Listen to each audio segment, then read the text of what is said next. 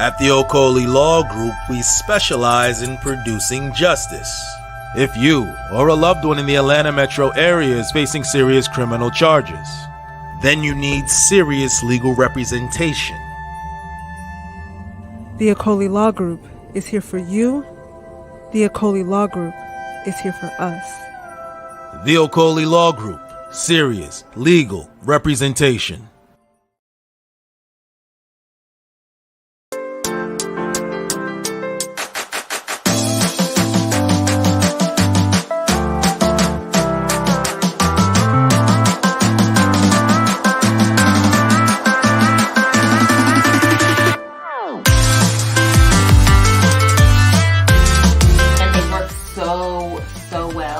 Really love this brand because first off, the products are quality. I have amazing hydration. You guys can see the shine. You guys can see the definition.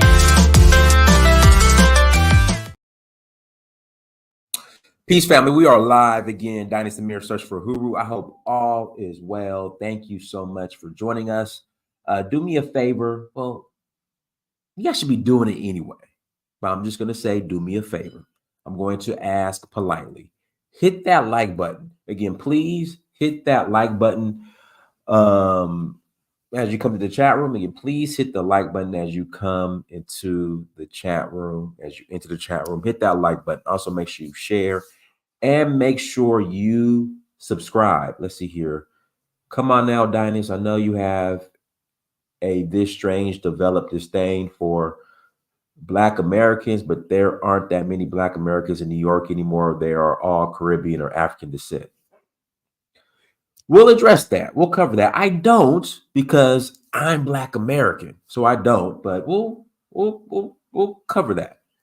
We will definitely get into that. We'll jump into the topic, and actually, this video is a response video to O'Shea Duke Jackson. Shout out to O'Shea Duke Jackson. Guys, listen, I got some like sound effects on here I could use. Is there a sound effect? I got a sound effect on here. What's this? Y'all know what that is.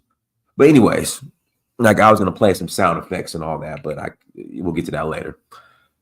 Couple of announcements. We are rolling. Again, we are rolling to Nigeria. We are rolling to Nigeria August 4th to the 13th. The Senegal trip is filled. Thank you to everyone who is joining us in Senegal. That really means a lot. But we are rolling to Nigeria August 4th through the 13th. Bam, here we go. For the Oshun Festival. Again, we are rolling to Nigeria for the Oshun Festival, August 4th to the 13th. We'll love to have you. We have 3 spots remaining. So if you'd like to join us in Nigeria, it may be because the immigrants are allotted resources that natives aren't. I don't believe that unless you can prove that. Unless you can prove that, then let's stop with the conspiracy theories. The only resources I could think of that they're allotted is probably coming from a susu. That's the only thing I could think of. But yeah, let's stop that. But anyways, Oshun Festival, August 4th to the 13th. Please visit Donfo.Africa. Again, please visit Donfo.Africa. True Ox. Why the F would we be mad at more Blacks in America? And I'm going to get into that. Because in Harlem, you have a large non-Black, whether it be Hispanic or white population in Harlem now. So we'll get into that as well.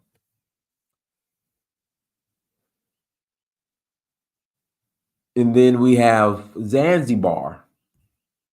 Zanzibar. This is September 22nd through, here we go. Okay, sorry about that. There we go.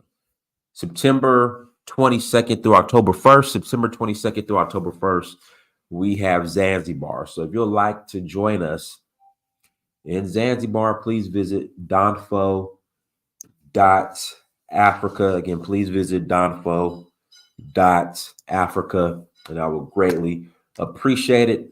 Let's jump in. Oh, who's this calling me? Stop calling me. Stop calling me. There we go. Sorry about that.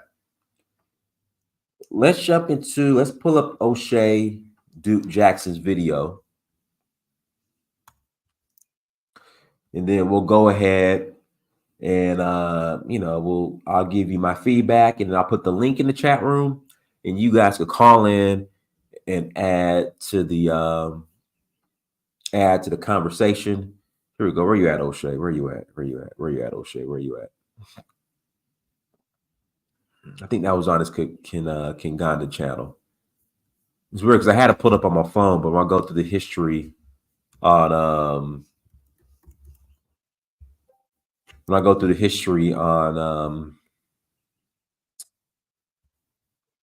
here we go. Got it right here.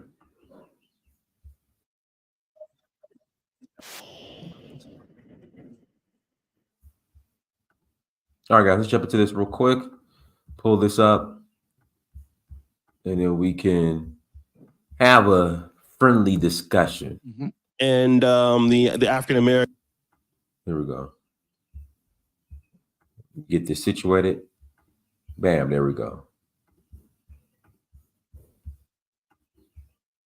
You guys are from Senegal? Yeah. Okay, cool. Okay. You speak any English? Little.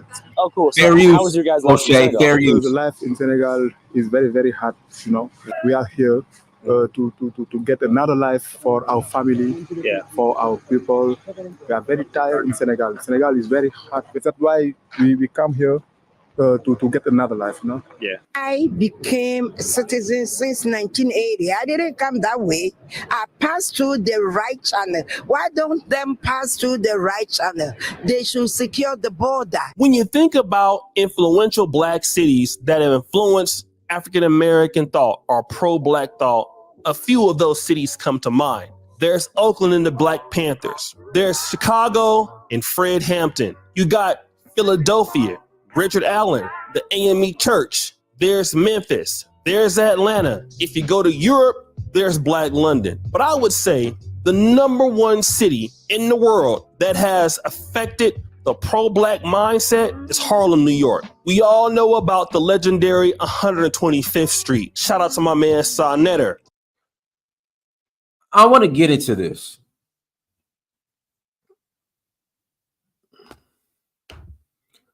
The Harlem Renaissance, some people will say, is one of the greatest eras, not only for Black history, but world history.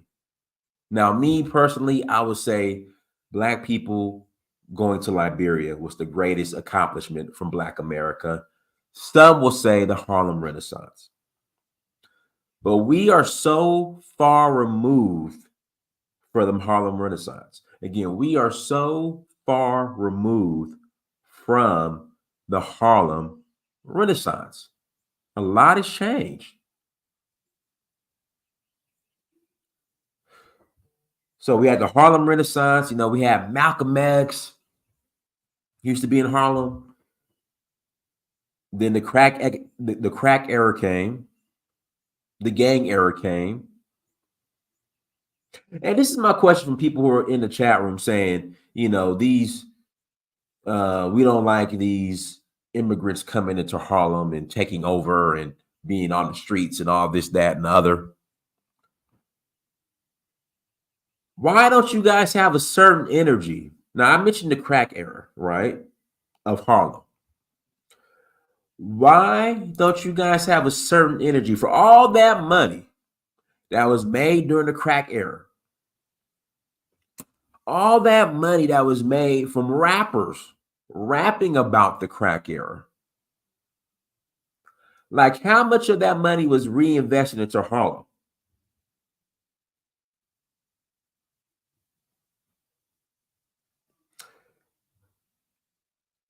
Again, how much of that money was reinvested into Harlem?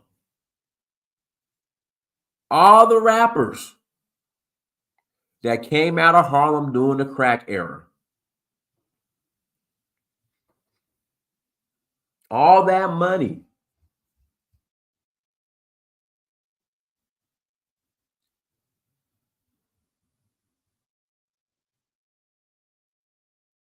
Millions, hell, billions of dollars came out of Harlem during the crack era, and folks rapping about the crack era.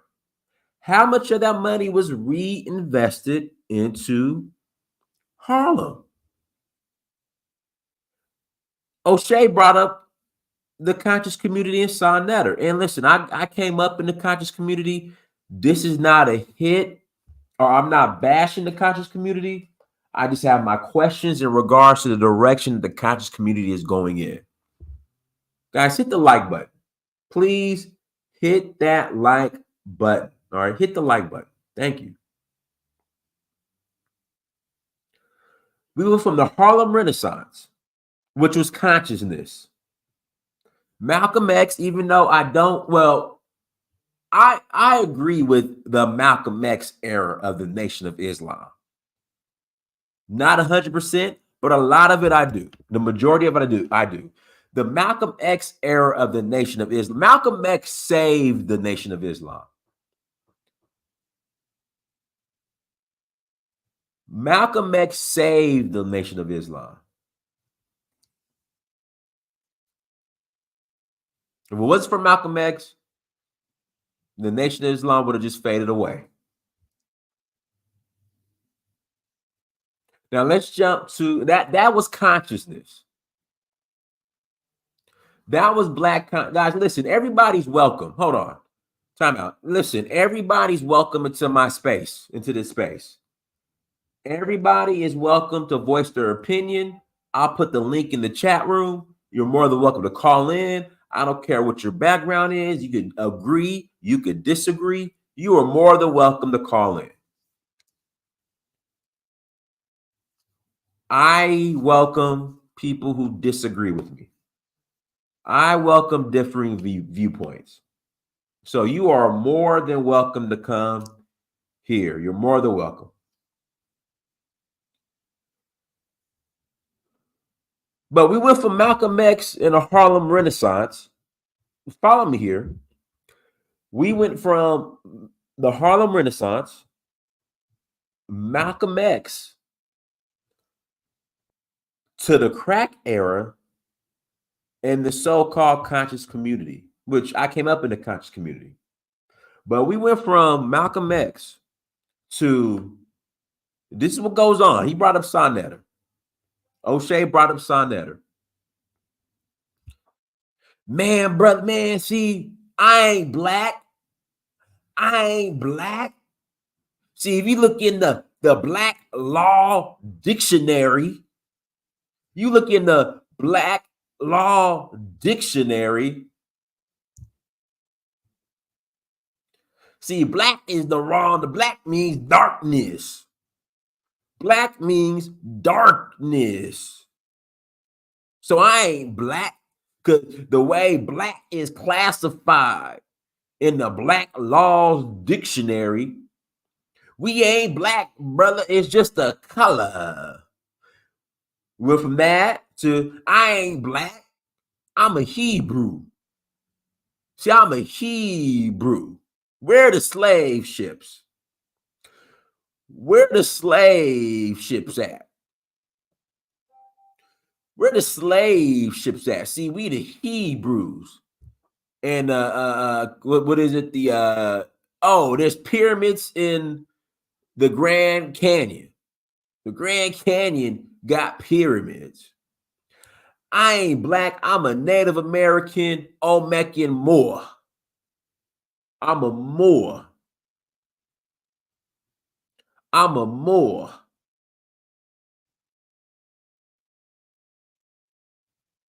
So we went from that. We went from Renaissance, Malcolm X, to the crack era, to the I ain't black, I'm a Native American Indian Olmec, Moor, The Mississippi River is the Nile River. Africans we never ate meat in Africa. We were vegans. Eating lamb is a white man's concept. What other crazy shit have I heard from 125th Street? Yeah, I'm an Indian, Olmec. We the Native Americans, we was already here. Where the slave ships at? We the Hebrews, we the Moors. I'm trying to think. What else, y'all? Help me out here. What else is coming off 125th Street?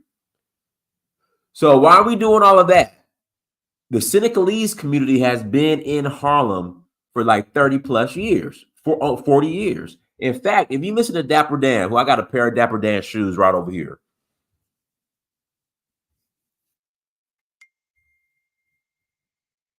I got a pair of Dapper Dan shoes somewhere over here, over on the other side. I'm going to sell them. I got my black pair, though. I'm keeping my black pair, but I got a red pair. I think I might have worn it 2 times. And I'm like, yeah, Egypt's in America. The Mississippi River is the Nile River. But there's more pyramids in America than Egypt. That's what's coming off 125th Street now. So why are we doing all that? The Senegalese community, who's been here for about 40 plus years, they've been building. Let's just keep it real. They've been building. In fact, one of my favorite restaurants, Boa Bob off 125th Street, that food is so damn good. The food there is better than the food you can find in Senegal. Boa Bob, yes. That's the only restaurant, that's the only restaurant where that I ever ate at where the African food is better here in America than it is in Africa. Now, Boa Bob. And don't get me wrong, that food in Senegal, in fact, we're going to Senegal in a couple months for the Jazz Festival. That food is off the chain. But Boa Bob is off the chain. Oh, then, cut the check, you Tebas. We built this country. Y'all eating off our plays. That's the stuff that's coming off 125th Street now. So while y'all doing all that, other groups of people have been building. So the Senegalese community who have been in Harlem for 40 plus years, they used to work for Dapper Dan. They got their own community, Little Senegal, in Harlem.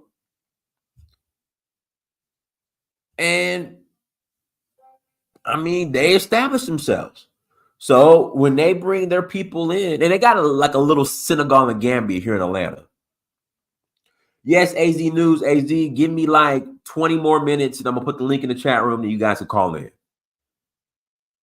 Shout out to Brandon for the super chat. I'm going to get to you in a minute, Brandon.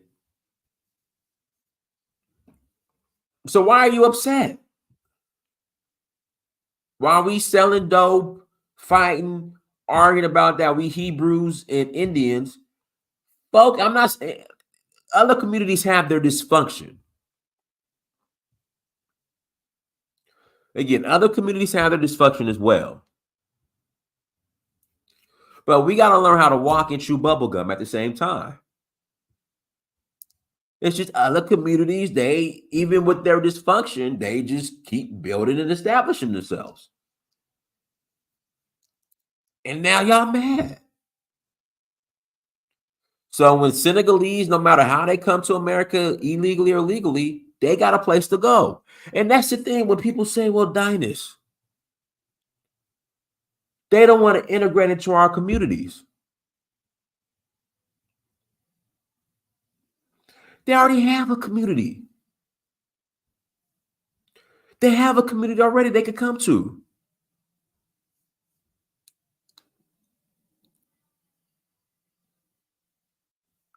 They have a community they can come to. And I enjoy diversity. I would love for all the Black immigrants to come. And guys, this is where I stand on immigration. I've said this before. By all means, come, immigrate, develop your skills. But all I ask is just you take your skills, go back to your country, and develop your country.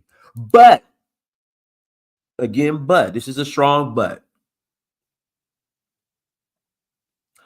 I am in no position. If you come here, you get here, you get you get your visa, you get to stay, you become a citizen. Who am I to tell you what to do and where to go? I just think it's in your best interest to take your skills and develop your country. That's just me. But if you decide not to, hey, enjoy yourself. And I'm going to come to the Senegalese restaurant, Haitian restaurant, and I'm going to give me some good Haitian and Senegalese food. And since I'm going to your country a lot, hey, put me on. Connect me with your people in Senegal, and so they could welcome me. That's how it should work. But I don't know where this comes from. This, Africans don't like us. I've never had that issue. When I'm respectful and I speak and they tell me where they're from and I tell them like, oh, I've been to your country, or, oh, I want to go to your country, break the ice. It's nothing but love. It's nothing but love. But a lot of us Black Americans, we just sit around all day and we swear. Guys, listen, other groups of people, the 99% of them, 99.9% of them, they are more concerned about just feeding their families than they are calling y'all a kata. Y'all come in here and you swear that all Africans do all day and just sit around and call us a kata. Where do y'all get this from? I mean, that's like y'all rally. That's like y'all your mantra now. You're rallying. That's what you guys rally around. AZ News, again, give me like 15 minutes, 20 minutes, and I'll put the link in the chat room and you can call in. Just give me some time. I'm getting there.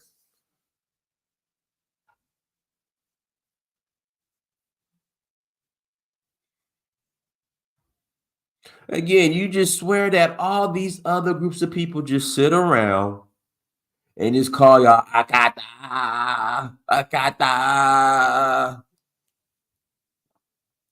They're not worried about you. They want to feed their families. Just looking to make a living. And yes, I'm not saying, and what you have to understand, even with saying that, give me 1 second, guys.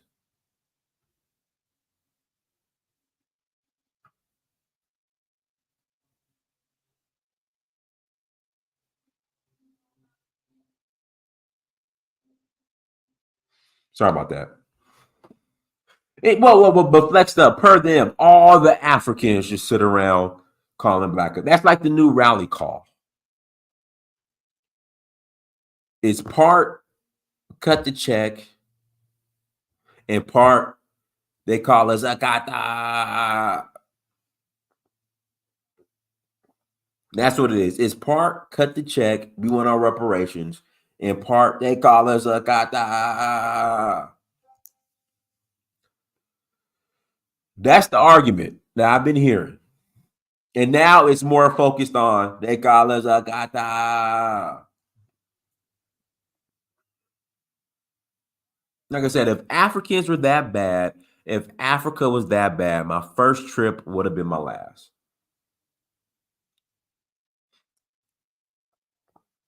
Again, my first trip would have been my last.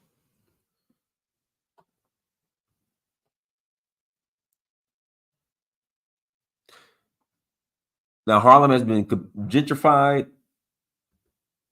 Somebody said in the chat room there's more immigrants in Harlem than ADOS FBA. But like I said, we went from Harlem Renaissance to Malcolm X to crack era to I ain't black, because in the Black Laws Dictionary, black ain't real. Black is just a color. And per the Black Laws Dictionary, you can't be black. So I'm a Moor, Hebrew, Indian, Israelite from Turtle Island, and the Mississippi River is the Nile River. There's pyramids in the Grand Canyon, and where the slave ships at. That's where we're at now. And the Senegalese community, not perfect. They've been building. So they're like, listen, we've been there 30, 40 years. Y'all coming to New York, either legally or illegally. We got y'all. Come on.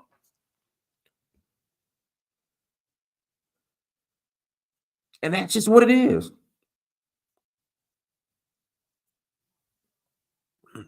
That's just what it is. And I ain't mad. Let the Senegalese community, Haitian community, man, let them come.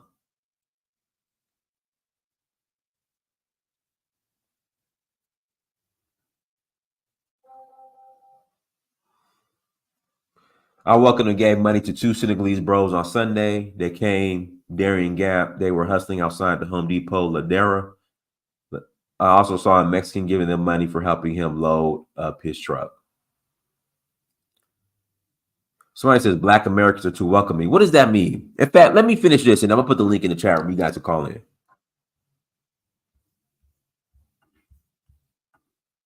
Harlem has influenced more people in the way that we think than any other city in the black world. The Harlem Renaissance was amazing. A lot of the music and the way that we do things stem from Harlem. But stop the show.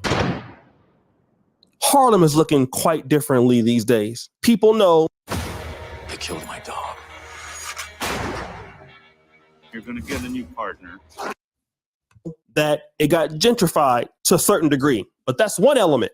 There are a lot of immigrants now in Harlem due to the migrant crisis. But there's one group of immigrants who are standing out. West African immigrants, primarily from Senegal. Rewind! Now, family, I'm gonna be real. Most of the migration topics I've been talking about on this channel really has to do with Central and South American migrants. But I've kind of shied away from the West African and African migrants. They are also United States. But because of the Kingani YouTube channel and me being a Pan-African, I typically have strayed away from the African side of the migration thing. But it's a real thing, and we gotta talk about it. And I didn't want to talk about it, but we gotta talk about it. And what we gotta talk about is they are also in Harlem, and they are in there deep. Remember, you had a bunch of Senegalese migrants sleeping inside of a furniture store, and Eric Adams was pissed off about it. They've been through hell. This New York City furniture store had been illegally converted into sleeping quarters for more than 40 migrants. City officials shut it down earlier this week. The store's owner said as many as 70 people were staying there because they couldn't afford a place to live after timing out of the city's emergency shelter system. Residents were charged $300 a month for a place to sleep and 3 meals a day. This morning, most of them called me. They said what they've been through is they have never been through that last night. They've been through hell trying to find a place, to stay. They were fine. We were fine. We were just, doing what we have to do. The landlord was issued 2 violations from the buildings department. Mayor Eric Adams said officials were still investigating what happened. People should not be living in unsafe environments. Too many people make desperate choices. And at the root of that is the fact that we haven't built enough housing. We really do need to make a dent in terms of the number of homes, safe, decent, affordable homes available to New Yorkers. But Eric Adams ain't the only person pissed off about it. African Americans are also pissed off about it. Now, I know what you're gonna say. Well, wait a minute, man. I can see you getting on the other groups, right? But these are West Africans. These are our brothers. These are our brothers and sisters in arms from the continent. If we are to see them struggling, we will take more sympathy on them because they look like us. And that could be true to a certain degree, but that's not how everybody from the African American community feels. But I'll deal with that in just a moment. The first thing I want to deal with is what's going on with so many Senegalese people coming into Harlem. Came from Senegal, went to Morocco, to Spain, to El Salvador, to Nicaragua, and from Nicaragua to Mexico. But there was a lot of trafficking. Before entering the bus, they stop you. They had guns. They put a gun on your head, demanding money. And if you don't have money, they will take everything from you. It's very difficult.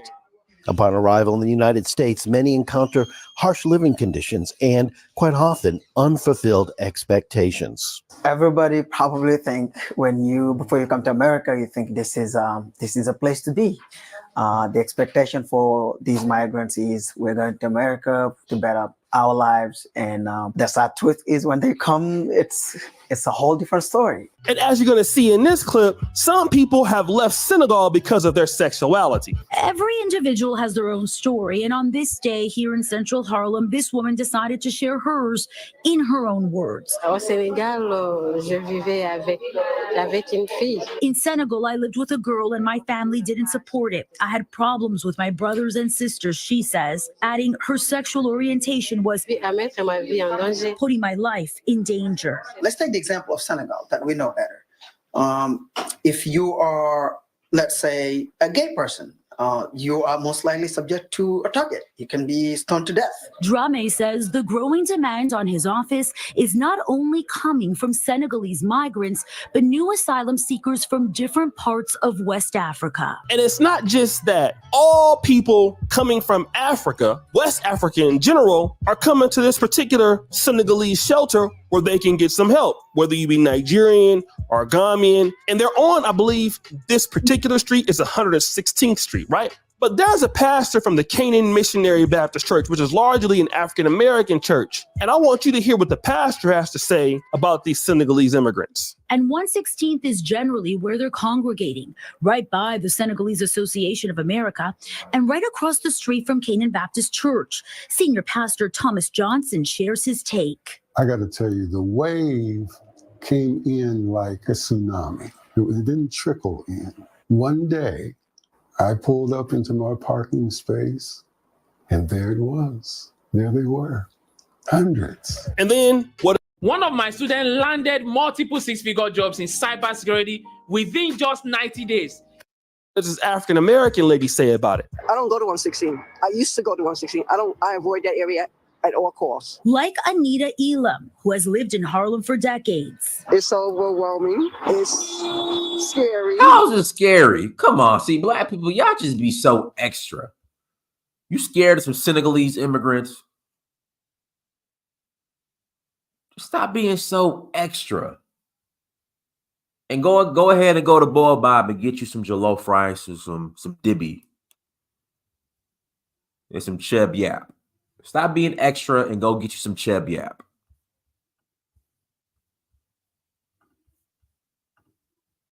But it is what it is. Why are you scared?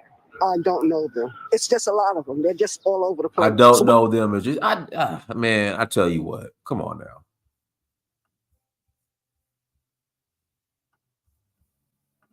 Wait a minute. I'm going to talk about the elephant in the room. These are blacks just like us. We might see the other groups differently, right?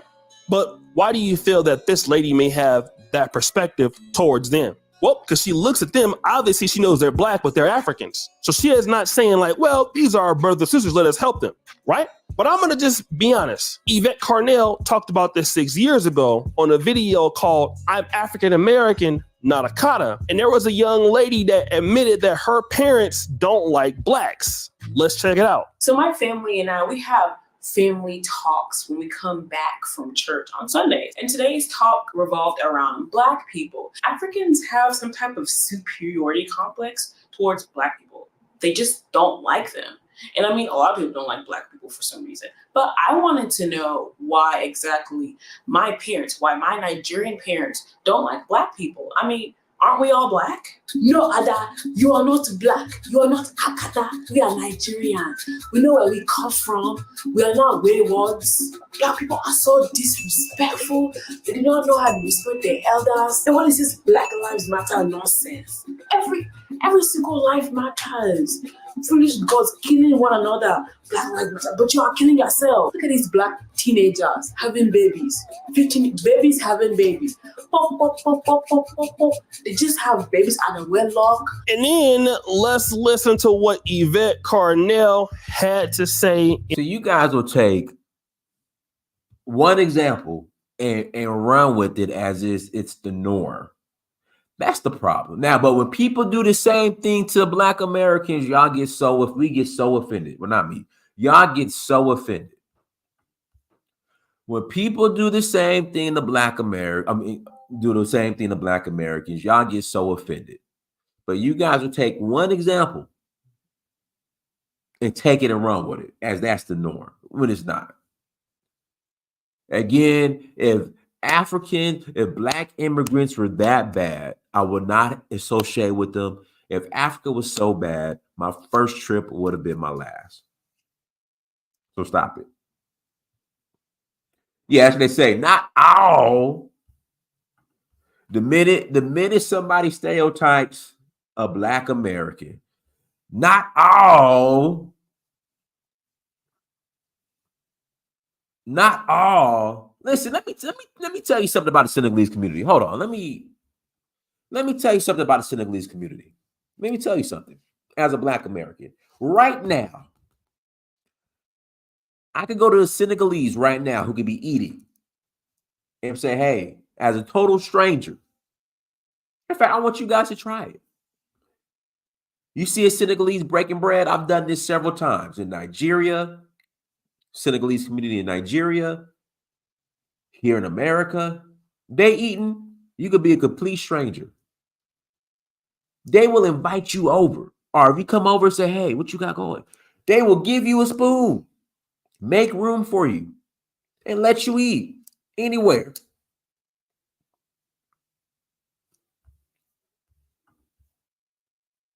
This is what they do. Again, if you see Senegalese eating in public, just walk up to one. Just walk up. They will make room. Come. Come. No. Come. And break bread with them. Everywhere.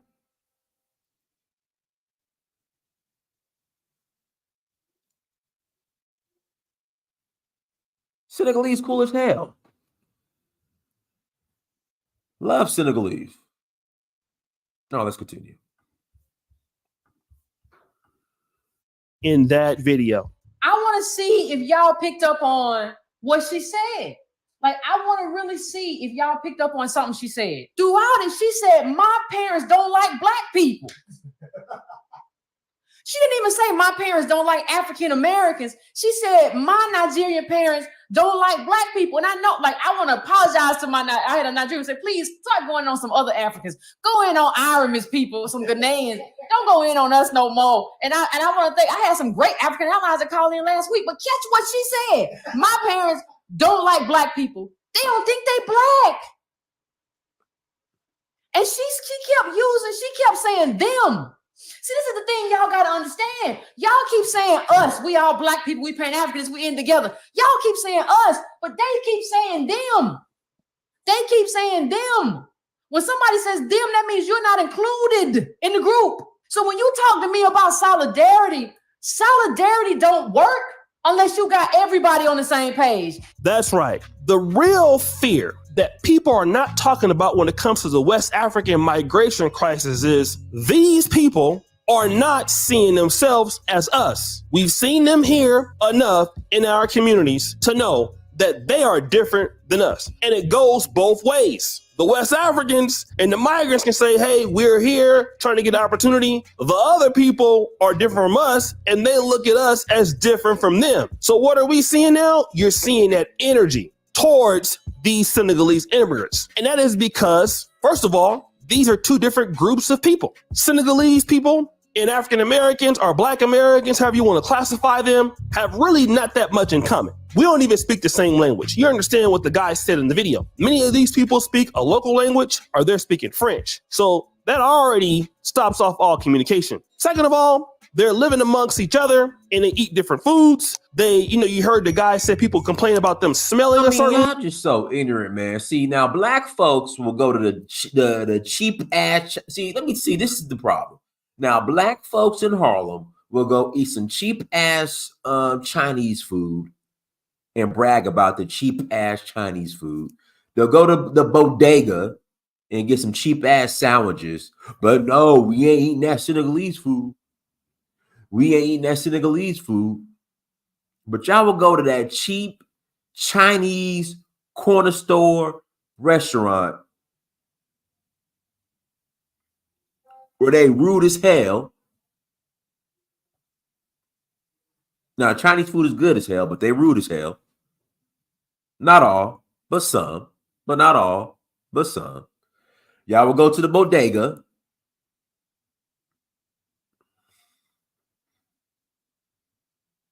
But y'all got a problem with the Senegalese food. They eat different foods from us. You will go to the Chinese restaurant where they barely understand English, or barely they'll say more than they won't even have a conversation with you.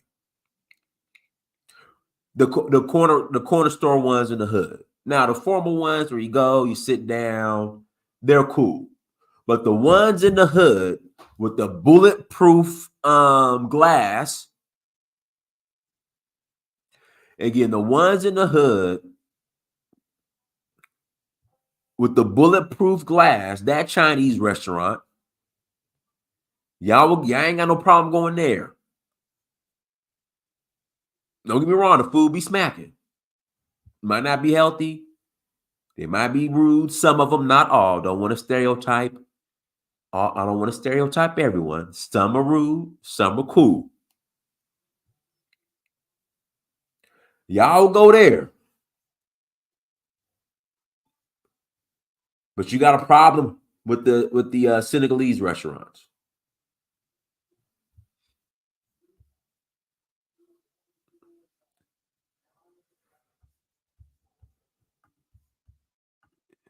Way, some of them. So again, you're not going to have things there. But then also, one thing that happens is when African immigrants start to do well, there's even more separation between African Americans and Africans. And I was recently on Zach McQuase's podcast when I had to say this. What do you have to say to fellas? Because I know a lot of African Americans, unfortunately, feel like Africans do not like them for some reason. Yes. From your personal experience, what can if you've ever dreamed of owning an apartment complex and you live near one of these cities, then you've got to see the same ad that I you say about that? Well, I think it's because the Africans started achieving. Okay. In America. Yes, at a high level. Mm-hmm. And the African Americans were not achieving to the same level as some of these immigrants.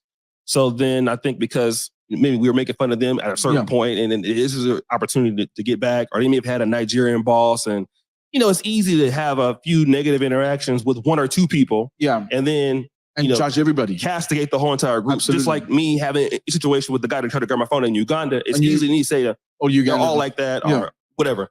But I think there's just ignorance on both sides. Absolutely. You know, and not understanding, like you said on our podcast one day, we need mediators, referees to understand both sides. People like you and myself that have grown up in other parts, but we kind of understand the other culture. Sure. Now, of course, some African Americans are going to say, well, listen, man, you know, speak for yourself. Ain't nobody jealous of them. I'm not really saying that everybody is saying that we are jealous of Africans or whatever, but I can tell you this personally. Let me use my own personal experience. When I would encounter African brothers and sisters that would throw it in my face that your group is lazy and we are doing better than you, like, hey, I would be very pissed off. And still to this day, if I have those conversations, I have to stay away from them, I can get upset. Because that's like me saying, hey, through all the adversities, I come to Uganda and you're lazy and you're not doing well. Well, look at me. Of course, somebody would be offended for the reason that, well, if it wasn't for Ugandan freedom fighters and people who fought for the liberation of this country from the British, well, I wouldn't be able to come here and do what I'm doing now. And that's how a lot of African Americans feel in the United States. So what's happening is these Senegalese migrants that are coming over in Black Harlem,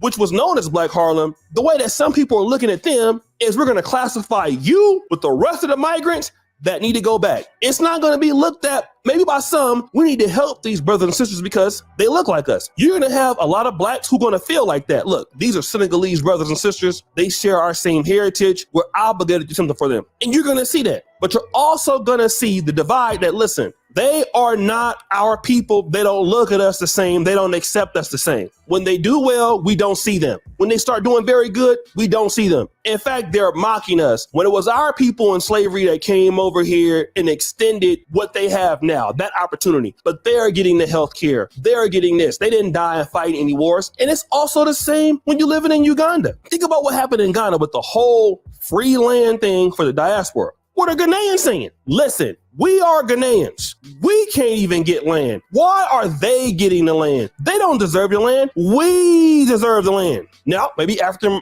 migrants can forget when they get to America, you're going to have African Americans saying the same thing. Looking, y'all didn't die for this. We died for this. In fact, hey, your group is responsible for us being over here. So look, you're not going to come. Yeah, but see, this is where I disagree with O'Shea. Instead of fighting specifically for Black Americans fought to be grouped in this category called minorities. We did all the heavy lifting just to say we're minorities. That's the deal we took. So why are we upset when other groups of people come over here and get to reap the benefits from being a minority? That's what we fought for. We didn't fight just to be, we want these specific allotments for Black Americans. We fought to be minorities.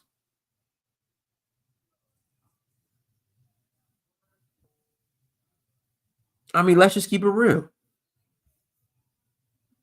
And then at the end of the day, who did Black people vote for and how do they vote? Sleepy Joe Biden told you his top two priorities were immigration and the LGBTQ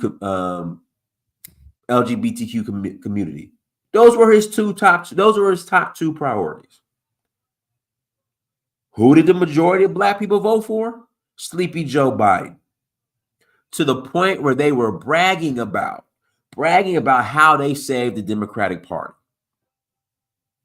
And Sleepy Joe patted the Black community on the head. Thank you so much for getting me in office. That's what he did.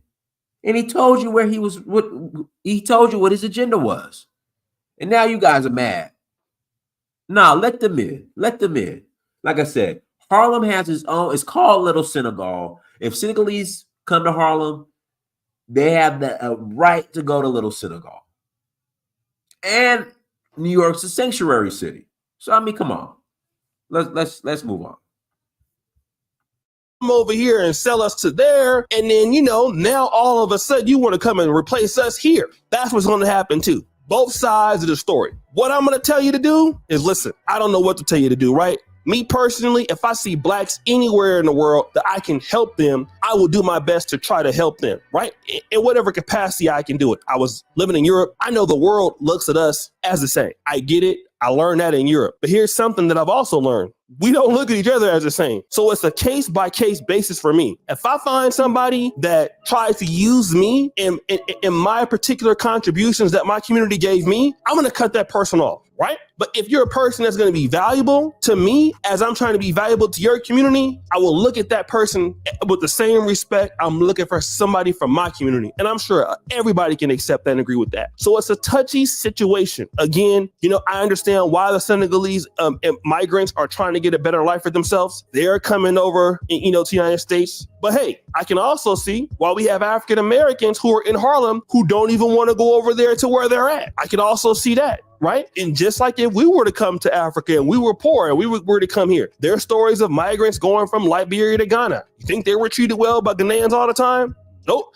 Rwandese came to Uganda. Well, they are always treated nice? No. Anywhere you're coming from and you don't have resources to contribute to that society, people are going to be upset because you're using resources. And the way that a lot of New Yorkers, a lot of Black New Yorkers gonna look at it is, y'all are getting the resources that we should be getting. Go back to where you came from. That's just how it is. So guys, it's your boy O'Shea Jackson back at it again with another episode here of King Gun.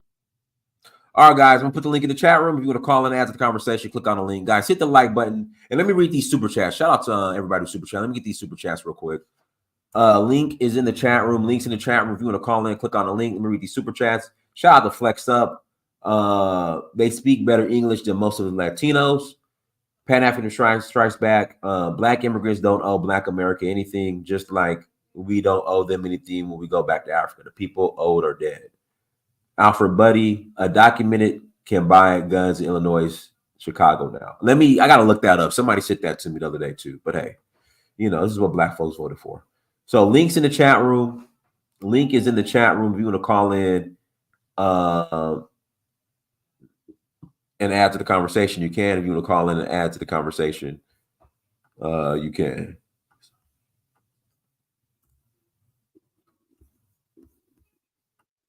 All right, go ahead, Shah. Wow, I'm the first one.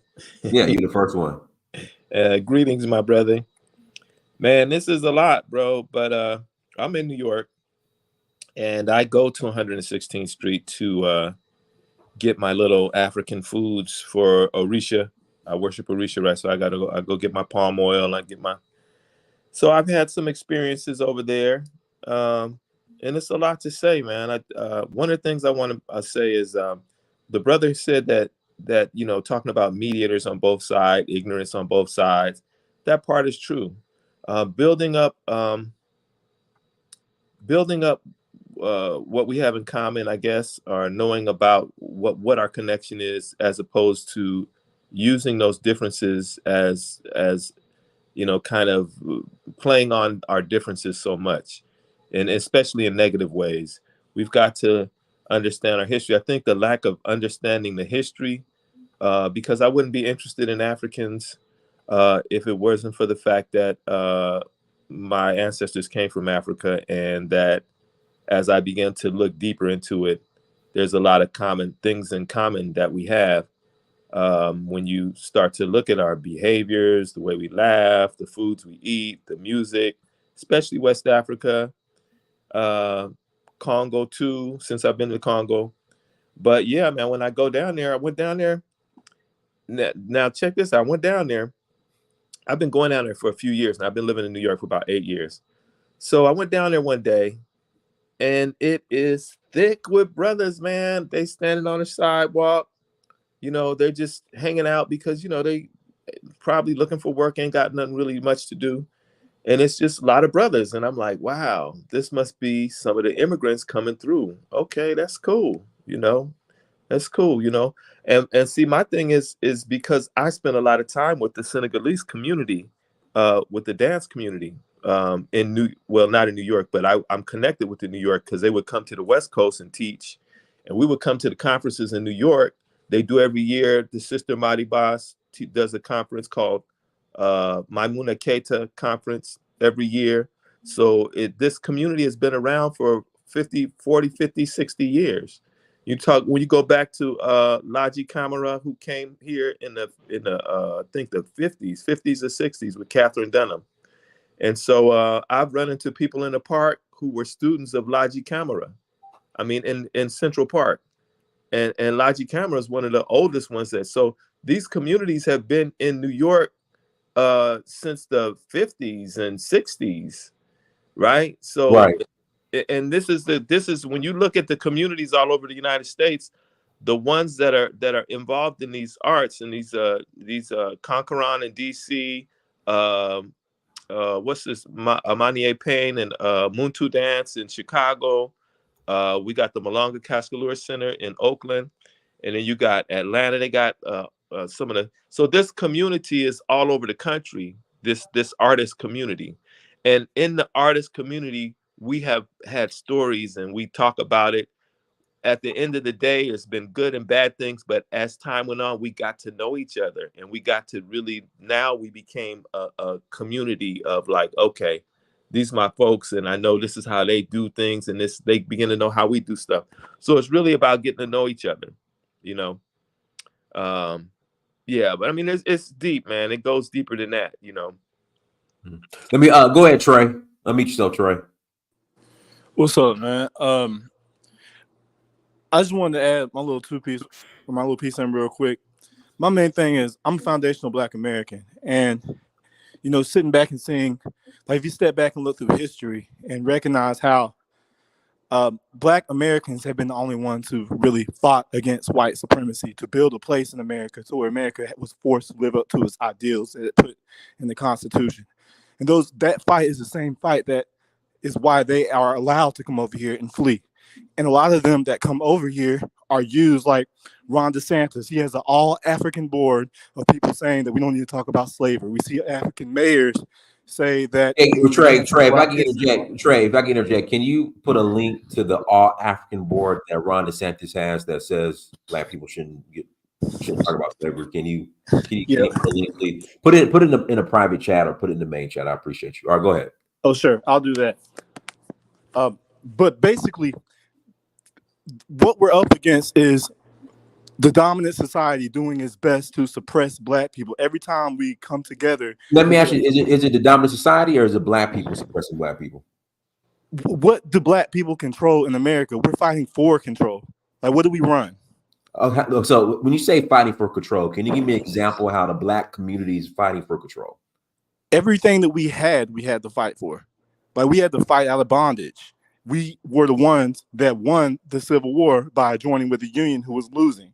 During the Civil Rights Movement, we had the Deacons of Defense and the Black Liberation Movement and the Black Liberation Army of the Black Panthers. And we also had the Black Panthers after that fighting against the police who were harming us.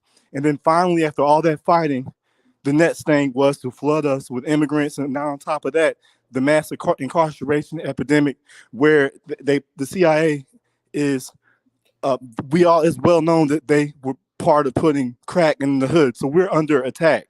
Trey, okay, let's deal with the crack part. The CIA first forced Black men to take cocaine and cook it up and sell it in their own community. They were importing cocaine from overseas, and they were selling it into Black neighborhoods specifically. They weren't doing it in any other neighborhoods. You didn't answer my question. Did the white man force the Black man to sell dope in his own community? I think that's a disingenuous, very that question is bad faith, man. No, it's not. Because we should expect our government not to be putting crack in our neighborhoods. We can't say they forced us to do it. Their job is to not put crack in our neighborhoods. So the Black man could have easily not have sold crack in his own community. The CIA was selling it. So you impoverish people, you give them a means to make money. The government does. Okay, so Freeway Rick Ross was on my show. ADOS FBA man, right? He came he was saying he was almost a billionaire for selling dope in his own community. What I'm saying is that the white man forced the Black man to sell dope in his own community. Man, no, the white man did not do that, but that's a bad faith question, a very bad faith question. My next sounds like a white supremacist talking. And my next question is that the white man forced the Black man to make albums talking about how he's sold dope in his own community. There's a very disingenuous, bad faith question, like a bum fight. If I could pay two bums to fight each other for $100, for their benefit, no. But are they starving? Yes. So does that mean that are the bums am I in the right for exploiting people? Especially if I'm the reason these bums are poor. So you tear up all bulldoze all our communities, victimize us, make us poor, and then our government puts crack in our neighborhoods where people are desperate. And you're telling me it's our own fault. We are our own worst enemy, and the government is accountable. It's a lack of accountability, if you owe me, if you ask. So why are we the only people that have to be accountable? We're the only ones under attack, and instead of fighting against the people attacking us, you're blaming us for being victimized. Okay, where's this fight? I don't. Where's this fight at in the present day? Where's this fight? How are you guys fighting against the people? In fact, from what I hear from FBA ADOS, is they call us a kata, and where are reparations at? Like, I don't see a fight. There's no fight. There's another bad faith question, because you reduced our whole issue to them calling us a kata. I don't care what they call it. You guys reduce it. You guys reduce it. That's not it. You guys reduce it. I don't care if you call us a kata from Africa. Don't come over here eating up resources that we fought for, and then tell us that we're lazy when they prefer you because you're docile. Who controls the resources? White supremacist governments control the resources. And then you said that we fought for it. Did these white supremacists, did they earmark any resources specifically for Black Americans? No, but they were specifically earmarked for white people. Okay. Yes, but actually they did do that. They did do that, but they changed it to minorities because we're in a war, and the same way that they signed treaties with the Native Americans and then reneged on every treaty, they do that. That's what they did with the civil rights movement. And instead of helping us continue to fight for round 2, you're telling us, oh, just forget it. Black Americans. But I'm trying to figure out, what does this fight look like? The fight is what we're doing now, delineating and fighting for ourselves. Because everyone else fights for themselves, but black people always trying to help everybody. And look where that got us. So you guys are gonna go to the white man and say, "Hey, we ain't, you know." Okay, so how's this fight look like? If you said the fight looks like, first we delineate, we stand on what we deserve and what we owe, and we demand that, and we don't participate by keeping the vote for Democrats or voting for Republicans, for that matter, anybody that doesn't have our best interests at heart. And we don't keep opening our doors to invite other people to eat our resources, especially it's not your resources, Trey. Right. They are our resources because it's our tax dollars. No, it's not. It's not your resources. It's our tax dollars. Our tax dollars shouldn't go to non-citizens when they owe us. It's not your resource. Let me FBA so spineless, man. That's why we get exploited, because y'all have no backbone. Y'all allow people to come and take advantage of us and then just say it's our own fault when we get victimized. Ain't nobody's taking advantage of you guys. How is it not victimized when they put them in the only black neighborhoods? Why only put them in the white neighborhoods or at Chinatown? T, go ahead, T. Unmute yourself, T. Yeah, Dynast, man. Me and you may have a little disagreement on this one, man. You know, but I'm not gonna. I don't do the white supremacy angle, but I do. I mean, we have to realistically see what's going on. There is no unity between African Americans and Africans, unfortunately. And we should know this by seeing there's a separation. I don't see Africans and African Americans generally mingling. They stay in their own communities, we stay in our own areas, and that's not a problem. But you have to understand, if there's no cultural unity, and if ADOS doesn't have any ties to that continent, you know, they are going to look at them just like the illegal immigrants who are crossing the border, unfortunately. And unfortunately, if they see resources going to, Latinos or, Africans, they're not going to like it, because, the ADOS is going to say, well, what about our black poor? Why are they being ignored? And unfortunately, this is the situation that we're dealing with.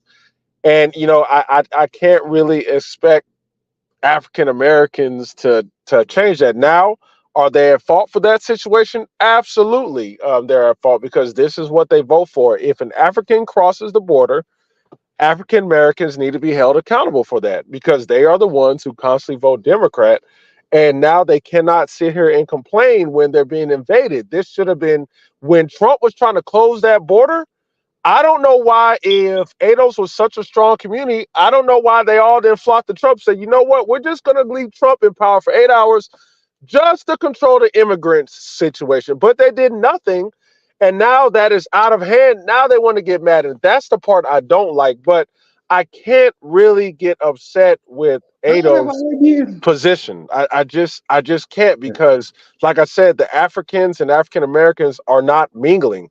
So as a result, they're seeing them as the other.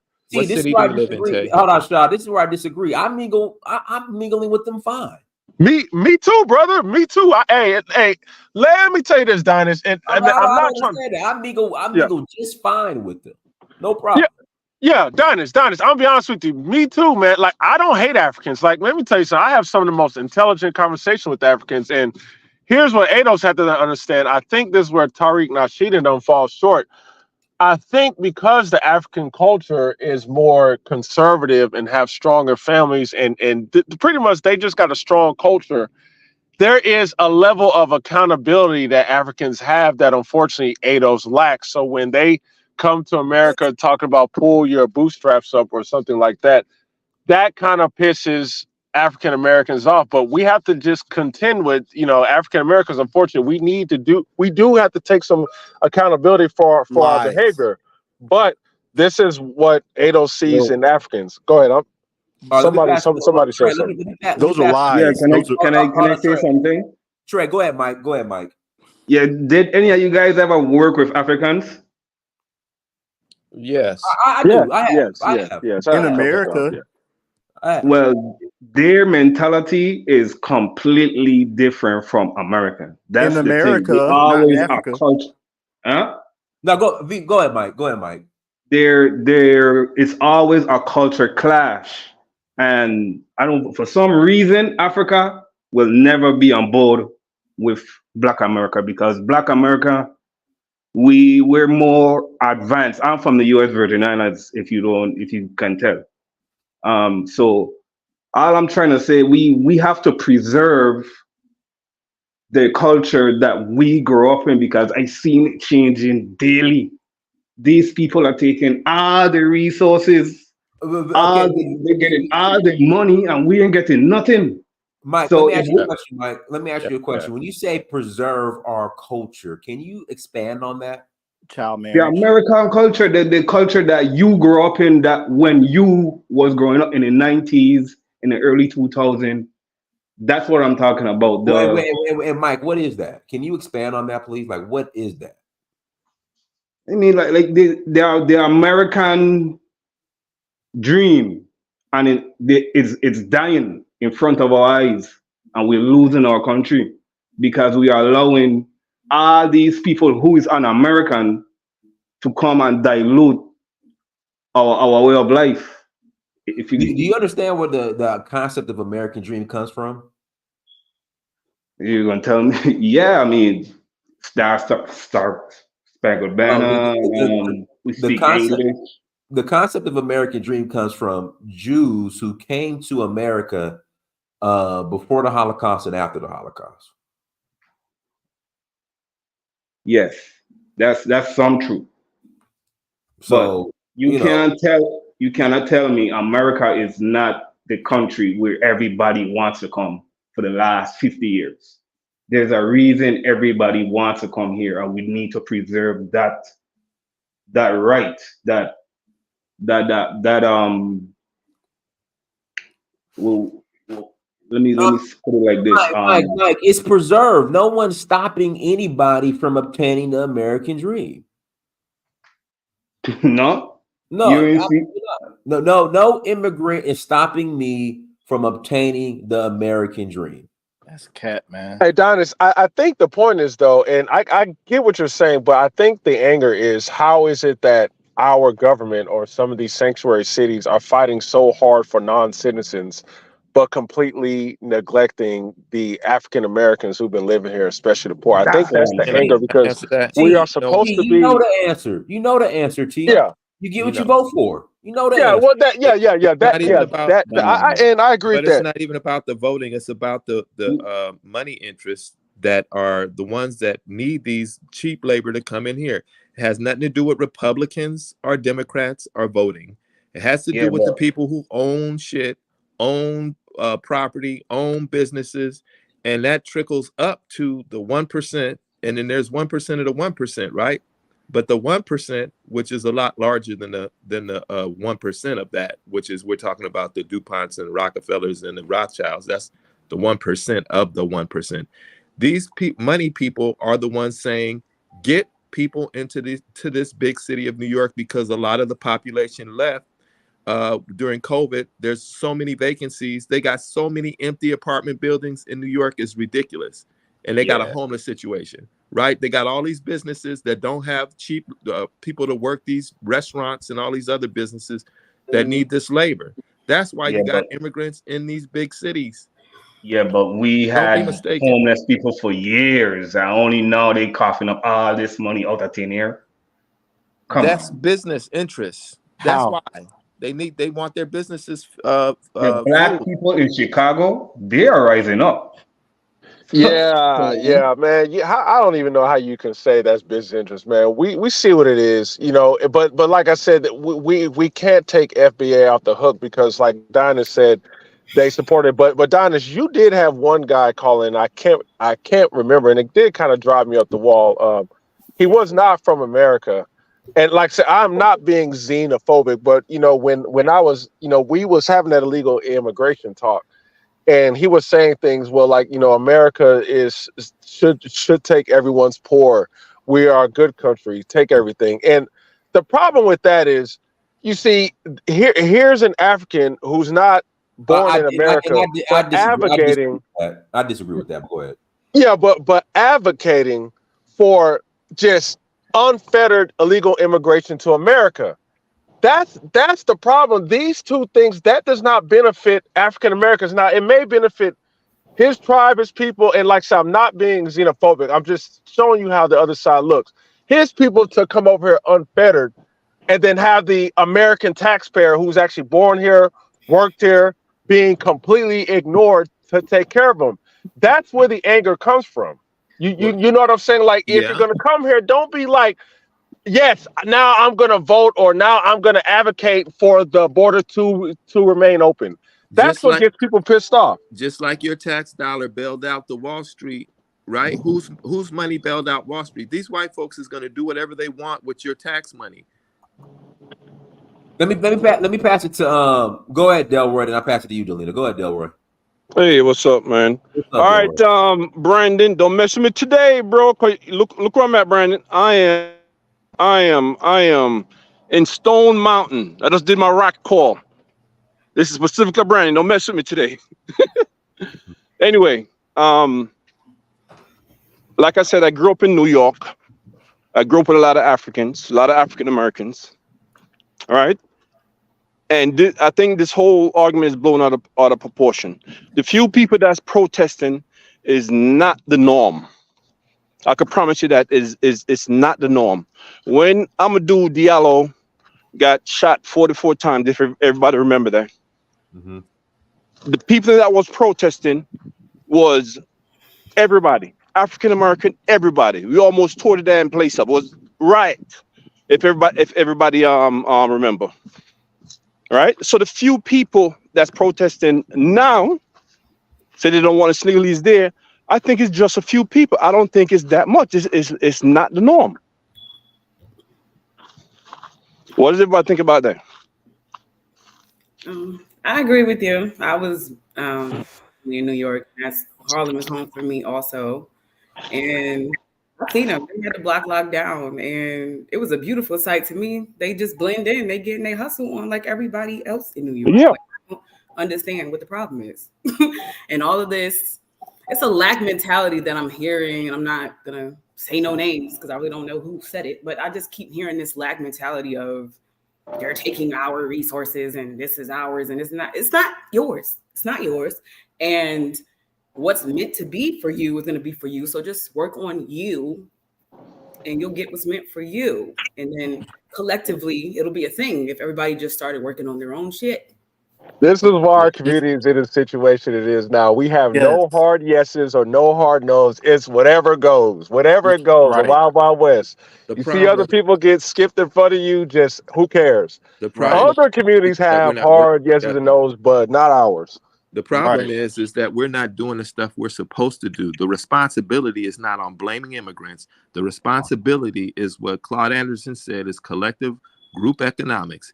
And we need to put our group economics together, stop complaining, put our monies together in our community, start a fund or whatever it is, build our schools in our community, have our own grocery stores in our community. We can do that.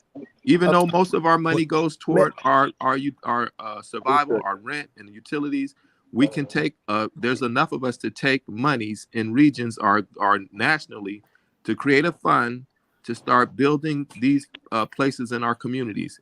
We can do that. And the fact that we are only, last thing I want to say, the fact that when I'm talking to young folks, that they're only, and this is scary, that their main thing and their only thing is that that reparations is the only way that we're going to survive as a people, because by a certain date, I forgot what it is, 20, 30 years, we'll be at a zero, wealth. We'll be at a zero wealth as a people. And the other thing that we should be doing, and this is on both sides in terms of Africans, continental Africans and Caribbeans, and everybody leaves out South America. Like there's a fucking 100 million Africans in South America. Anyway, that we should be working, we should be intentfully trying to work together. Those young brothers coming over here and sisters coming to Harlem, there should be collective effort to be working with them and integrating them in assistance, and African Americans should be at the forefront of that. And we should be, wait, let me tell you And why. learning from them. Let me tell you why. Because we should be talking to them about how we can be working with them in Africa, how we can be going to Africa and working with them to do some export, import. And we're This is why interested in Tarek moving not to thinking Africa. this. Many of us let me make a few statements here. This is Information Man. Brother, I'm 54 years old, be 55 next year. And I've I'm heard these 61. conversations 1,000 times. Well, black people need to be doing this. And if we're going to do something, we need to have less talk and more doing it. I work with kids. I've done work in the community. I deal with guys in the prison system. I work as a therapist. We need to be doing things tangibly. One of our biggest problems is that a lot of times we don't understand African history and African people, and they don't understand us. It was designed that way by design to disconnect us, to have us fighting and going against each other, right? So yes, there are those that come from the continent who come here and they may look down on us, but we do the same thing to them. I remember as a kid growing up, we used to have a word called African booty scratcher. We used to make fun of people from the continent because of those damn Tarzan movies that we were culturally conditioned by growing up. This is the design plan to conquer and divide us. Remember Jimmy Carter had the, what was that, Agenda 47 or whatever. I may have the numbers wrong, but the whole idea back in the 70s was to disconnect black people here in America from black people in the continent. It was a effort to discombobulate us from each other. But we don't need them. They aren't doing anything for us. We aren't asking them for anything. But brother, let me just say this as I get ready to land my plane. Part of our problem. We need them, bro. They need us. We need them. They need us. Don't say that. We both need each other because we can't. You're not. If you look at every other group, you're not going. But they're fleeing over here. We're not fleeing. Hey, let Information Man finish. Man, everybody's talking over everybody. I'm about structure and about focus here. When you look at the Europeans, French, Romans, those dramatic tribes, they were fighting each other for God knows how many years. What did the Europeans finally do? At some point in time, they finally said, why are we fighting each other? Let's go mess with these people over here. We got something in common. So we have to have and find something in common with each other, even within our differences.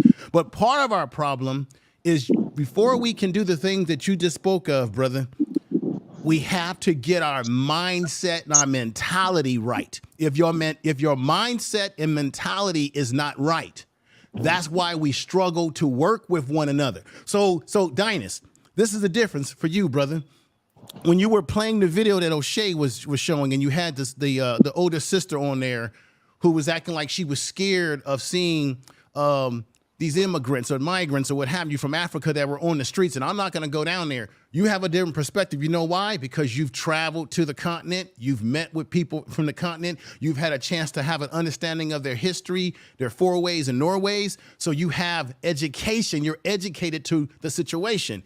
A lot of our people in America are not educated to the understanding of African people, just as well as they don't learn our history in their country. So we're disconnected. Can you say why that's important? And you have to also, and I'm going to land, you have to also understand this historically for black people in America.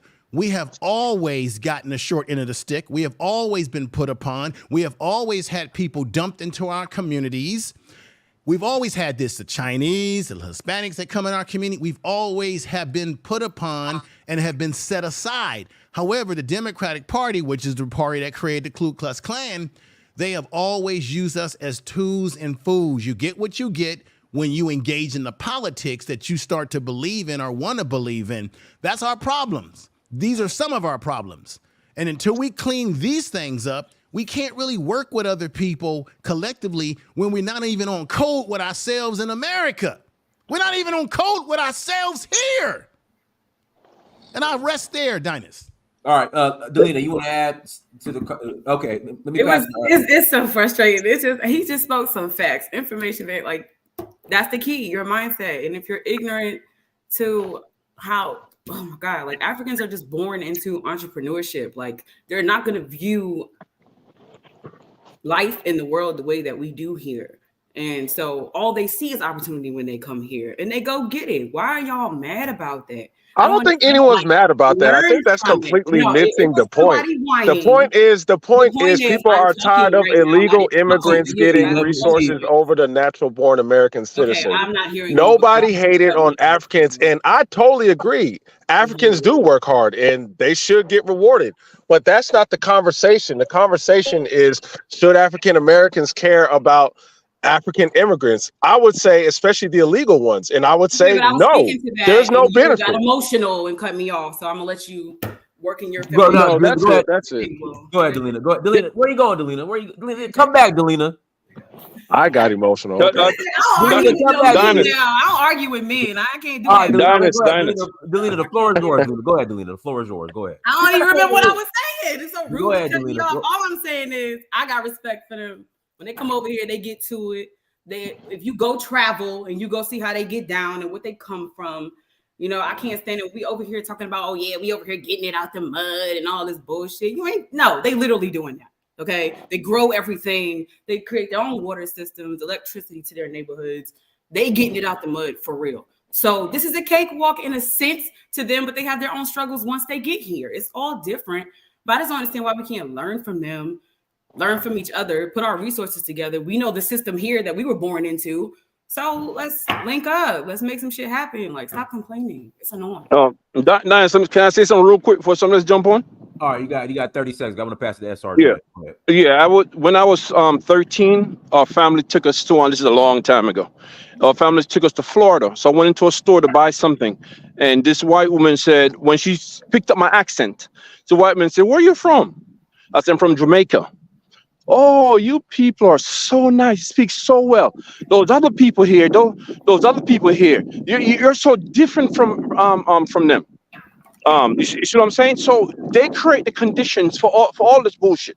You see what I'm saying? When I work with Africans and white people, anybody else, every time they find out that I'm Jamaican, I'm somebody else, they go straight to the African American conversation. Oh, these African American, this is African American, that, and all kind of bullshit. This is the shit African Americans have to put up with.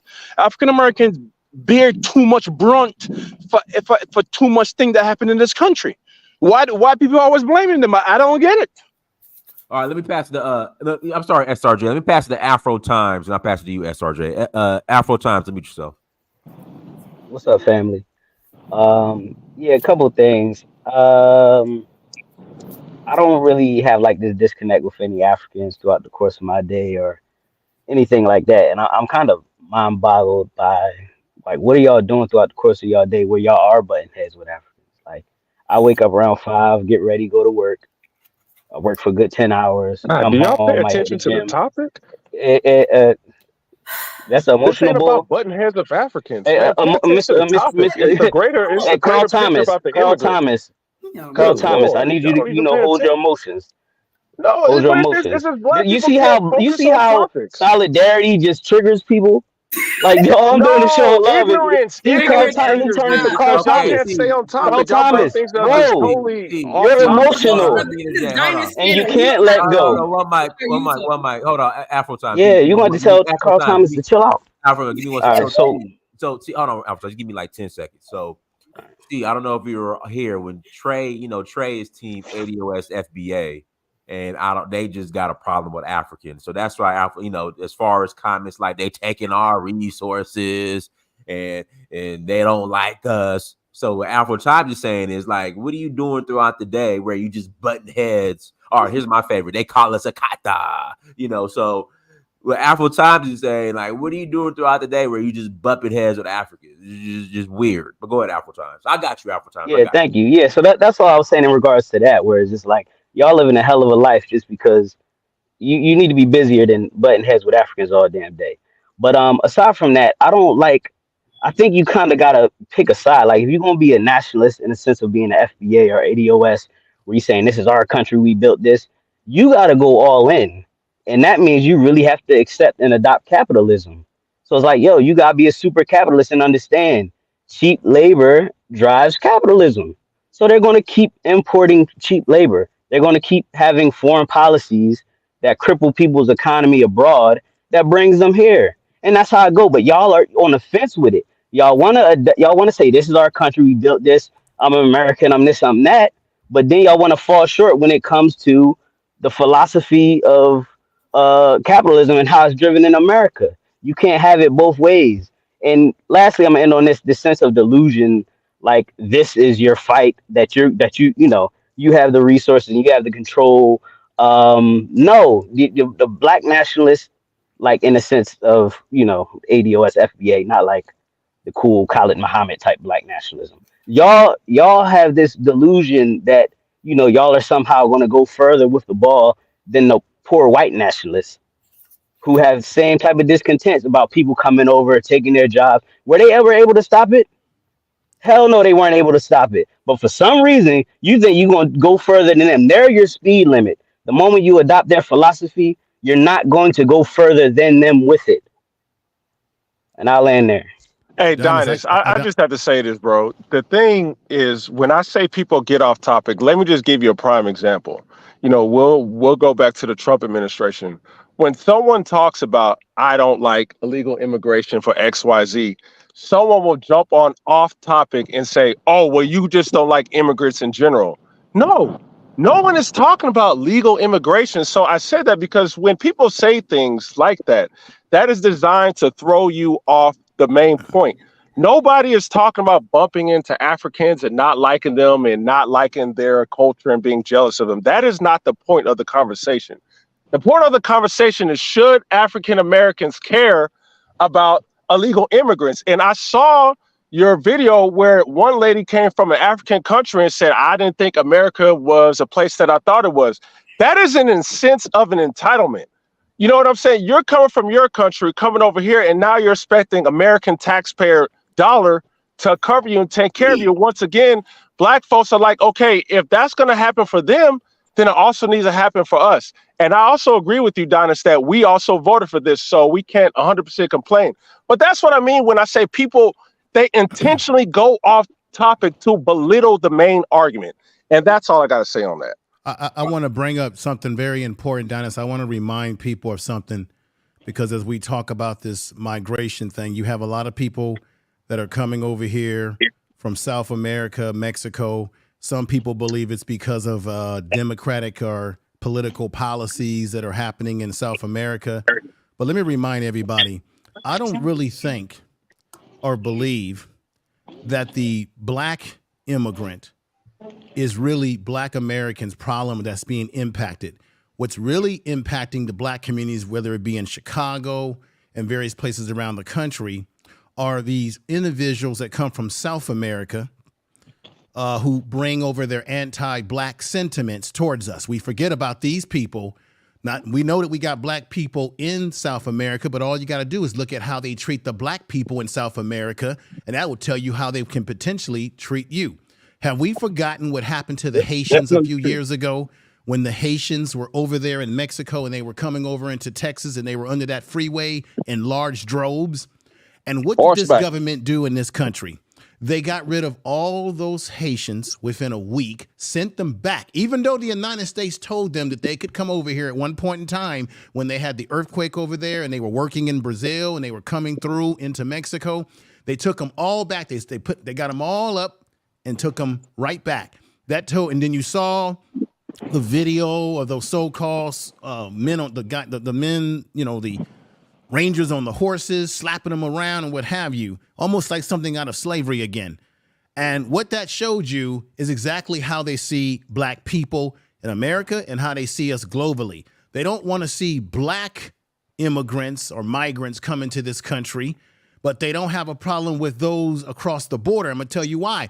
Haven't you all seen the latest news about Tyson, where they were about to lay off American workers and then turn around and flip that into hiring migrants after firing Americans? Because there is an economic part of this, that they're letting these people are not coming over here by accident. You can't walk through South America into Mexico, into America, walking around with flip-flop shoes unless someone's assisting you. So there is an economic and a business component to this, but they don't want black people coming over here from other parts of the world. They don't care about the Chinese that come over here and sneak in through the border and all these other groups. They're concerned about people that are black.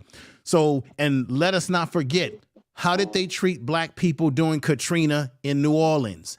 When you look at New Orleans, there was nothing. You could look at what happened in New Orleans. It was no different than seeing the Haitians over there in Texas and Mexico underneath that freeway. When black folks were saying, help us, this fucking government waited, 1 to 2 weeks before they did anything for black people. They don't give a damn about us, and they don't give a damn about black people who come from the diaspora.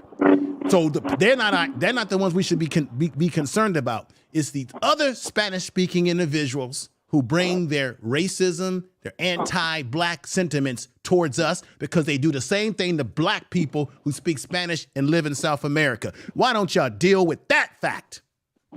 I've been saying that point for a while now, brother. Delroy, let me pass it to SRJ. SRJ, go ahead. SRJ. Going once, going twice. Okay. Go ahead, Jamal. Jamal, unmute yourself. Thanks, Dynast. I appreciate it. I think, man, listen, what's this, year 6 of FBA?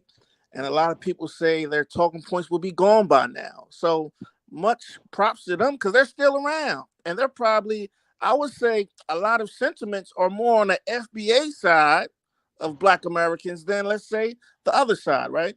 So I just want to give them a little credit on that because it's a grassroots movement, man.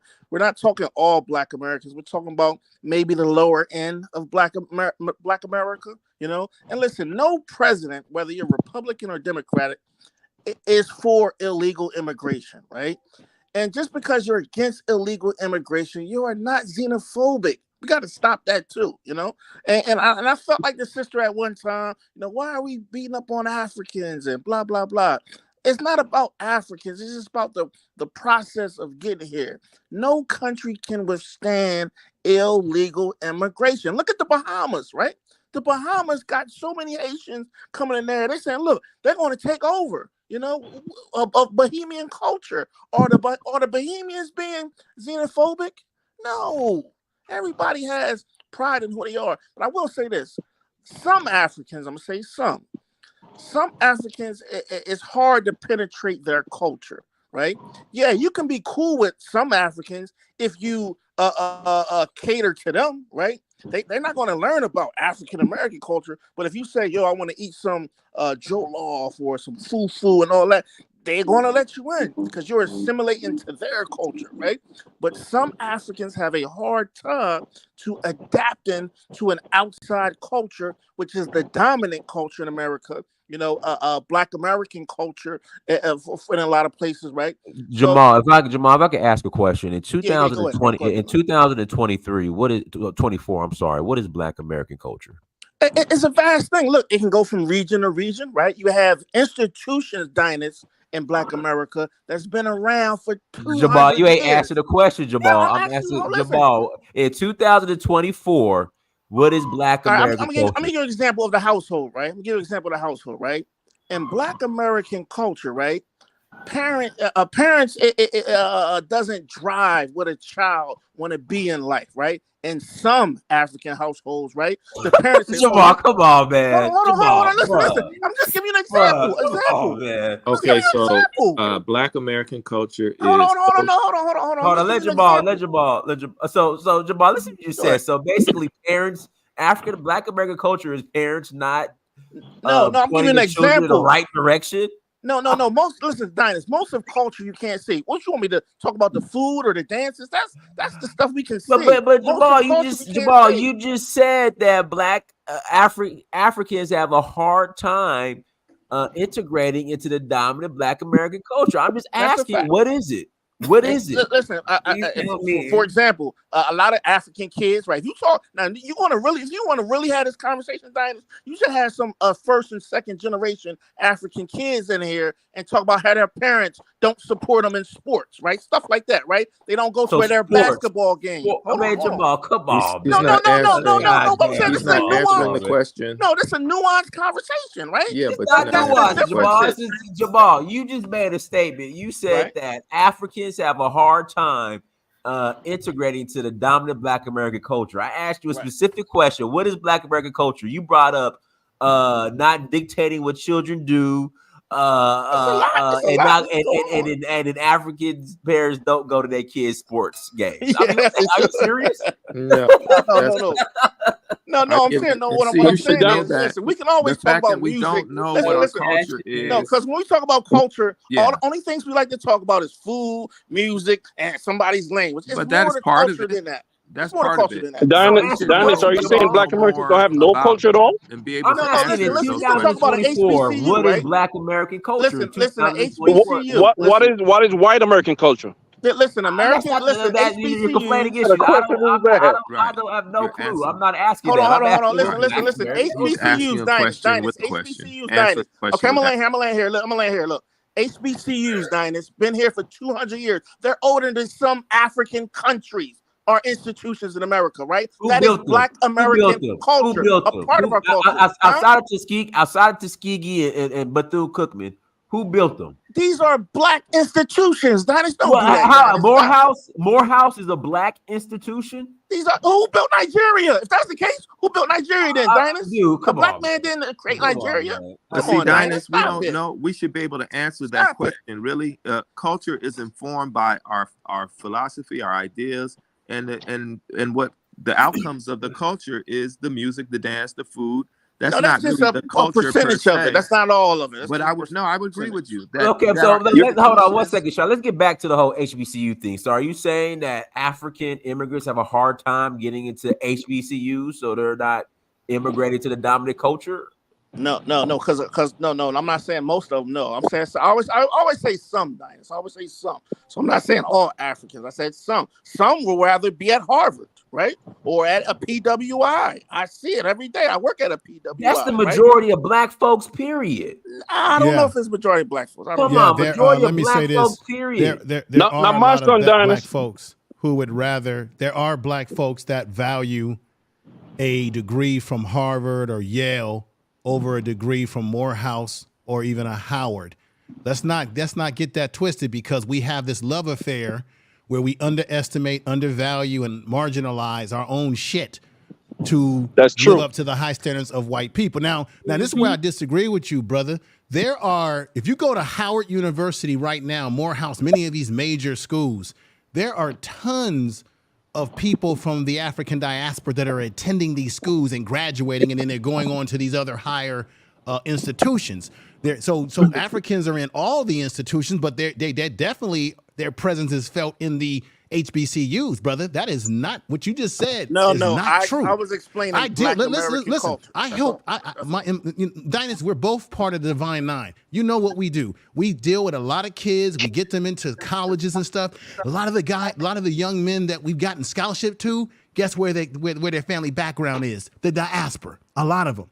Even some of my fraternity brothers, some of my brothers that I went to school with were from the continent. Maybe their mother was American, their father was African, or something of that nature. So you got to be very careful when you make those kind of statements. HBCUs no. If a guy has hold on, why does it even matter? Yeah, but hold on. If a guy has a Black American of what mother, we're talking about today. Weak out. No. Listen. If a guy has they're weak because they don't teach enough of Afrocentrism. They don't teach people how to go back to our people, how to go back into our communities and build our communities. They teach young Black folks how to go and get a job and work for IBM. That's what the regular colleges teach. So that's the difference. You're half right. Hold on. One more point I want to say. Listen, because all Africans ain't the same. Look, all Africans ain't the same. Listen, all Africans ain't the same, right? I'm gonna take, for example, Somalis, right? Somalis generally, I'm gonna say generally, they cannot live without another Somali, right? So it's hard to penetrate Somali culture. So when most Somalis come to America, what do? They hunker down in Minnesota or Washington. They can't be around or without other Somalis. That is one of the downfalls of some African nations when they can't assimilate in a new land. That's just my viewpoint. I go to Ghana, but it's more nuanced. I'm going to move around other African Americans. Don't we have Black people in America that want to get away from Black people, brother? What are they supposed to do, But Jamal? this is a nuanced conversation. But that's y'all don't want to talk about that. Jamal, what are they supposed to do? I mean, where are they supposed to go, Jamal? I mean, that just makes sense. If I'm coming to a new land, right? I'm going to listen. I knew an African dynast that never had soul food, and he was in America for 40 years. So what, Jamal? How is that So possible? what? Good for him. He's not missing out on anything. He never had soul food at one time. If I go to Nigeria, Bro, he cares about his health, bro. Nigeria, Some of Bro, us you haven't don't want had African diabetes, food. bro. I will have Some of us, wait a minute. Listen, see, this is not logical conversation here. There are people living in this country of all different backgrounds who don't speak the language because they live in their own enclaves of their own community.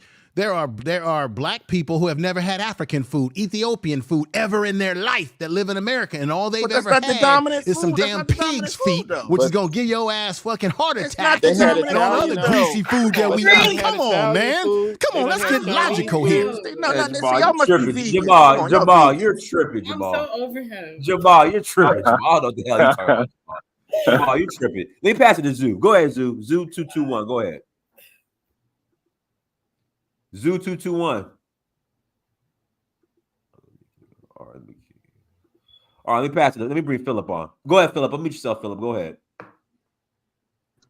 This dude said hello, he panel. ate soul food. Come on, What's up, man. brother Philip? He What's trying up, to brother live. Philip? Jamal, God, Jamal, Hey, you're tripping. hey, how is everybody? And good to see so many familiar faces. I'm not going to stay on long, but we just had this conversation You say yesterday. that every around time, Philip. yeah. Well, I try not to, but I'm not going to step away from a good conversation. And there were a couple of things that I wanted to kind of bring up. Some was a reiteration from yesterday, but some of it was just to kind of reframe the dialogue, because what's happening, and I said this yesterday, was we don't control the immigration laws. It's federal policy from the executive branch that sets forth the immigration policy, period, full stop. So in that we don't control it, the idea that we influence it without the proper economic infrastructure and leverage is just a non-starter. And what I mean by that is this. There are other groups in the United States who are much smaller than us as a demographic population, and they control a tremendous amount of our policy, meaning this: the small hats and the Saudis are microscopic populations within the American population, yet they control a tremendous amount of our policy, one way or another, whether it's dealing with their home countries, whether it's dealing with our currency, even their immigration. 17 of the 20 people that were involved in 9/11 were from Saudi Arabia. Were there any types of sanctions or anything against Saudi Arabia that happened from the United States after a tremendous act of terrorism? Where was it? That terrorism was in-house. It was in-house. Nope. Doesn't matter. They were not it control nothing, because you can talk about Saudis and not get canceled. It's when you talk about the three-letter word white people is when you get canceled. So I think you got it mixed up. Saudis control nothing. No, they have control, no active lobby in America. They control no media like the three-letter word white people. That's not true. It's absolutely not true, Tikalik, and I'm going to tell you why. What do the Saudis price oil in? The Saudis control nothing in America. They probably have influence, but they do not have enough influence like the three-letter word white people. It doesn't matter, bro. No, listen, you need to understand this. Look at what happened to Kanye. Hey, yo, T, I need you to let Philip talk, bro. Go ahead, Philip. Yeah, the reason why we can print limitless money is because the Saudis price oil in dollars. And because they price oil in dollars, when people buy treasuries, then the full faith and credit of the United States stands behind it, and the collateral is Saudi oil. There was a corporation created in the 1960s called Saudi Aramco that's a joint venture between the United States and the state of Saudi Arabia. They are fundamentally how we have money. Our petty little tax dollars do not pay for the tremendous budget that we have in military and domestic affairs. Don't kid yourself. This $35 trillion, we don't, the GDP of the country is not even that. Stop it. The Saudis, if the Saudis decided to switch pricing oil from dollars to Chinese yuan, our economy would collapse, because then that would mean that I'm just giving you an example of this is how much influence they control our money, period. Now, let's go back to Black people. Black people, even though they are 16% at best of the population, 13. do not have that kind of influence on the country, even though we were here from the foundation of the country. True or not true? True. Okay, so if we don't control it, and we don't set the policy, and we don't have the money to dictate what the policy should be, and we don't have African states at our back at the trade table telling the United States how we should be treated, then how much influence do we really have? It depends. We don't have direct influence, but these policies they put in place are meant to undermine us. So in that aspect, if they're making policy to undermine us by putting them in our neighborhoods because we're the only people that actually fight white supremacy instead of bowing to it, then we have influence in that way. So let me ask you a question. Let me just get to the core of this. Let me just get to the economic issue. Let me get to the core of it. Let me get to the core of this. And we got to be honest about something. Black Americans never transitioned from being unskilled labor. And that is a fault. Yes. 70% of I'm our actually doing skilled labor right now. Yes. And what is the percentage of our people that do skilled labor? A higher percentage of Africans, especially if you consider their homeland. Why aren't they doing that in their homeland? Our people in this country, our people in this country do about 70% of the unskilled labor jobs. That's what we do. Period. And because That's of by that, design, man. It seemed like the older I'm not even dealing with that. I'm dealing with what we can control, which means our families and what we train our kids to be. Phil, the mother and hold on, because this is the point. The only reason why an immigrant can compete with us is because they're unskilled and we're unskilled. If we were doing skilled jobs, they can't compete with us. If you are a plumber, electrician, a blah, blah, blah, then if it's a union job, they have to try to find a way to work around it. But that's not what we do. Like, why do you think that is, though? Well, look, I'm not going to tell you that the laws and different things are not stacked against us, but I'm saying take control of what's within our power. And that's the second point I wanted to go to, which is this tremendous amount of xenophobia that's creeped into our community in some kind of way where we became American. If we acknowledge that the people that were brought here from Africa were Senegalese and Angolans and Nigerians and Liberians, etc., when did they become American? They became American when the plantation owners told them, your name is Jack or Bucket or whatever it is. And no, right? They were Nigerian. No, they were Nigerian when they got here. No, Nigeria didn't exist. No, Nigeria didn't exist. Well, they came from the kingdoms that would eventually become Nigeria. But my point is well, I'm not going to get into the native debate, right? The ones that we know that came from the ones that came from the slave trade, the triangular trade, those people that came, they were Africans. When did they become Americans? No, because we need to face this. Who has a problem with them coming here legally? Who says there's a problem with them coming in here legally? I mean, Avoid nobody the wants look, illegal we- immigration. I don't if think you anybody. you Great keep Right, because talking about because this is another part of changing the topic, moving the goalposts. Who cares well, about let's deal Africans with the coming here illegal legally? part. Yes, Nobody. Let's yes, deal with yes. the The illegal. illegal Thank part. you, Let's thank you, let's making a thank you. let's bigger deal with point. the Yeah, illegal I don't want part, no Chief. illegals in here. No You illegals. missed the Yeah, no point. No, You illegals. no, missed the let's point. deal with the illegal part Because this is the because problem. Always change those the are topic. law. You No, missed the no, point, Kay. I want to deal with this. You said it a couple of times, and it's a red herring. What determines illegal? And here is the bottom line.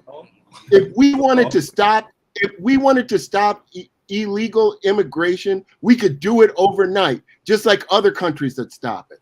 The way that you do it is to penalize employers with treble damages, which is 3 times or 5 times the damages for having an undocumented person at your work site. It would stop illegal hiring overnight because each one of those undocumented people would be a treble damage person for their business, and they could not afford it. But we don't want to do that because actually from slavery forward, the hustle in the United States has always been to have cheap to non-existent cost labor and to take that Brother, are you not paying attention to what's going on currently politically because you're talking old school points? Do you not understand what just happened Not with the old school Supreme Court winning over Texas just won the Supreme Court to arrest illegal immigrants. It is becoming a problem now where even They got a Democrats in temporary Chicago and New York is bringing it up. And you're talking about old stuff, man. Like, come on, you're man. talking about old Keep school up with the stuff. times, brother. You think that they can't make these people who are quote unquote illegal today legal tomorrow? Why do you think it's the #1 issue in America and Trump is winning on this issue? Like, keep up with the times, brother. No, immigration is not the #1 issue. The economy is. And then the second thing is the wars. And then immigration. Yeah. No, if you look at but let's stay on point. What you're trying to get at is, first of all, you're trying to say that we want to solve illegal immigration when the hustle has always been to go to these other countries, disrupt their economies, and force them to come here for pennies. That's been the game forever. And here's your proof. Boom. And they do it in countries where they don't have as many black people. And then they have quotas of how many black people can come in because the law was you could not disrupt the demographics of the country through immigration. So if black people were at 10%, you couldn't make them 15% through immigration. And they still have, it's not the law anymore, but it's still de facto by how they set the quotas. You never see high quotas from Africa. You're not saying anything that's happened currently, man. And why shouldn't we still, fight against that's that? what I said yesterday. You're But it's not- unbelievable. You're not. Wait, what are you talking about? You know, T. Khalid, I'm going to tell you. Because brother, like this deflection, like did you not see in Congress about? Wait, you don't think I know? Dude, once a week, I go over to the federal courthouse and work in the immigration clinic. And you're telling me that I don't know? What? You're not saying anything current, dude. Like, focus on what's happening now. What's going on? He's not. I'm trying to tell you, and you're telling me, this oh is no, the that ain't old it. school Oh no, that sweep ain't underneath it. the rug, make excuses for illegal You don't wanna- immigration you don't argument. wanna Like, deal- look at the You don't want to times, deal man. with the stuff that we can control. It's very easy to throw it off. We could control it by not voting Democrat 90%. No, the voting thing is a kabuki theater, brother. Both of the parties support illegal immigration. No. You need to know it. Both parties support illegal immigration. Both parties. Not just Oh my God, bro! You do not pay attention to politics, bro. Not at all, man. Nah, he's Totally right on that lost, one, man. man. Both parties support it. Totally Both parties. lost. Nah, he's right on that. He's right. He's right. Both parties The support it. agricultural industry in this country would collapse without illegal immigration. And there it is. Now you get pro-illegal immigration. No, it argument. would. There And it you is. know what I else knew would it. collapse? That was his angle. You know what else would collapse? The meat packing industry would collapse. All in right, this cool. country All right, without cool. illegal But immigration is the #1 issue. #1 issue in Gallup, according to Gallup. Okay. Well, yeah. Pause is right, but I'm just saying there are certain industries that are completely dependent upon undocumented workers, brother. And that's not being dictated by black Bro, you've people. been talking for The like people 20 that minutes. do dictate it, and the people that do trying to dictate it teach you don't something. care what black people think about it. Too They emotional don't. to let me pass And so I'm trying to tell you, focus on the stuff that we can control, which is producing children out of our households that can do something other than unskilled labor. Try to create businesses. Dynas, I did some work Try to on the create farms where the businesses. illegal immigrants work. Can I just say something? Let me pass it to And try Thomas. to create businesses All right, go that ahead, Tanya. take advantage of the government contracts that will come out of the undocumented workers. That's actually productive. You're trying to say, "Oh, stop the tide from coming in," because we didn't get our cut of jobs that are not controlled by us, are controlled by Mazingers. They aren't reserving the jobs to us like they promised. It's Your conversation is insane. too advanced, Philip, for him to understand. He's stuck in one mode. We don't have enough businesses This guy's not to saying hire anything our own intelligent, just people. repeating old school points to promote Let's illegal deal with it. immigration. But we don't have enough businesses to hire our own people, to be Yeah, so just self-hiring. keep the border open and just flood the country. Everyone come over. No economy not collapse. saying- Nothing to do with the dollar. Honestly, Right? Because that's what we're talking about, illegal immigration. No, I don't know what honestly, to talk about it's if it's not not our illegal problem. immigration, bro. Honestly, it's not our Well, problem. tell that Our to the problem- black people living in Chicago. Tell them to shut up complaining and just keep paying higher taxes for the illegal immigrations and watch the black poor on the street while the other people's poor live in hotels. Go to Chicago. Go to Chicago. I actually and do. they'll kick I your go to ass right Chicago about there. regularly. I go to Chicago regularly. I own 2 homes And there. talking to my spot and says, shut I'm up. telling you, And vote for Brandon Johnson. and I'm telling you, Let me remind you, Philip, gentlemen. hold on, one mic. Let me Let me remind you, gentlemen, and hold on. let the sister take Hold on. it Hold on. from here. One mic. Let me remind you, gentlemen. I just have a simple statement. I've been listening to the noise. I've been listening to the noise. I got Let me remind. Oh, I got it. I'm sorry, information. I got to mute you. Let me pass it to Thomas. He's been waiting. Okay, I'm sorry about that. Go ahead, sister. Go ahead, Thomas. Yes, that's right. Yeah. Brothers and sisters, I mean, Oh, Thomas. Okay, cool. it is so important. I'm calling actually from England, London. It is important that we move away from the conversations we are having right now in such a way that brings no solution whatsoever. We're just going round and round the bend, talking about a situation that is affecting each one of us, whether you're an African or an African American. We are all going through the same challenges that we've been going through anywhere we are in the world. You know, I think if we can just quite quickly just appreciate the first comment that I had from Dynast when he actually started the show. He kept talking about being Hebrews. Our history is very important and can really impact the way we see each other moving on from here. Absolutely. You know, some of us must have left the continent and have had to come over to the United States and some other parts of the world as slaves. The fact of the matter remains that we are all Africans. We're all African. And the solutions that we should be working towards are bound to be unity. They have to be around unity. We need to try and come to a place where we begin to unite and understand the various needs that we have as a people. I'm just using the word as a people. You know, the needs that we have, we're all poor in many respects. We may be rich, but we're actually very much poor. We are deprived people. Wherever we find ourselves, in whatever community we find ourselves, we are a deprived people. And the conversation that we should be having now is, how do we work with one another? Coming from the continent, living in the United States, or where else? How are we going to come together to work towards the best possible solution is what we should be looking forward to or talking about now.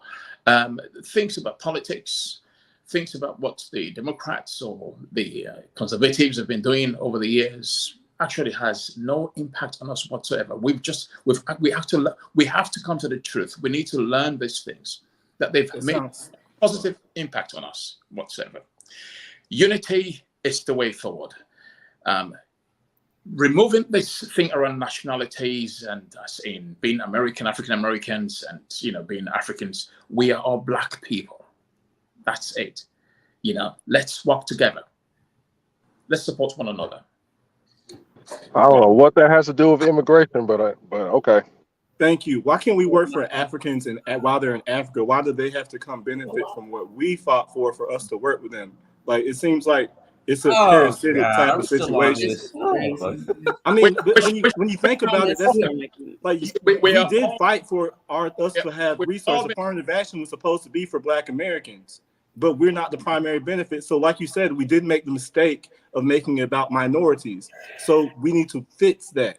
The answer is not to we're all one big Negro. Like, no, we have a debt that's owed to us in the United States, and we need to get on code and fight for what we earn. And we need to defend our tribal lineage the way that they fight for their tribal lineage in Africa. Then what there else was do we no need to do? Pan-Africanism when they sold us over to America. Right. So and now what else? What is Plan B? What's Plan B other than getting reparations? Failure is not an option. No. Here, if you don't get reparations, what's your next plan? We're not just sitting here twiddling our thumbs while we're waiting for reparations. Right. So, but then what are you doing?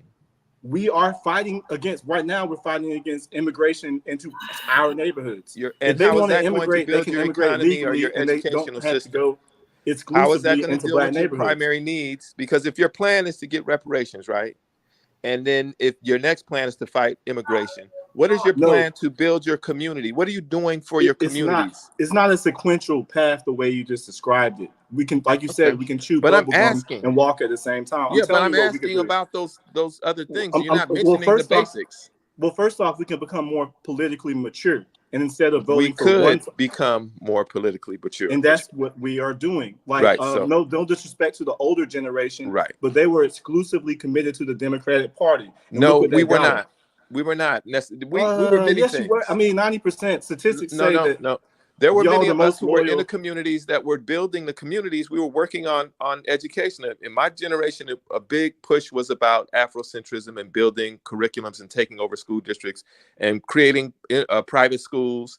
That was part of it, but part of what came out of that Afrocentrism was Black studies, which was also dealt with economics. But if 90% of Black people vote Democrat, come on, man. Come on. Don't try to play that. I mean, it's good that what you are doing, brother. I'm not taking away what you're doing. He went but because you just said no, we weren't, but this statistically shows that the majority of our people vote Democrat. So how are you going to say no, we weren't? No, we weren't. What is voting? The Simpson-Rodeno 1988 immigration amnesty plan was put forth by who? The generation that failed us. No, it was put forth by the Republicans.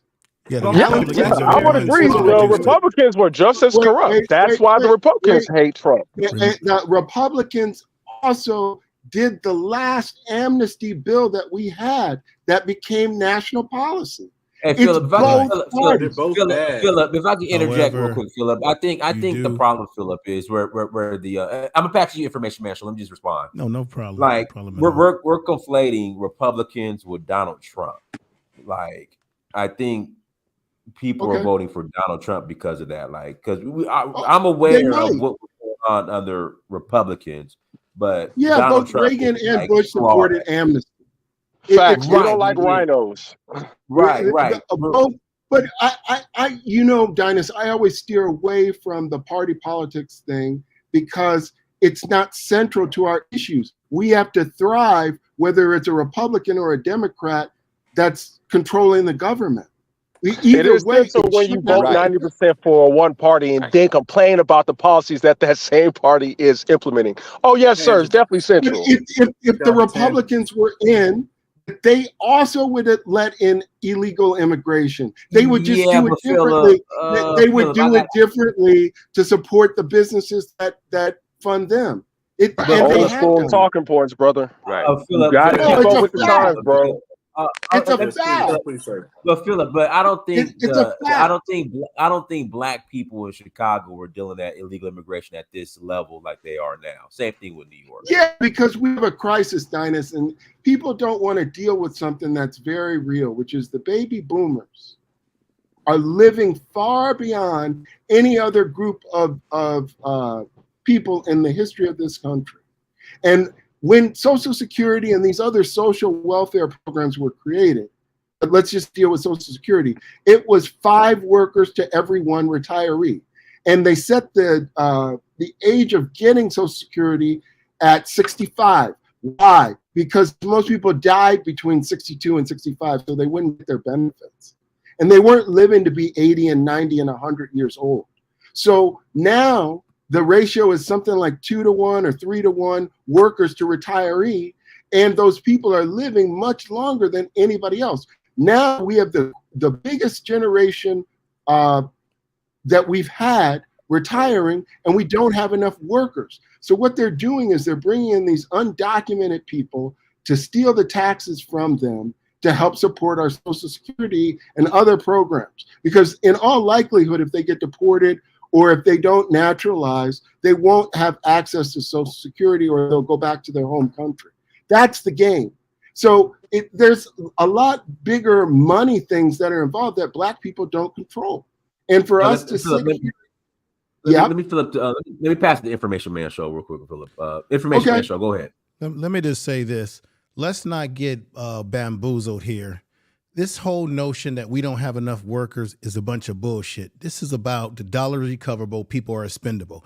If they can hire people or bring people over here that they can pay for cheap labor while not paying your ass where you can have a livable wage to take care of your family and what have you, they will do that. That's what's going on. This whole notion that there's not enough people, enough population in our country of Americans that can work, that's bullshit. Don't buy into that. That's bullshit. Now, both these parties are the same bird of the same 2 wings. The Republicans screw you without Vaseline and ask you, do you like it? The Democrats, or I call the Democrats, screw you with Vaseline and tell you, can I do it to you again?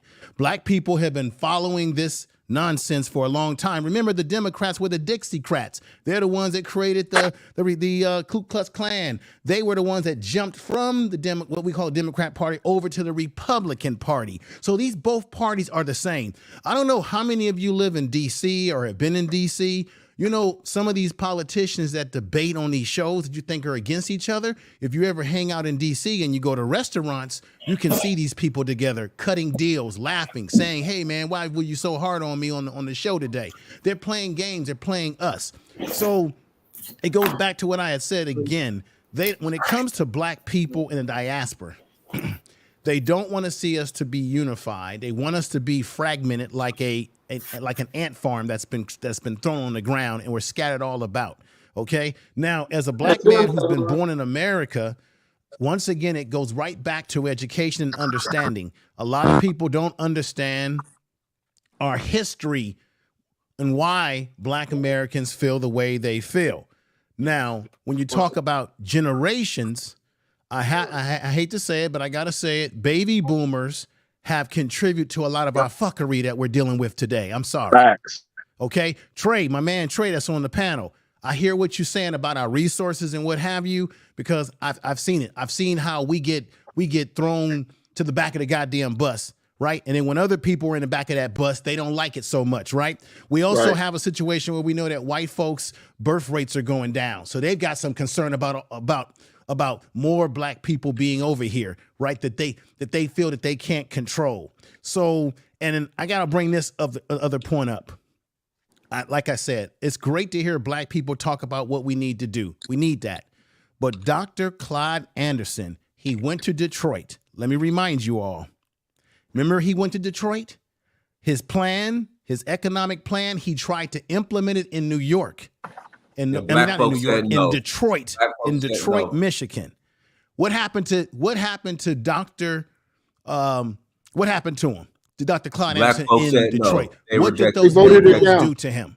They voted it down. That generation He wanted to create what they called a Black town. In every place, you got a Chinatown, you got a Japantown, you got all these different towns, right? You got an Italian town. He wanted to create a concept like that in Detroit, and it was the coon. I hate to use this word. It was the sellout, the buck dancing, the butter biscuits, Negroes who kicked Claude Anderson out and didn't want to implement a plan that could help all black people in Detroit. And So there's our problem is coons in not every that we don't have generation. ideas. Our problem is that we don't have people who are not motivated. The problem is that we have the wrong leadership class. We got the do nothing class. We have Negroes, and I hate to say it, some of y'all baby boomers are a part of this. We have black people who are in the way of progress because young people want to change. And there are coons in the young I generation get it. too. We got to work together globally. We got a Coons brother in on generation. here from the leadership UK. is a We got problem, brothers but on the here from bigger Africa, problem what have is you. money. Keep this in mind. I think leadership is a problem. I'm not finished but talking, the my bigger brother. I'm problem about to is land my money. plane in a minute, Philip. I'm about to land my plane in a minute. Even though we have black people in different ponds around the world, and you may say, oh, we're all the same. In some cases, we are the same. In some cases, we're not the same. What I deal with as a black man in America is not the same as you, my brother Thomas, in the UK. Although there are some similarities. But despite our differences, we got to focus on our similarities. And I land my plane there respectfully to all of you.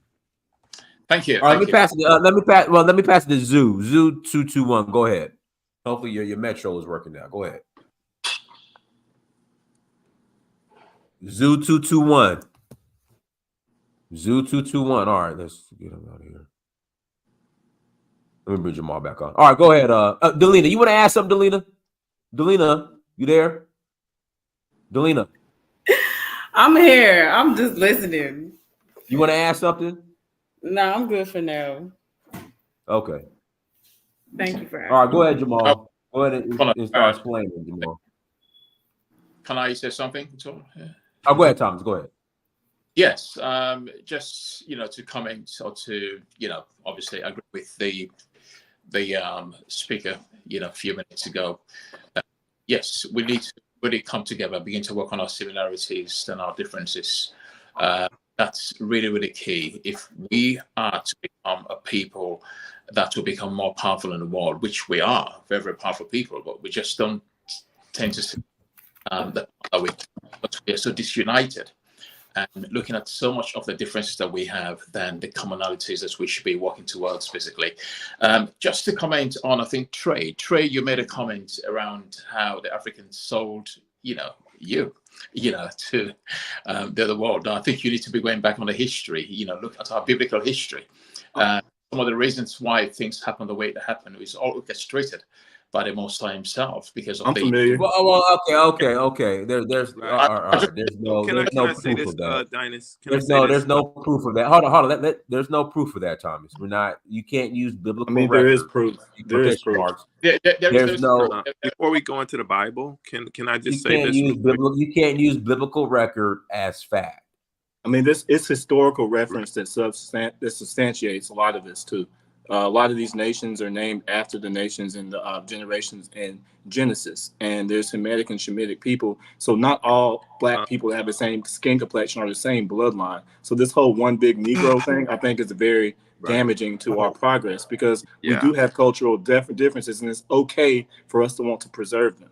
But that's not Trey. It's interesting, Trey. I'm starting to notice. Leave religion out the argument. Leave religion out the argument. I'm talking about lineage, not what you can just call lineage. Then. Please. But what I'm starting to notice, though, is that it's weird that a lot of FBA they're now spinning into we're Hebrews and we're Indians. Because we've been able to read, man. You don't have to understand that they spent so long for us. Most of our time here, we didn't. So have that's access a question of books. identity, really. And I was going to talk about sister cities, that we need to create sister cities. My little community had Nairobi was a sister city to our little community, Man, right? We don't have time to be trying to work with. Africa. We don't have time to wait for reparations. We don't have time to wait for reparations. Nobody said to wait for reparations. Everyone always says, but we're doing nobody's that. waiting for reparations. But that's what we're doing. Aren't we doing reparations? No, we're we fighting are. for that, but that's not right. We're We're fighting for. That's for two it. different things. Yeah, Trey, you really think black folks are fighting for reparations? They won't even press their own congressman about it. Yes, we are. That's part of the fight. 2024, black folks are voting for democracy. That's what they say. I don't see a large swath of black people saying that we are going to withhold our vote for reparations. They are trying to vote for democracy by voting for Biden. It doesn't take all black people to say the same thing. That would be your older generation that is focused on being a basket holder for the Democrats. The younger generation of young black people that are coming up today have a different mentality. As you already know, Joe Biden is not getting young black male votes or black people's votes. It's the older generation. I just want to say this before I drop off at some point soon. This is very important because I hear this talk about reparations and it really bothers me. Trey, you made a good point. Black people should be able to chew gum, jump rope, ride a bike, goddammit, go underneath a sidewalk and what have you, and do all these other different things. We've been doing it for decades. Now, reason why a lot of black people are in doubt about reparations, because a lot of Negroes are concerned that they're not going to get a check. Reparations should not be about whether you get the check. It's about your future, your children. Because black people back in 400, 500 years ago, if you would have told a black person back then that black people would be out of slavery, that we would be doctors, we'd be lawyers and all these different things, and they came back from a time machine, they would not believe it because there were always a black person on the plantation that said, you ain't never going this and you ain't never going that. And Negroes, when it comes to the reparations issue, you are those same Negroes on the plantation that told black people, you ain't never this and you ain't never that. It's not about your ass. Right. It's about your children, your grandchildren, and the future generations. So you fight for something that future generation can carry it forward. That's what reparations is really all about. I don't expect as a 54-year-old man that I'm getting a check before I die, but I would love to see that check pass into the hands of my descendants. That's how it's supposed to work, y'all. Come on, where's the goddamn and that's logic? Why in 1988 we were fighting for reparations and signing petitions for reparations that led to whatever we have today. And they were working on reparations before 1980s. I hear you, brother, but I've been in the reparations fight since I was a kid, so I agree with what you're saying. But it doesn't stop there. It doesn't stop there. We can still build businesses. We can still work with brothers in the diaspora. We can still do all these things, like I said, while chewing gum, riding a bike. We are multi-dimensional people. You still don't have no grocery stores that you own in your community. That's not no chewing gum or riding a bike. That's putting some major effort. Oh no! I don't deny what you're saying. It takes work. It takes commitment. It takes unity. It takes economics. Let me just say this to you. What's one of the things that black people in America, in particular, that we lack? We don't have, unfortunately, generational wealth. You all have heard that. That's a big part of our problem that we struggle with because we were not given a fair deck of cards, right? But despite that, we're still trying to strive, right? There are successful black people on this panel right now, I'm sure. But we had more so we're still trying to strive than we do now. How is it that we lost generational wealth? How is it that we lost more? We had more generational wealth in the past than we do now. Is that a serious question? No, I mean, I'm saying that's a point. That is a point. We lost the majority of our wealth actually in the real estate market in the subprime under Obama when those houses were sold on foreclosure. More black people lost home ownership under Obama than anyone else. We are not dealing with the facts of what we can control. And I just want to put this out there, because it's a fact. Reparations are things that are given between nation states. Black America is not a nation state. Every settlement of reparations that the United States has done has been with nations, not with people. What about Japanese? So the first problem that you got to deal with, Japanese citizens got it through the trade negotiations with Japan. They were the last ones. All of the Native American groups are nations. What about people don't know shit?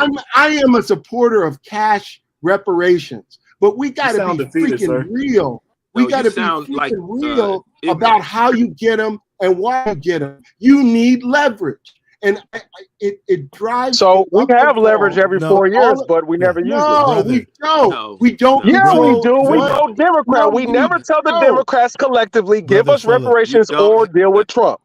Brother Phillips, this is the problem. And I said it before, Brother Phillips. If they win or lose, neither do the Republicans. If they don't, bro, you do not want, bro. You are lost, bro. No. Can I get your attention for a moment?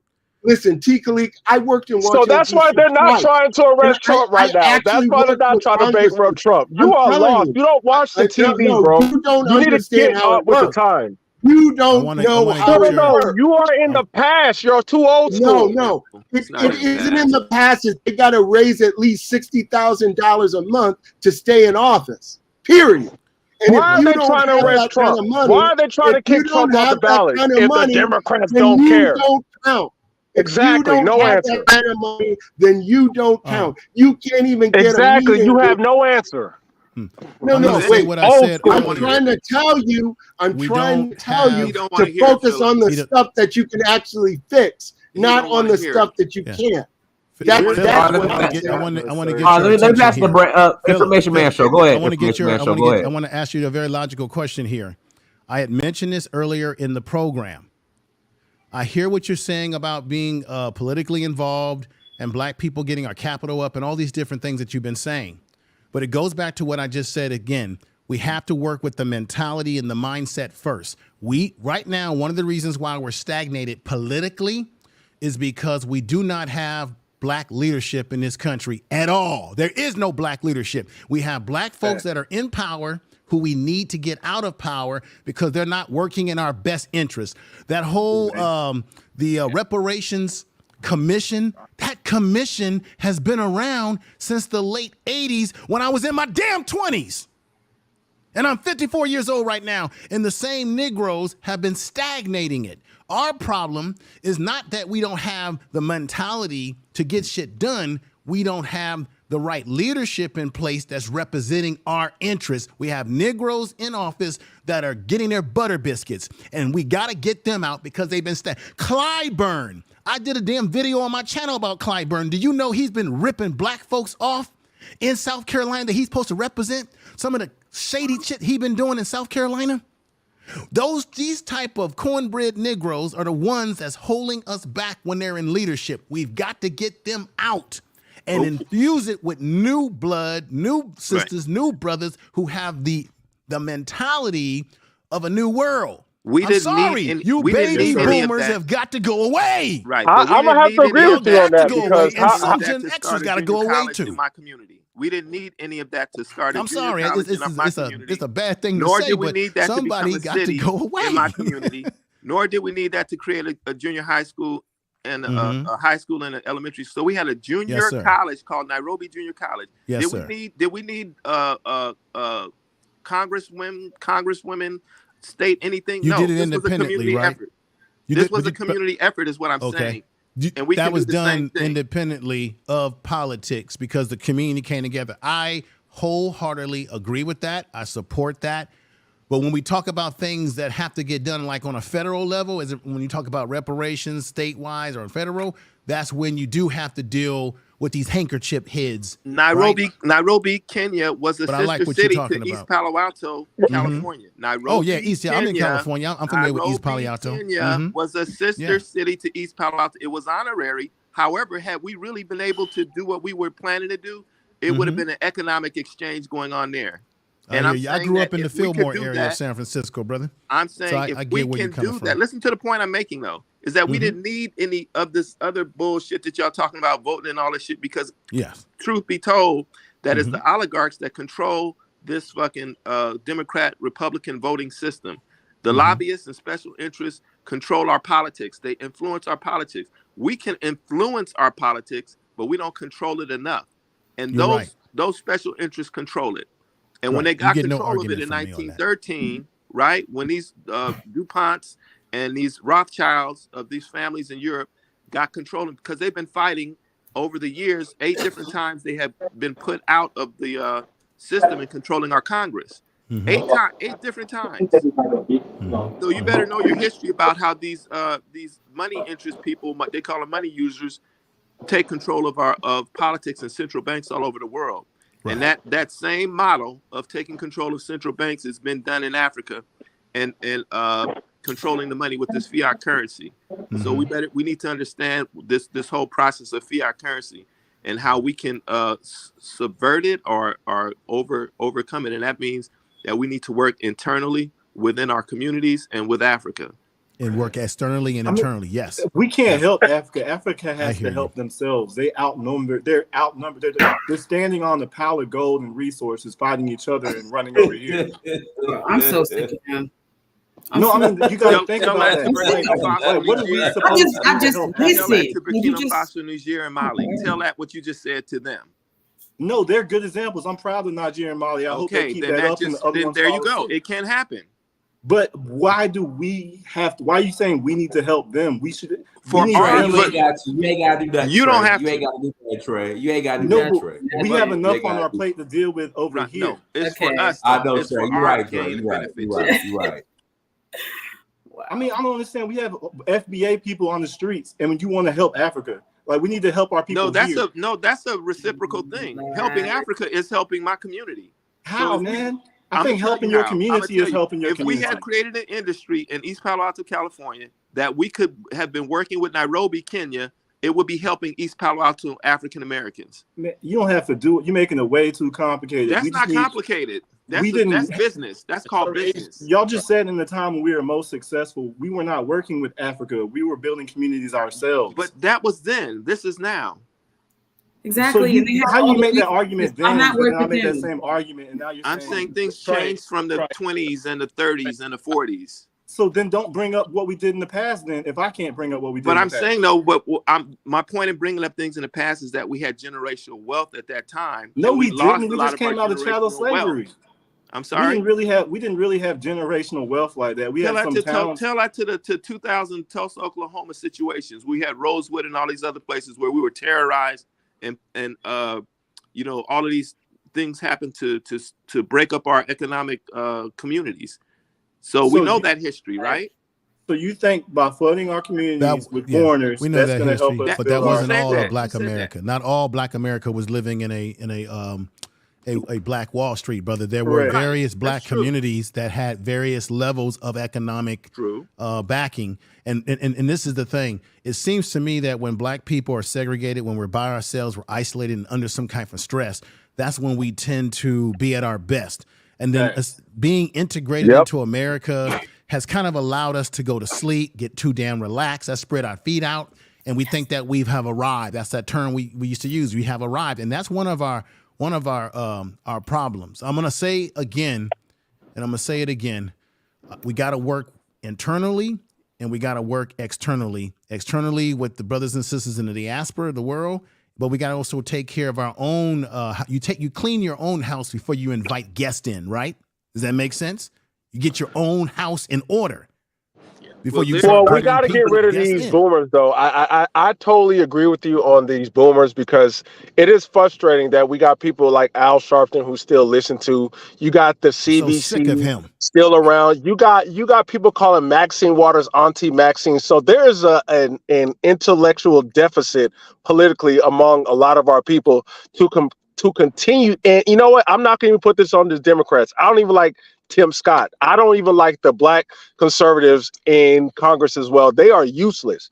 But why do we keep voting these people in? So there's something going on in our community where we are voting the worst people in who do not represent us.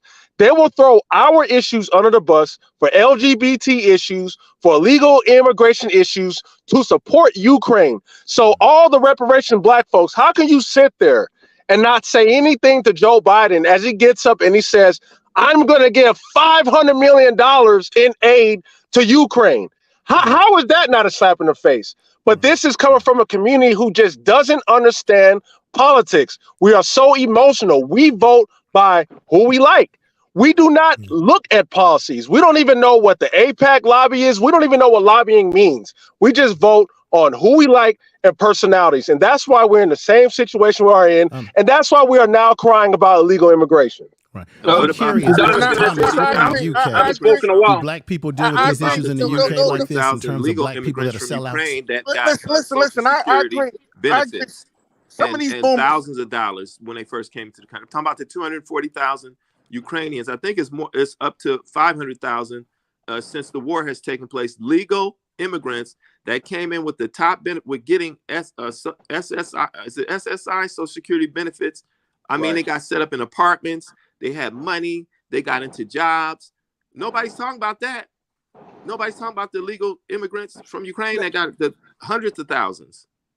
Because Which they're I not think is black. That's problematic why. also. I think I that's said it crazy. earlier, brother. I totally think that's crazy. When it comes to black immigrants, like I said before, then everybody want to talk.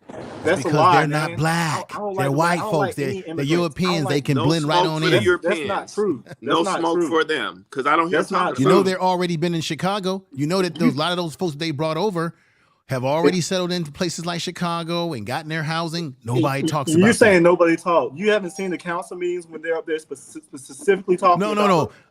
That's related to the folks from South America, my brother Trey. I'm talking about those Europeans, like those that coming over from. Man, we talked about the Ukrainians getting A money lot of too. We those don't want people money have going come to into Israel. America, and nobody is saying anything about That's them. not true. You're just You not know why? paying Because attention. Not they as much brainwashed though, our Trey. people Not to as much, support my it. brother. No, I'm not trying to brother, disrespect you, but not as much, my brother. that's according to you. I think you're just hypersensitive because you see Africans at some camaraderie, one-sided camaraderie with them. So that's why you're defending them. I'm saying No, I don't. any foreigner. It's I don't care about your color. because Trey, did you remember what I said earlier in the show? Remember how they were so vigorous at getting the Haitians out of here, right? When the Haitians were right across the border between Texas and Mexico, right? They got them out of here on planes, no questions asked. But these other groups that come over here in droves like that, they don't get them out of here like that. They put them in black areas, like you just said. They put them in New York. They put them where black people was at, and then let them take off the resources of our people in these cities. Yes, they need to give that same energy they gave the Haitians to everyone else. They're not going to do that, and I'm gonna kind of agree with information on that, man. On that one, yeah. When it comes to African immigrants, there is a more harder line because you're right. I can honestly see if they were doing the Hispanics like that, because when Trump even initiated that separation family, and they were like, "Well, oh no, the Latino families are going to be separated," that would have not happened if this was African immigrants, not at all. So black people really do need to see the game being played here. Because really, I'm going to be honest with you. I think this is to really replace us, because I think we will lose our political power if we just keep letting this unfettered illegal immigration go on and make these stupid excuses about, what Ronald Reagan did, or there's not enough workers, or these immigrants don't do anything to you. And I'm talking about illegal specifically, not legal, illegal. We got to stop making these stupid excuses to justify things that has no benefit to us just because we don't like specific political parties or certain politicians. Facts. Don is still there? Don is left? Yeah, I'm still here. I'm here. Well, can I get a little chance or something? I've been quiet for a while. Go ahead, Delroy. Go ahead, bro. The floor is yours. Go ahead. Okay. All right. So, man, I heard some disturbing things listening. And as someone that supported Trump the last time and going to support Trump again, Trump or the Republicans cannot do anything at the border. And they will not do anything on the border. Because I always like to go back to the type of work that I do. The type of work that I do bring me all over the United States. I have to live and work there. And I've did work on farms. And I'm telling this right now. They have illegal immigrants on the farm, and they need to be there because nobody else is going to do it. I'm not going to do it. No African American is going to do it. No one's going to do it. They are going to do it.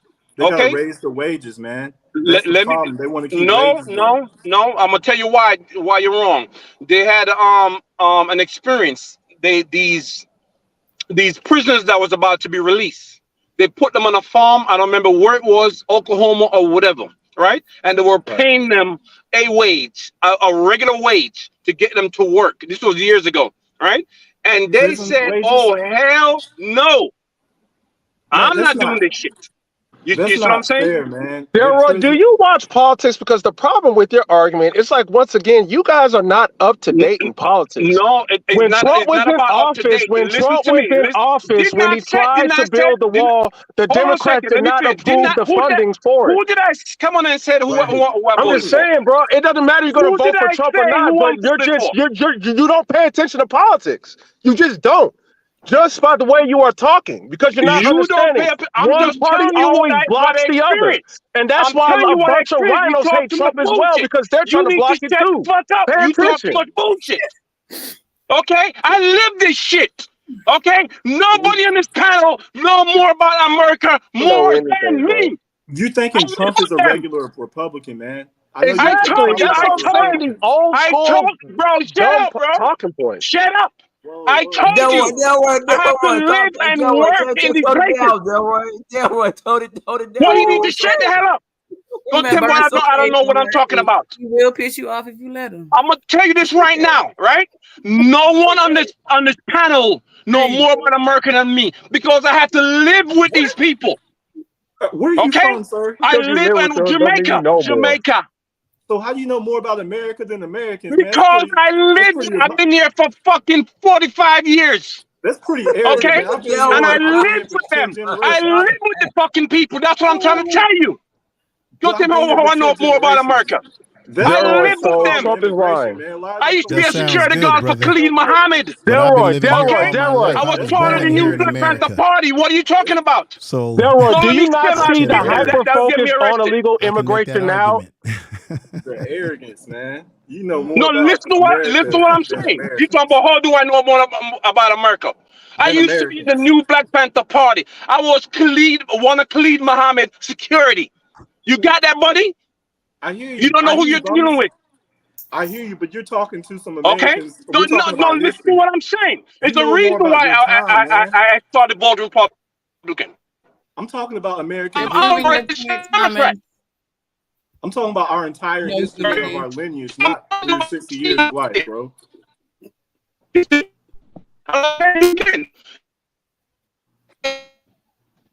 Specific Delroy, you in the matrix. right? You in the matrix, Delroy. Illegal immigrants in the market. No African Americans could come out there and work. That's what Man, I'm how would you saying. feel if This an guy, American And moved to that's a Delroy, Jamaica fact. trying to tell you Jamaica got he knows more Elon about Musk tweeting Jamaica than about illegal Jamaica? immigration every day. You got the state of Texas winning a landmark case to arrest illegal immigrations. What the hell are you talking about? You got Texas building barbed wire on the border, and of course the Biden administration is trying to remove it. What the hell are you talking about? They are Facts. trying to take action against the border. Like, are you paying attention to politics? That's why I asked you that, because you say blanket statements, but you back it up with, because what happened 10, 15 years ago. We're talking about what's going on now. This is a Facts. number one issue.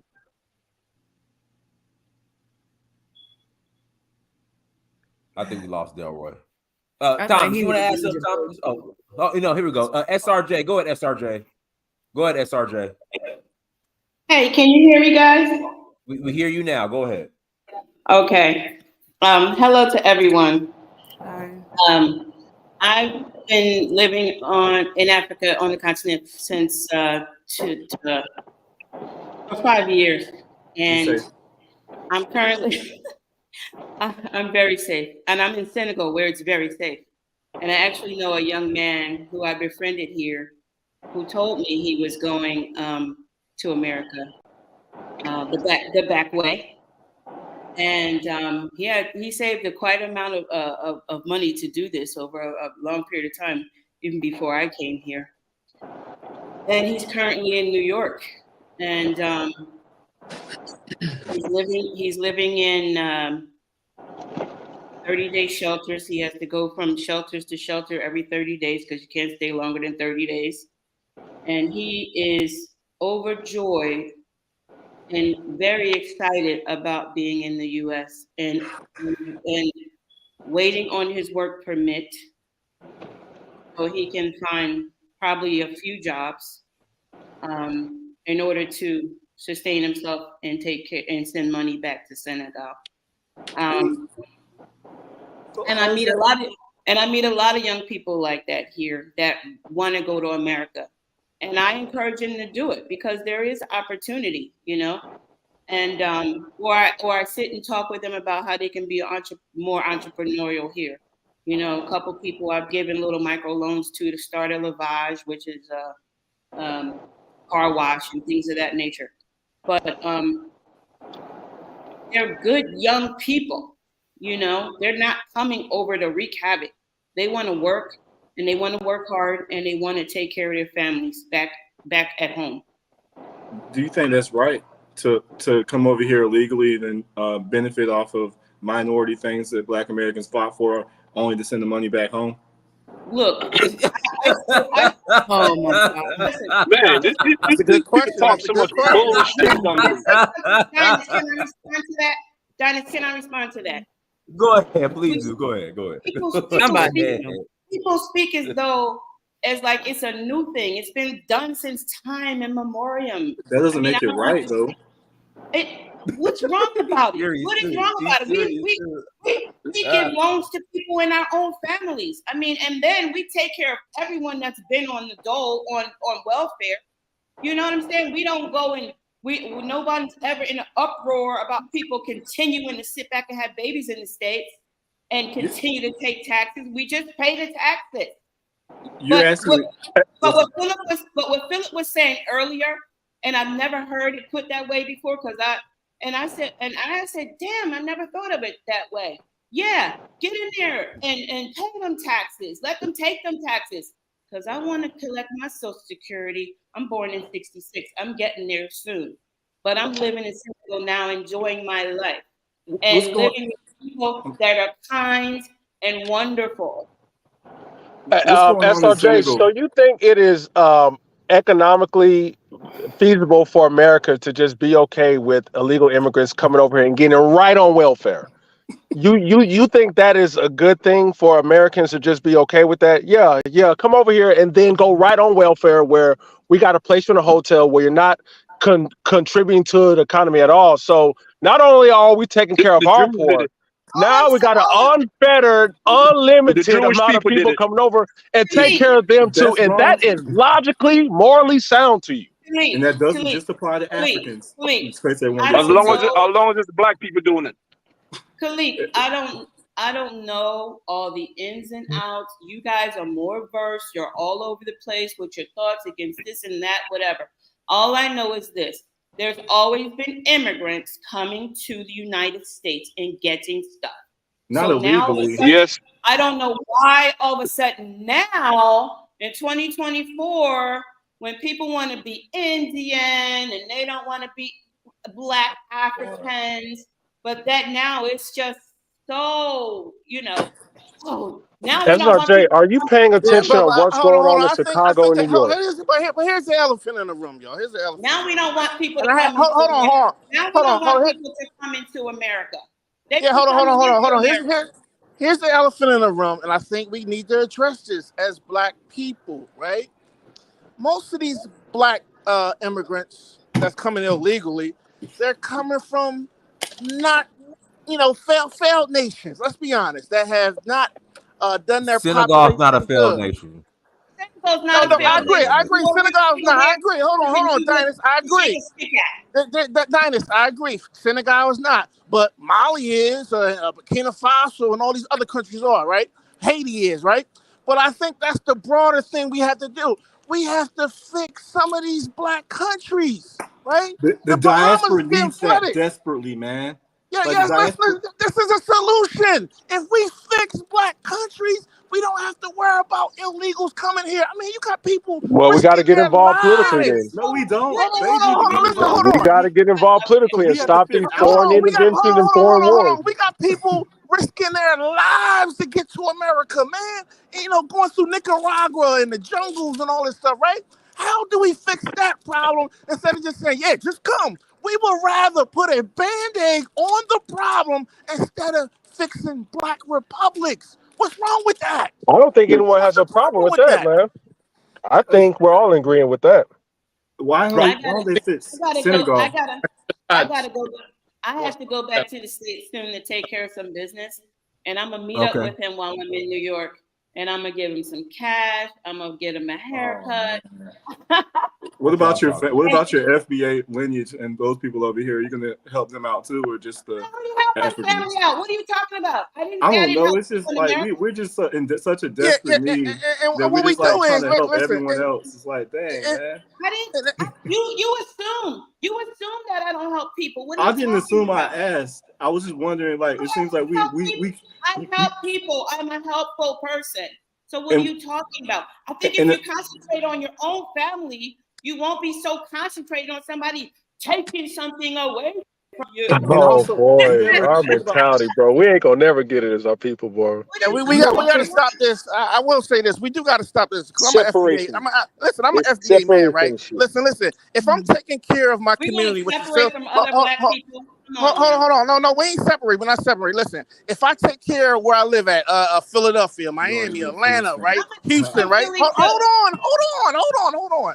Me taking care of Houston or Atlanta or Dallas is not being anti anything. And we got to stop that too. You can be a Pan-African and worry about your community in Detroit. Worry about Thank your you. community in Brooklyn, Thank you. Maryland. You can be that first. You worry about home first. There's nothing wrong with that. Why would you spread your wings, right? Okay, I got to help a person in Burkina Faso, and I got issues going on here in Maryland, right? It doesn't make sense. You can do What? both, right? You can do both, but you can take care of your own community Yeah, without but I'm being sorry. Jamal. But you know what? But I'm sorry to say this. I've helped people in my community, but you know what I've seen on the continent?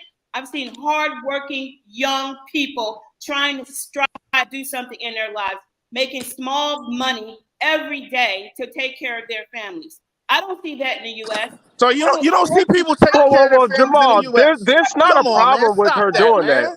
And this No, is no, what but hold on. This is what happens.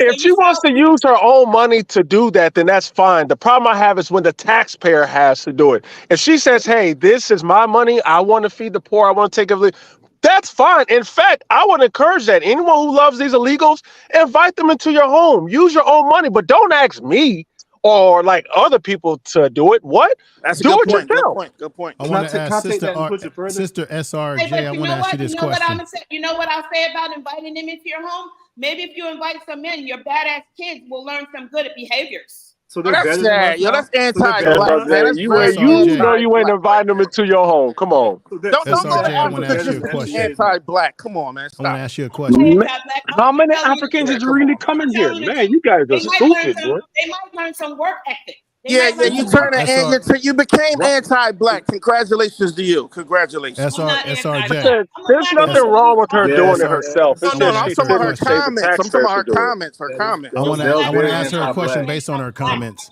We all I want to lazy, huh? I wanted to ask you a question, my sister, because I heard what you said about the hard work of people in the continent, and then when you made mention of Americans, you didn't see it the same. But let me just ask you this logical question: do you know every black person in America personally? Now you can answer that yourself. That's a dumb question. Well, then that's my whole. But then that's But that's what my I'm whole saying, point. but let me That's say, my. well, let me Let say me this. finish. Let me finish. Let That's me my say whole this. point. You can't sit up there and assume that I don't make maybe a what you comment have making seen a in your blanket life, comment. maybe you have All I seen it in your vantage all point, I but said not was every black all I person in said was America is not hardworking because we has have a anyone else historical history of hard work as has black people in anyone this else on country. the panel has anyone else worked 30 plus years in the criminal justice system in a courtroom? I currently Okay. deal with guys in the So, prison system. I got let me talk. Let me I hear you out. see Let a me finish my revolving point. door. Let I me see hear the let me hear you. Let revolving me door okay. from Yes. juvenile delinquents all the Mhm. way to criminal court. And I'm We all saying criminals there's a now. bunch of Let me there's a just say bunch of this. young people. There's a bunch of young adults doing the right thing. My daughter's one of them. She's a thriving Okay. professional, lives in Brooklyn. But all Okay. I'm saying is, you know, a lot of these kids I see in the U.S., they don't want to come up. You try to help them, they don't want your help. Candace Owens, I'm is going that to you? say this. This is why I disagree with you. First of all, I have experience as a therapist working with guys in the prison system. I've been doing it over 25 years now. So I understand when you talk about the criminal justice system, I deal with it at the highest level in California. I deal with gangs, if you name it, serial killers, everyone. I deal with young men that are looking at life sentences, the whole 9 yards in the penal system of California. And Okay. most of them are In terms of what kids are not going to do and what they're going to do, I disagree with you because there is large numbers of youth, black youth out there that are involved in some pretty heavy shit. In Oakland, they have a program called Afrotech. I've interviewed young black men about this. Afrotech is basically a program that's going on in which you got young black people getting into the future of technology. So there are black people that are doing things. I think at Morehouse or one of the colleges, they just brought in hundreds of black males 3 to 4, 500s of them. So this whole idea that we are not doing anything, maybe at your vantage point, you're not seeing it, but at my vantage point, and I deal with young black men, been doing it for years in my organization, there are a lot of black men and women that are doing fantastic things. The problem is that we tend to do what? We tend to minimize the maximum, and then we tend to maximize the minimum of people that are doing fucked up shit, right? So the people that's doing the negative stuff, we maximize that and say, oh, that's all black people. We do that to black men. We do that to black women. We got to stop that. We got to stop that. I did say at one point that are people because at the end of the day, black people in America laid the foundation in this country, which other people who come over here have benefited from. And that's a fact. Why can't we work together? I have no problem with that. I don't know if you heard me on this panel, but I have no problem with us working together. Men and women coming into the country. Yes. They're black. Look. I don't get it. Right. I understand your point. But I'm not personally, I just want you to know, sister, that I personally am not against working with brothers and sisters in the diaspora. Matter of fact, where I work at now and the work that I'm doing, I work with people from the diaspora. I'm being exposed to people who are from the. I can respond to that question really easy after you and information. I'm going to end what I'm saying, but I just want her to understand that I don't think it's that we don't want to work with people in other parts of the world. I think that not you. It's other people talking understand about that, tax but dollars. Our tax dollars go to a lot of things. We don't even know. Our tax dollars are going to over there in what's the war that's going on over there? Our tax Ukraine and Russia, which is BS, right. Palestine and Israel. Yeah, that's where all our reparations money is going right now, y'all. Facts. Y'all understand that? All of our reparations money that we keep saying we can't get this, we can't get that. All of this money is going to Europeans. Facts. European, and that's why I'm saying they don't care when it comes to black people, of melanated people. They don't care about us globally. But you see what they do for the Europeans. That's why you see all that money going. I think what is it? $14 billion goes to the Ukraine. Bro. I think 10 billion is going to Israel right now. On top of the fact that the Ukraine already got 8 billion out of us before they got the 10 billion. So now Israel has nuclear weapons too. You're absolutely right. I'm gonna go. But SRJ, black people will never get reparations don't go. unless you take it. Black people will never get reparation unless you take it. That's just the facts. SRJ, there's no problem working with Africans. I have a lot of Africans. I told you, I have the most intellectual, deep conversations with Africans. Like I really, truly enjoy their culture. I think the problem is just ADOS, American taxpayer money, used to fund the poor from illegal immigrants to come over here while they're not getting the same. That's the only issue. It's not we hate them. It's just that a lot of ADOS, especially if they have poor family members or who are living on the streets, they don't like to see that. They're like, what about us? We've been living here forever, and you're just going to ignore us from someone who just came over here, and now they get the hotel experience, they get food.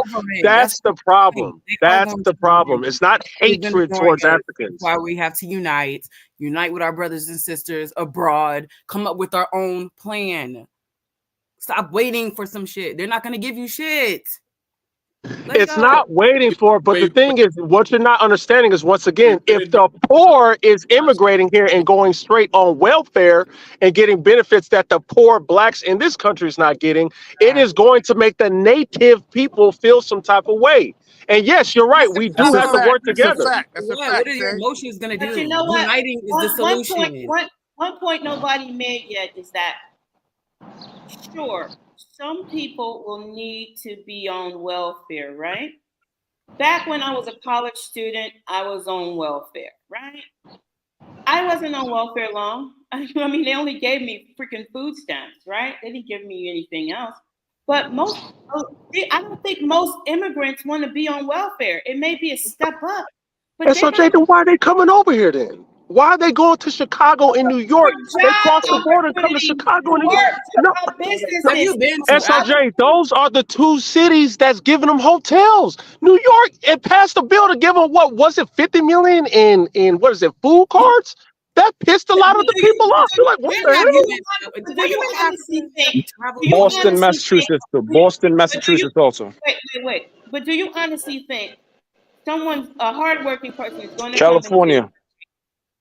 listen, it's going to do you honestly think someone's going to come in and be like, oh, I can sit back pretty now and collect welfare the rest of my life? It's not the rest of their life, SRJ, but the fact they come over here and go straight on welfare is not beneficial to us. That's not beneficial to the taxpayer, and it's one of the reasons why, not the main reasons why, but one of the reasons why the debt is going high. You can't have an unfettered, unlimited amount of poor people, and this is not being xenophobic, but if the poorest of other countries are coming over here going straight on welfare, that's not beneficial to the native population at all, and especially if it's unlimited. Well, I mean, I can only. I disagree with that. I mean, I just think it's okay that they come over and have a step up to get where they want to go. They're not going to be on welfare forever. Hey, listen. Oh my I'm in God. Philly, man. I'm in feel Philly, you. right?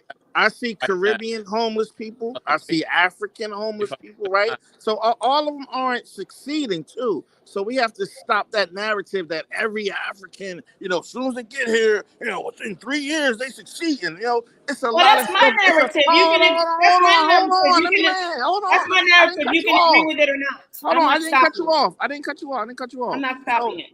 Even this whole narrative that every African or every Black immigrant is succeeding, we have to get that out of our minds too. Because I'm on the East Coast, I see them all. I see the ones that are being successful, and I also see the ones that are failing, right? So we gotta always keep that in mind. That listen, man, it's hard to make it in America, man, and you can't compare a population of 40 million with a few million Black immigrants. So we got to stop. And that. you just said a few million. So why are you so afraid of the taxes?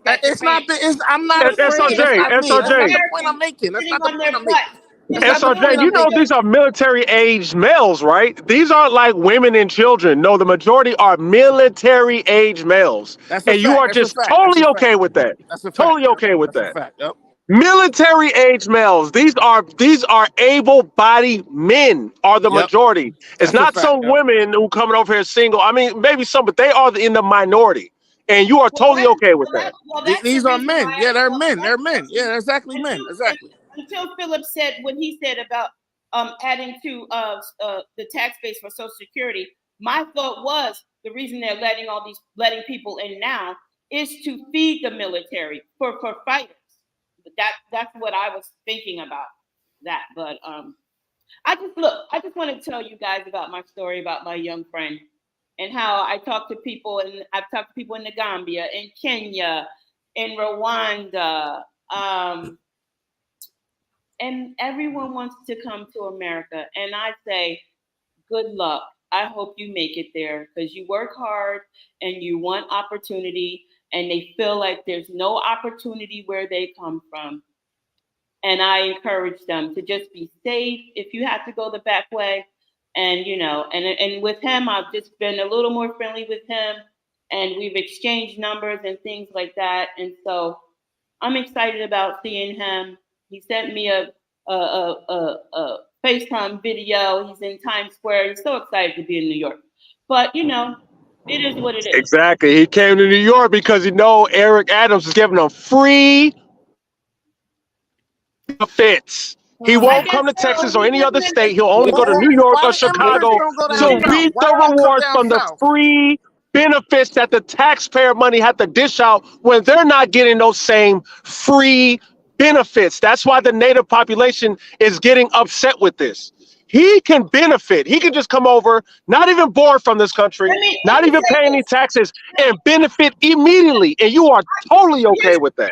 Here's the thing. I've worked in domestic court, okay? I know people, when single moms and children can get all kind of benefits. I don't know why you think people can't get benefits. Single mom and children, but not single men, though, because these military-aged men are getting it, but not American-born men. You can live in a shelter. I don't know. You think you sound like he's living in Shangri-La, like he's got a 3,000. American-born men are getting these benefits. Come on, let's be real. He's not living in a one-bedroom, $3,000 apartment in Brooklyn. He's in a shelter. Can a poor American-born man get the same benefits, or will they say put him out on the street?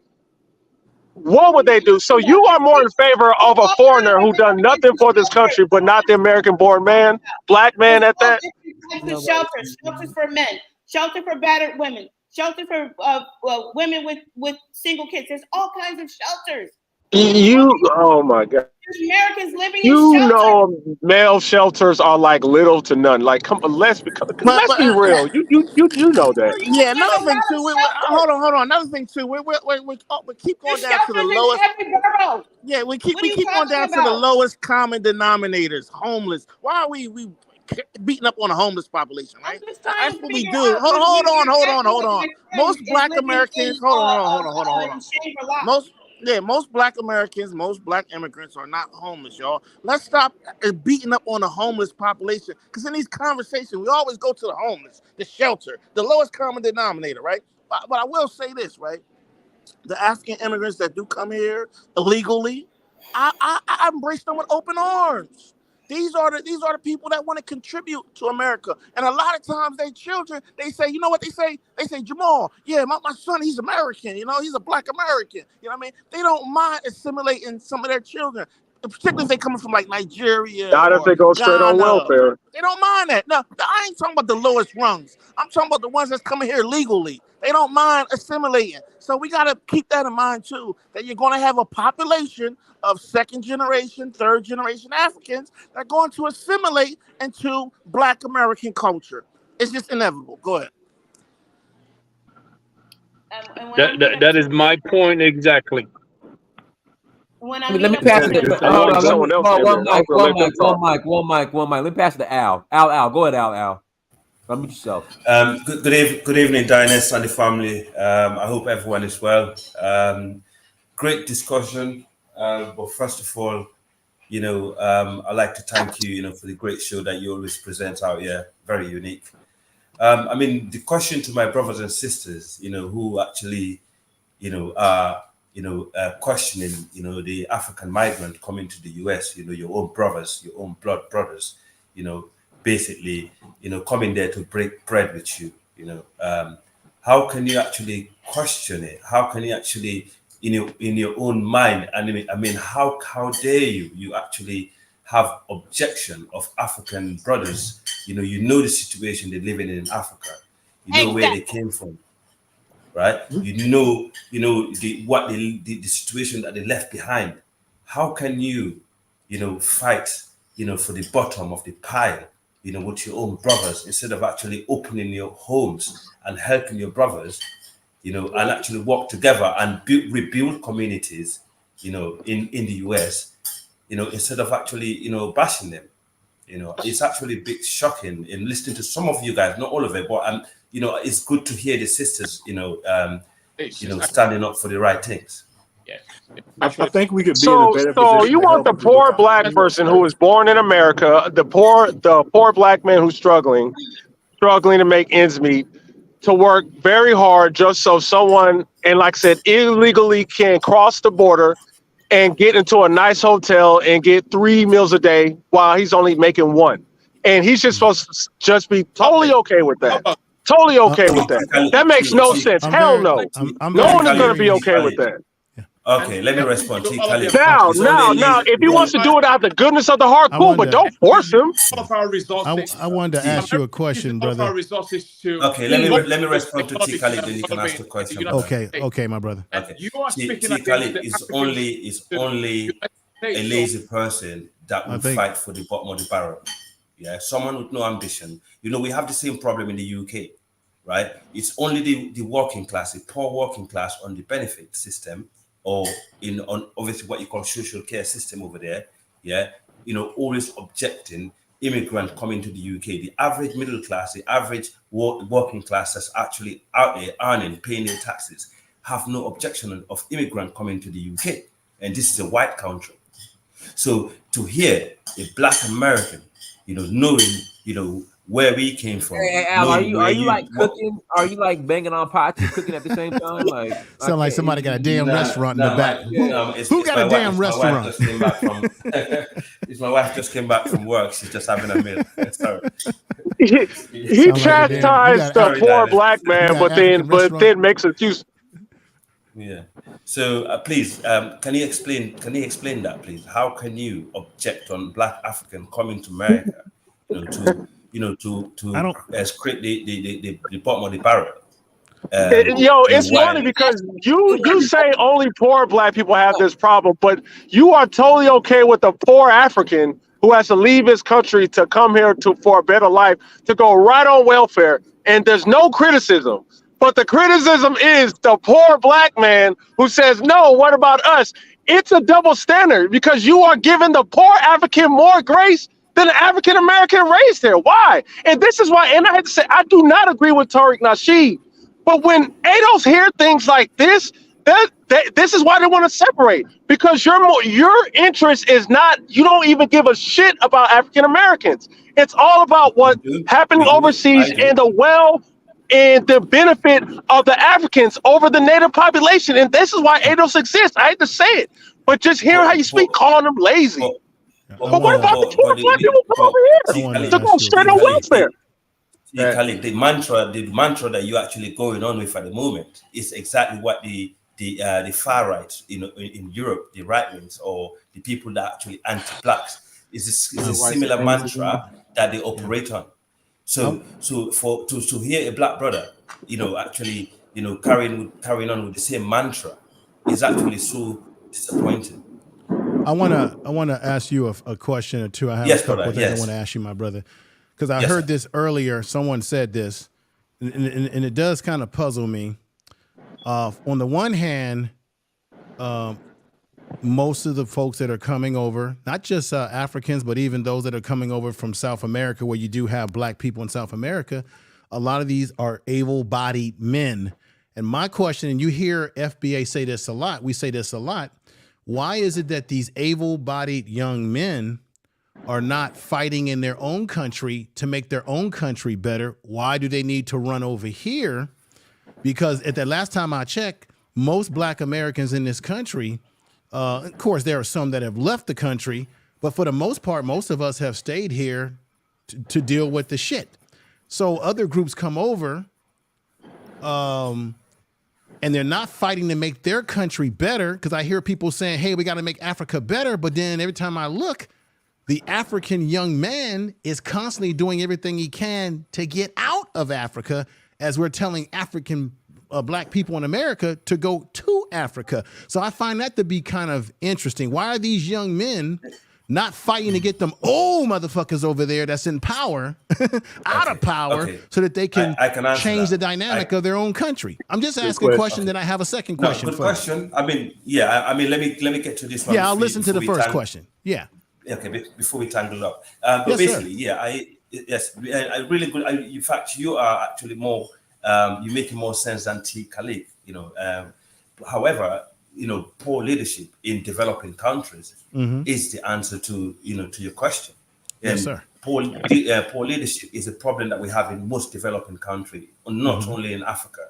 And also, if you look at the GDP, of the African migrant in the diaspora that goes back to the continent, right?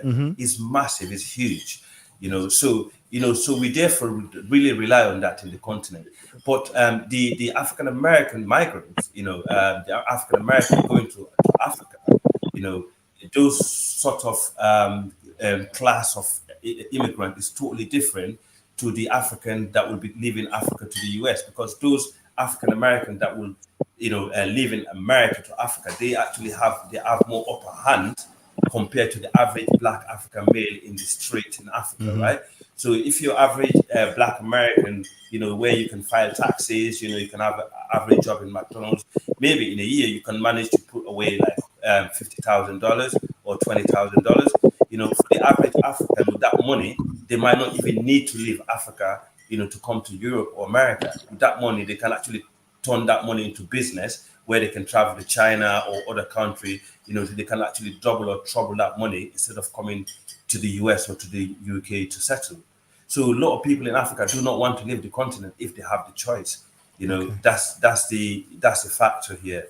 They're basic, they're different factors, and it's very complicated. Now, let me just get to my last question because I know other folks have things that they want to say. Yeah, and then after that, after your my last question, I'm gonna pass it to Earn Leisure, then Fred Bullpalm. Go ahead. Okay, Yes, sir, much your last- respect, yeah. much respect. So the last question I want to have is, I think sometimes the reason why some Black Americans have a sustain towards Africans, because it's all about experience, it's all about education, it's all about who you've been exposed to, and how you try not to generalize everybody. But for the most part, I heard you say, well, they're coming over here, they want to break bread with Black Americans.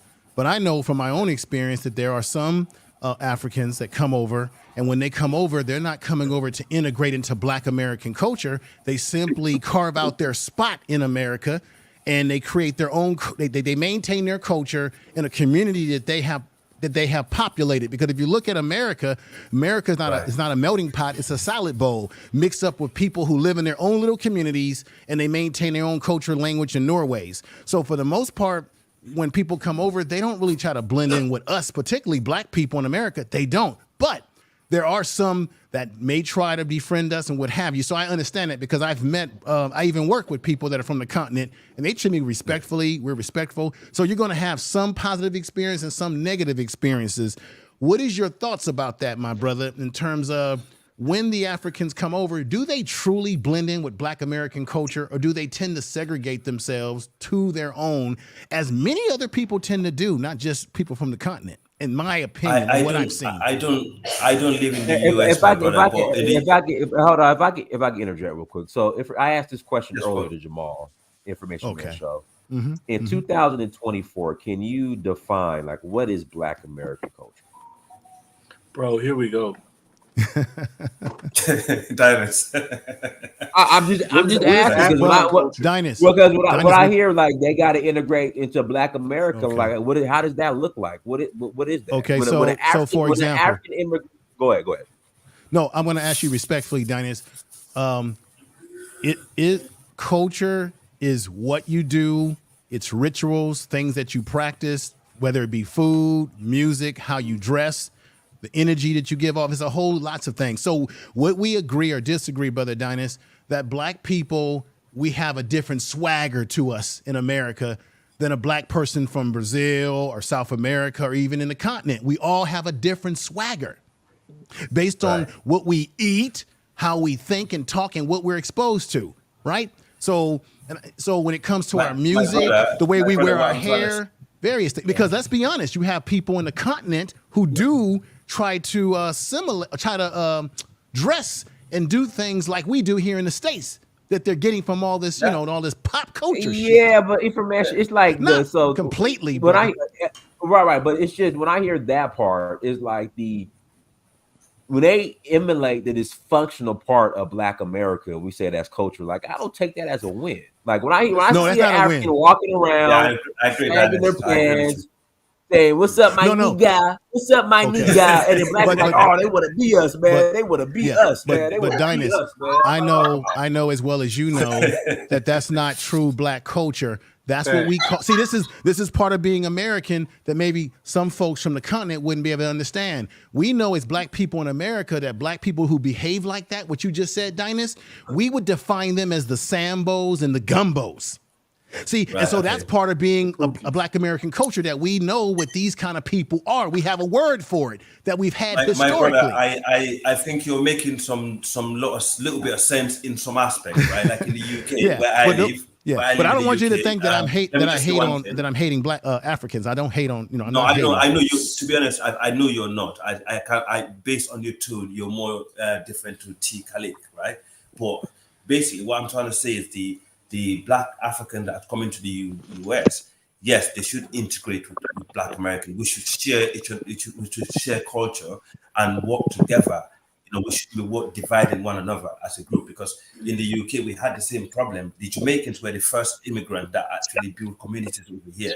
When we came here as Africans, we wanted to integrate with them, but unfortunately it was the other way around. They did not want anything to do with Africans. In fact, as an African, I couldn't go into a Jamaican nightclub and feel safe. I would rather go to a mixed or a white nightclub and actually feel more safer. So you can see the difference. So some Africans probably want to integrate with Black Americans, but do they feel safe? Do they feel welcoming? That's the sort of question also you should be asking yourself They don't and be feel honest safe about around it. You said Sorry? Africans don't feel safe around FBA. No, not FBA. I'm talking about in the UK. I live in the UK, right? I When see. I growing up in the UK, I did not feel welcomed. I did not feel safe around Jamaicans that was born here, that been here, that already established community. It was really hostile towards I would say to Africans. you that Black Americans, we have similarities because I gotta be honest with you. When I'm in the Bay Area, I'm from California, so I lived in Oakland, and a place that I did not like going to where Black people live, and I like being in Oakland even more, was I didn't like, you know what I'm talking about, I didn't like Richmond, California. In the Triangle area, Richmond is very rough, and it's Black people that live there. And when I would go into that community, I would do everything I can to get the hell out because a lot of bad things happen in Richmond Triangle area. You know what I'm talking about, Dynast? So I think Black people in general have a certain underlying fear for fear of each other to a certain degree. Yes, I mean that needs to stop. That needs to stop, and we need to start looking at each other as one, and we need to start building, culture together. We need to learn from each other's culture and use the goods of both sides and make it work for us. Instead of us. Let me pass the mic to Earl Leisure. Earl Leisure, yes, I want. Earl Leisure. Yeah, I want. I hear those plates in the background. I want to order some food. Go ahead, Can I come in? Okay. Hello? Earl Leisure, go ahead. Yes, Fred, hey. I'm gonna pass you after Earl Leisure. Go ahead, Earl Leisure. Okay, so I'll make it quick. This is a great conversation. What's great about 2024? We have a lot of African Americans who are in the continent who are showing the brighter sides. But not everybody's gonna be on board with building the Pan-Africa base. I think you have to look at it two ways. You're going to have people who are business-minded. Like, Dynast has been on this journey since 2016, 17, when he went to Tanzania and Namibia. He shows 2011.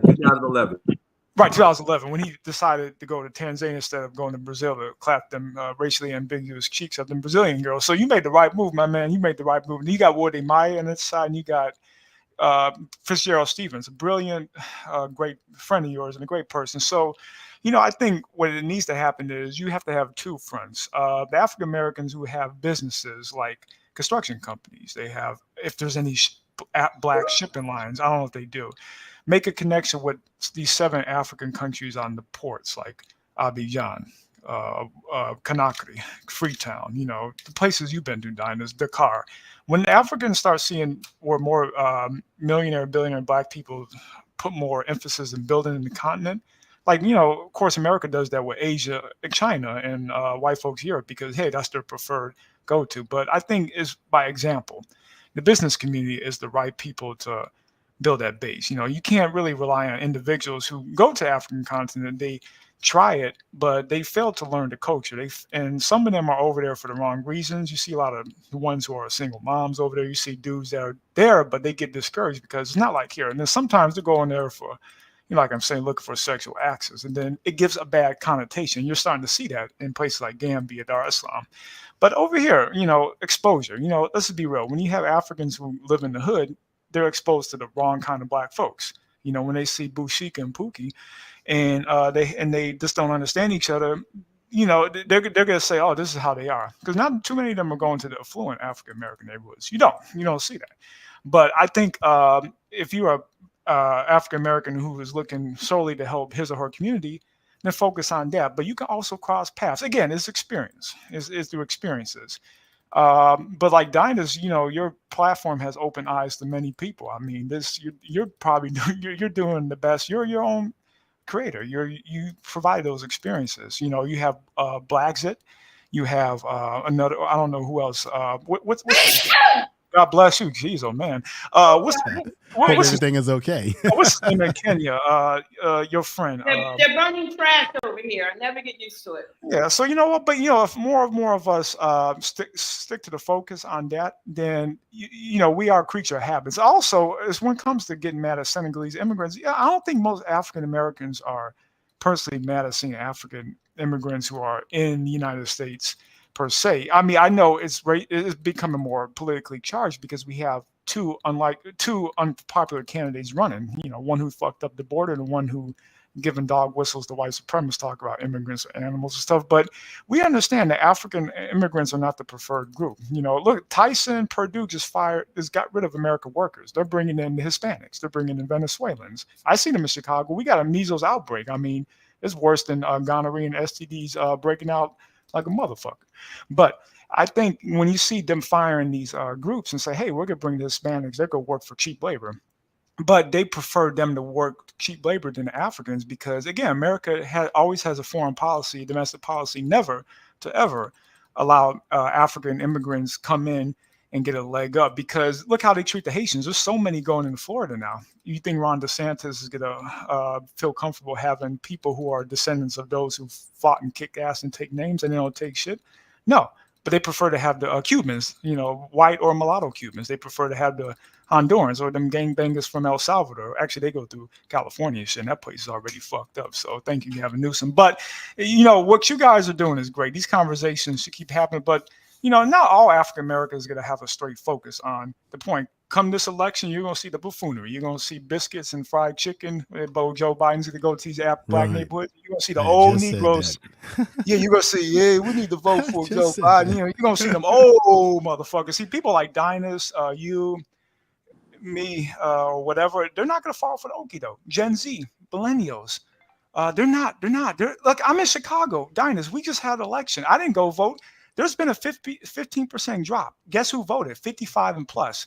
And guess who they voted for? And that means if it's 55 and plus, they kept the same old people. Danny Davis, he ran for his 15th term. He's back in there. Jesus Joey Garcia, nothing against him, but hey, they didn't want Raymond Lopez, who's younger and is more on my, you know, way of thinking. So the more and more inclined we are as Gen Z and millennials or younger millennials, hey, it's better. But, you know, you can't rely on, you look, the 300, when the 300 war happened, they couldn't rely on all 300 Spartan. They couldn't rely on all the Spartans to fight. It only took 300 to defeat Xerxes the Persians, right? They got their ass whooped the first time, but like Rocky, they came back and whooped their ass later. So that's how we have to look at it. Take a look at Burkina Faso, Mali. By Dynast, you've been to Mali. I don't know if you've been to Burkina Faso and Niger. I've been to Mali, but not Burkina Faso. Okay, I'd love to go there one day. I'd love to go to Fort-Rougeau in Guinea, but that's another day. Anyway, look at those three countries in Guinea. Look what they're doing. They're making moves. Now, it's going to take a while because these are some of the poorest countries of Africa, but they got the resources, right? They got the land. Burkina Faso, he's living the life of Sankara. He's saying, no aid. We're going to grow and become a high producer of wheat. We're going to get these mining contracts in order. Same thing in Mali. They're having military alliances without the French. And Algeria said, okay, Mali, Niger, let's make a pact. Let's defeat the jihadists. Let's grow. Let's become wheat producers. And let's be the highest gold producers in Africa. Okay? I'm seeing moves that the Kun leaderships of Blaise Compaoré never did. I'm seeing what Mda, who was the president of Mali before Assata Gota, when he took over, I didn't see him doing it. And then that goofball from Guinea, Kunt or Conde, whatever the fuck his name is. I'm seeing what's that dude's name? Mamadou Doumbouya. I mean, he does have a French wife, so there's kind of some issues. No, he's cool. He's cool. The guy in Guinea currently is cool. The people just put a lot of. They do, yeah. But these guys are making. Listen, unlike the coups of yesterday, France is worried because this ain't they coups. So yeah, Mamadou and these guys are generals, and these motherfuckers are.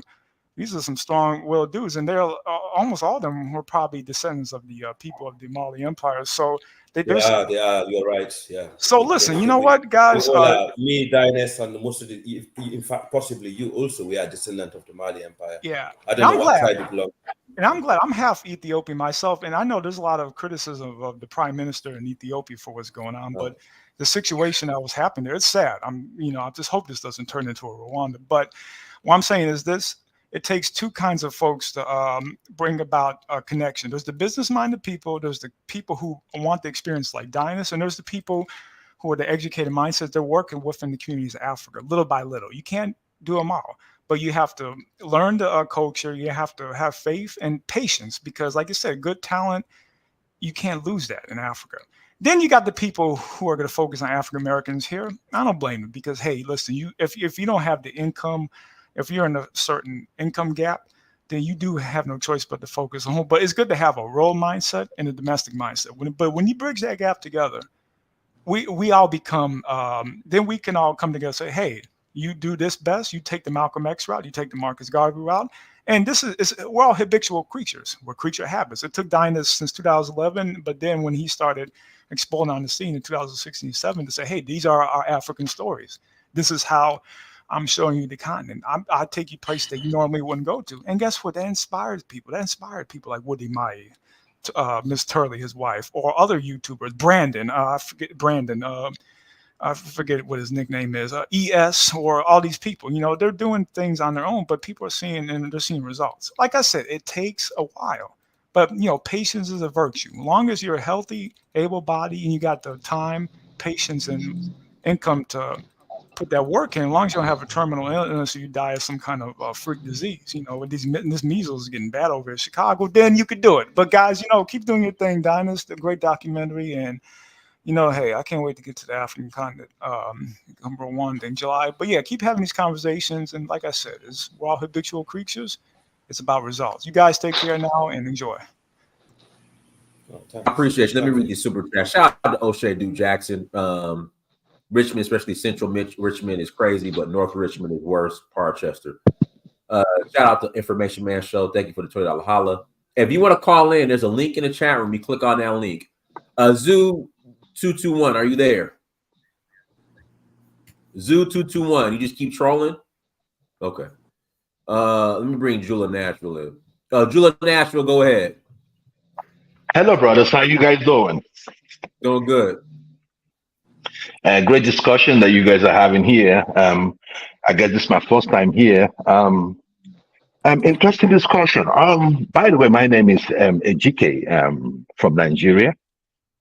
I'm based here in the United States. And I would like to just chip in one or two things. The immigration system is broken in the United States. And just like I say to my Black brothers and sisters, elections have consequences. Elections have consequences. I do not see the reason why we keep voting the Democratic Party. And if you understand where the Democratic Party is coming from, if you have, if you have the vision to see into the future, or if you are able to, look at people and you're able to calculate or look into what they're trying to do, you'll find out that the Democratic Party don't give a fuck about us in general. And I'm talking from the Obamas down to the Kamala, down to whoever, the Fannie and the Tiffany, all of them. We have to start using our voting power to demand certain things in our communities. Now, if I say our, some people say, because I meet some people here, they'll be like, oh, you're not one of us. You don't know what you're talking about. But let me just put it this way. The way we vote for the Democratic Party is so dumb. If politics is about interest. If people do not, invest in your interest, you have no reason to give them your vote wholeheartedly.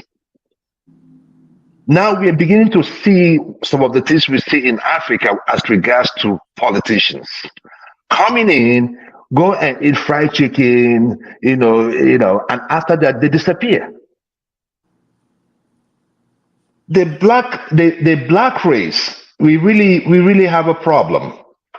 I have some people here talking about, why are people coming from Africa into the United States?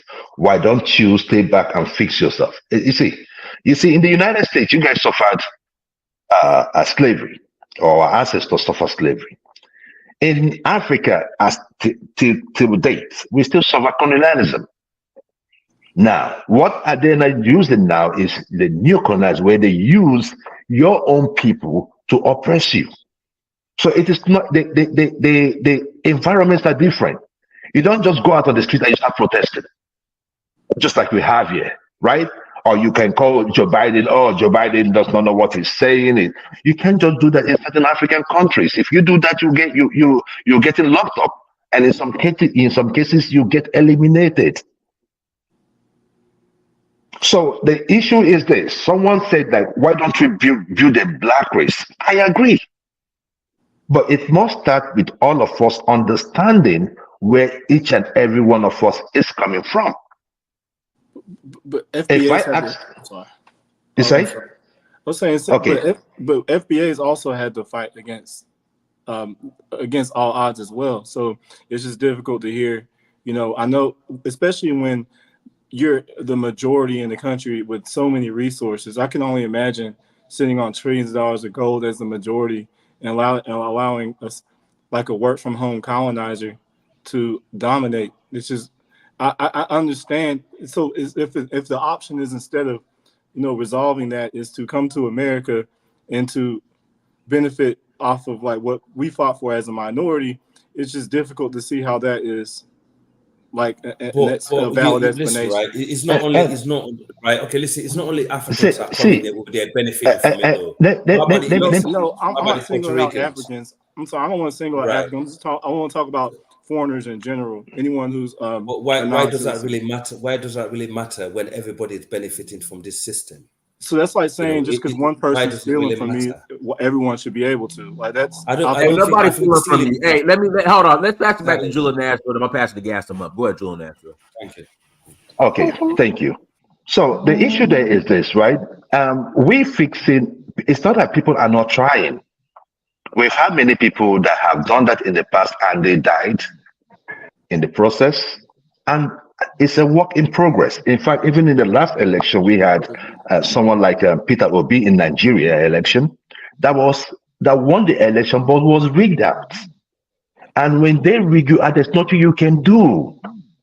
The system, they have the army, they have the courts, the judicial system. So it is corruption, right?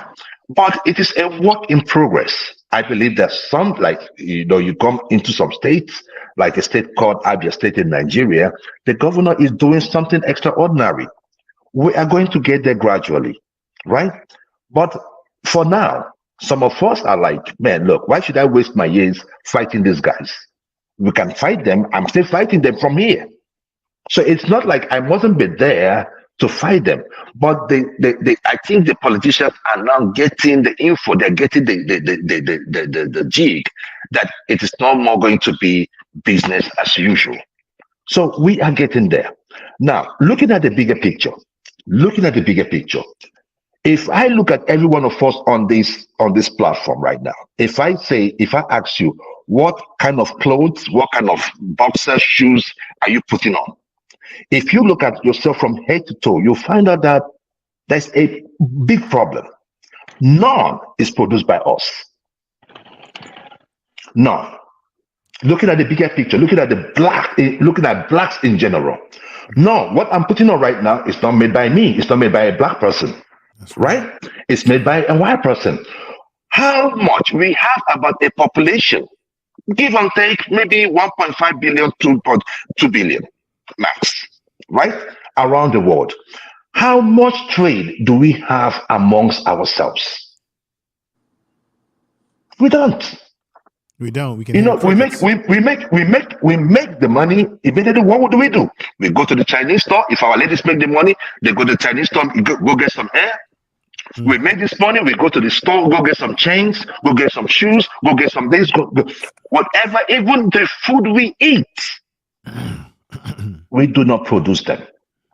So the moment we start going from consumption to production, which is a line that was brought up by Mr. Peter Obi, who is was a former presidential aspirant in the last Nigerian election. When we go from consumption to production, then we can start building wealth. I think in all of this, what we have not seen is the aspect of building wealth.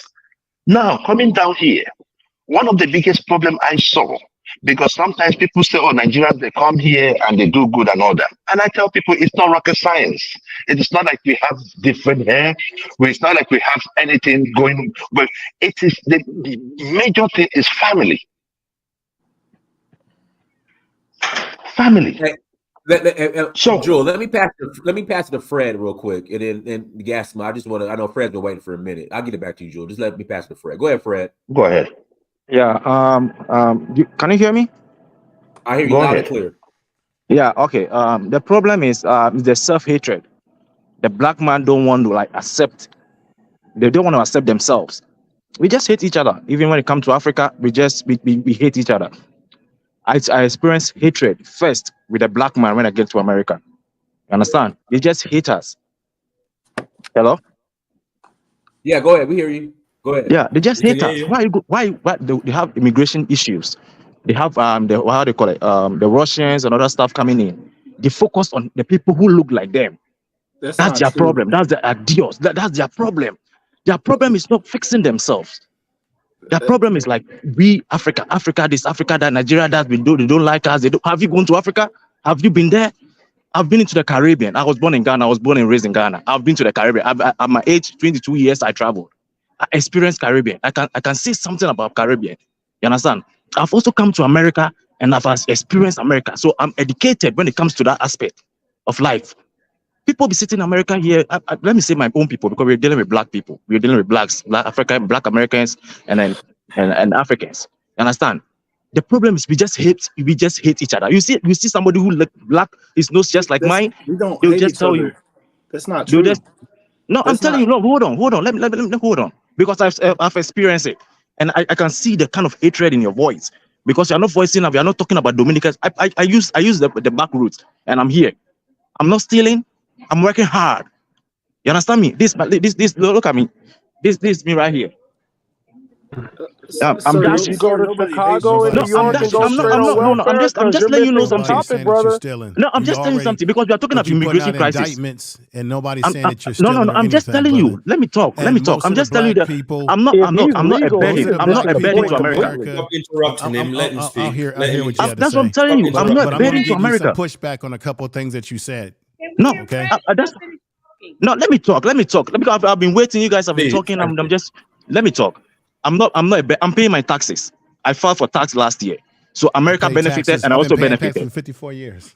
No, it don't matter. Don't tell me about taxes, brother. I've been paying No, taxes all my life. wait. So I'm we're here. not saying, but we never said you didn't pay taxes. No. Look, if you don't fix projecting yourself, if you don't identify projecting your yourself, experiences on the folks on the panel who haven't said anything bad about you as an individual, brother. No. So when If you say come off something with this, bad about I me, pay my look, taxes. Legal at respect, that. Paying taxes in America. look, respect is end. Please let the brother We all, finish his point. Only line if you can. we all have one master, and the master is a white man. This country is ruled and governed by No, a that's white not man. my master. No. That's not my master. That's not my Oh, come mentality, on. brother. That's not No, my master. wait, that's what I'm telling you. You can't do That may be shit. your That's why master. you're a That's not my minority. master. That's why we are all a minority out here. You understand me? So it's definitely like we have a master. You understand We're me? not scared That's of not the the white mentality. man, That's sir. not my mentality, sir. See, That's why we That are ain't fighting. mine also. No, I don't that's think why about we white are. is people. that No, part of that's your the problem, problem. sir, is that you're making assumptions just like you don't want us to make assumptions about you. So No, please I don't said the do problem. That's what I'm saying. The problem is from we Africans. That's why I started. We don't love each other. You understand? We always want to feel like we're proud, like we this. No, he's from Africa. But I write. Some people be surprised. Are you sure you're from Africa? Because of the way I write. You understand? You guys feel like, oh, I'm going to Africa. I'm going to help them. They don't need your help, bro. Look, you are in a rat race. Look, we are in a rat race.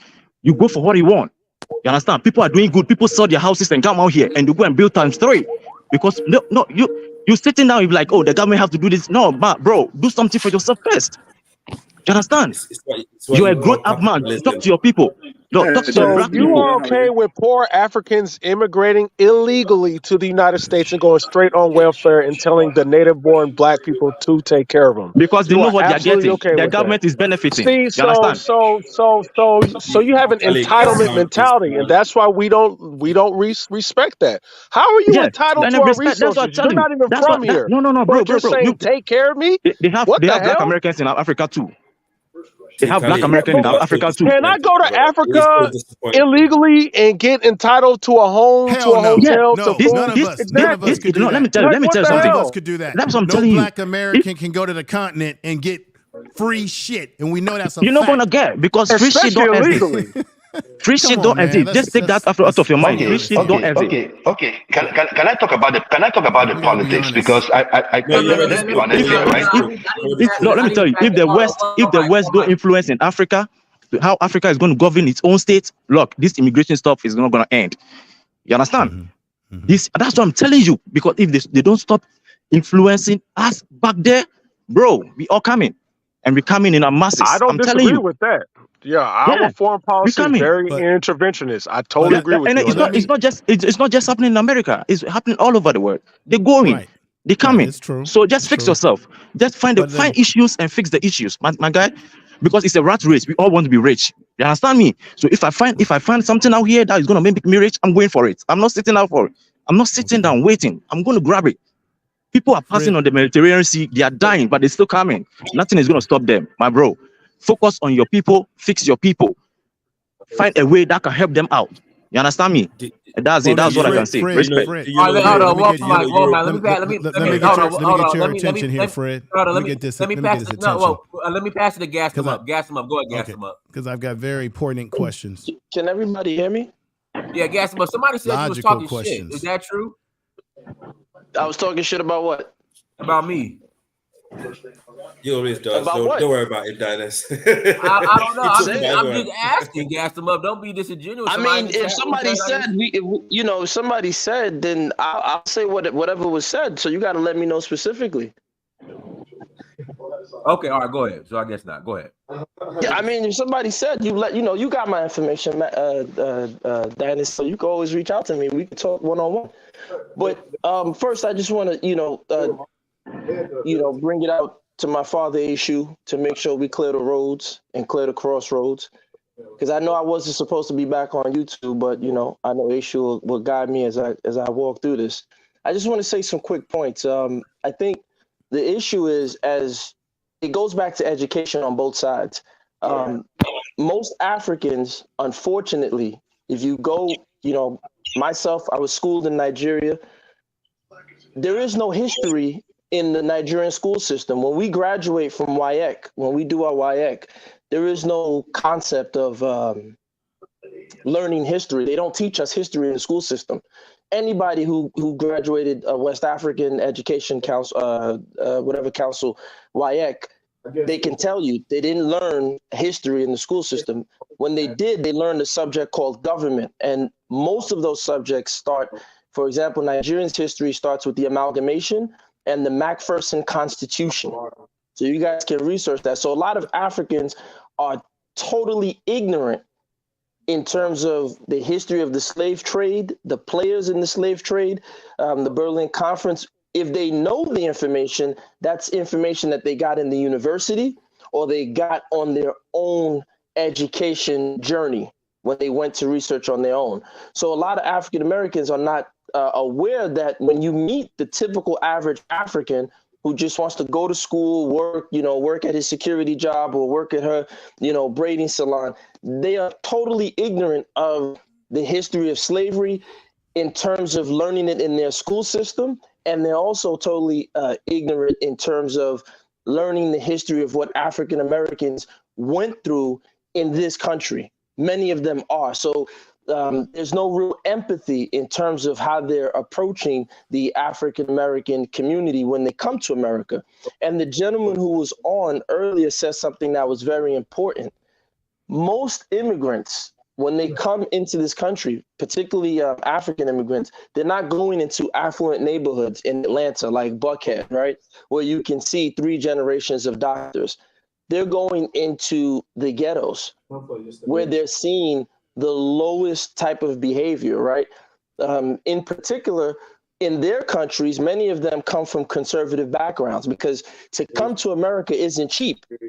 So many of the Africans that you come across are actually, their background, their parents' background typically are conservatives because they typically had, well, not all, but generally speaking, they come from well-to-do backgrounds. So they themselves never really associated with inner city Africans.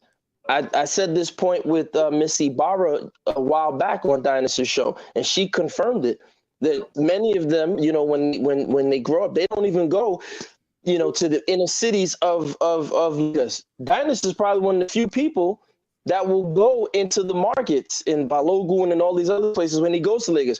Most of the Nigerians who come on this panel will never go in there. They'll chill in Lekki and hide away in some estate in Lekki or Abuja, right? So those are some of the discrepancies that are happening. So I've pointed out the issue. So now when an African comes being totally ignorant of the education, right, in terms of what has happened to African Americans, in terms of their own history, to know the culpability of certain African chiefs and certain African ethnic groups in the slave trade. We can name them, right? Not all. So it's not y'all Africans. We can name the majority of the Africans. We can say their names. We can say their ethnic groups who were culpable in the slave trade. So now when they come to America and they're in the inner city, they now experience a certain type of behavior, and unfortunately, they paint with a broad brush and say, this is African American behavior, this African American culture. And then they say, oh, we don't want you, don't let your children. So that's where a lot of African Americans on the YouTube and stuff say, oh, they said that they told their kids to play with us and things of that nature, because they're painting with a broad brush around the environment that they see. So I said certain problems. I just want to get to some solutions. Shout out to Phil. He always talks about key solutions. And what's the key solution? I believe practical solutions. We got to change our diet so we can start eating together, so we can start living together. Most particular in the African American community, there has to be a push with Black men to have real patriarchal control. Every other community in the world has patriarchal control. None of this partnership stuff, none of this women empowerment. If you don't have men in charge of the community that are controlling these young boys from being steppers and being just gangsters and thugs, and these girls from Dynast, I put it in the chat. If you could post a picture, Glorilla, Biden just took a picture with Glorilla at the White House with Kamala. I don't know if you got it. You could post it. Yeah, you can post it. So this is the nonsense. But if you had Black male patriarchy, I'm almost done, please. I'm gonna get off. If you had whoever that is, please mute your mic. If you have Black male patriarchy, and we got to get back to that testicular fortitude. Don't let anybody make us feel ashamed of it, especially in the Black American community. Take charge, and that's what will allow the building of the community. So now people can say, when an immigrant moves in, they got to follow the dictates of what the Black people in that community are stating. And then, as I said, when we change our diets and we start eating together and living together, now we can source our food from the Caribbean and Africa. We can start creating international businesses that feed ourselves. When COVID happened, it was interesting to see that if Walmart had shut down, Black people would not be able to feed themselves. So we got to fix that. We got to get back to trade, as the gentleman said, with business, but we got to work together and get these businesses off the ground, and we got to get Black male patriarchal control as the norm, as it was in the 40s and the 30s. That's all I wanted to say. Okay, my brother, before you leave, let me ask you a question. Let me ask you a question. Can I say something? Can I say something? I wanted to clear Amar, let me something pass up it to with set Fred. 2 first, and then after set 2, I'm gonna pass it to you, Amar. Go ahead, set 2. Unmute yourself, set 2. Can everybody hear me all right? Loud and clear. Go ahead. All right. So first of all, I wanted to, thank you, Dynast, for this platform. And but the topic of today is very I'm not happy about the way it is written, because it's very politic. We are in a political season right now. Hey, And set 2, there's a lot of background noise. Can you I don't know, somebody? Okay, give me 1 sec. Let me fix my mic. 1 sec. Okay. Well, it's not your mic. It's just, I don't know, somebody is cooking in the background or something. I don't know. Guys, hit the like button and please hit the like button. Set 2. So Set 2. yeah, if you can hear me currently better now, just let me know. Yeah, that's better. Are you currently in Senegal or where are you at? No, right now I'm in the US. I'm not in Senegal. But Okay, but I'm a Senegalese. I was born and raised in Senegal. I left Senegal when I was 30. I'm still 30. So I recently came to the US, and I came in the legal way. I've been coming back and forth, to do some education stuff, and then just short terms and back. But now I'm currently here. And yeah, I learned English from Senegal because I always love to speak with like people from all walks of life, because English is spoken worldwide and everything. But I also wanted to connect with my people on this side of the world, and like genuinely connect, because I feel that I have, like, I'm blood related with a lot of people here in America, whether I know them or not, but I feel like deeply connected to them, like ancestors, maybe my parents or something, because I don't know what my ancestors been through, but I know that there's a lot of unknown things that I still want to uncover. But one point that I wanted to say, there's a lot of propaganda right now on the political area that will make make black people hate other black people, or make black Americans, African American hate Senegalese because they are in one particular area in the US or something, But I want to say to my folks, Senegalese folk, that be careful. Not everybody loves you because of the propaganda politics that been going on for Mexican every time around election time, But now it's towards other black people that this propaganda is going on, and it's very sad. It's very sad, and we don't deserve that. One thing I want to tell you: the election of Senegal is gonna happen this Sunday, and I'm sure that the one that if everything goes well, and the one that the young people are fighting for came to power, a lot of these folks in the US will go back, because they don't want to be in a place where they don't be loved or support.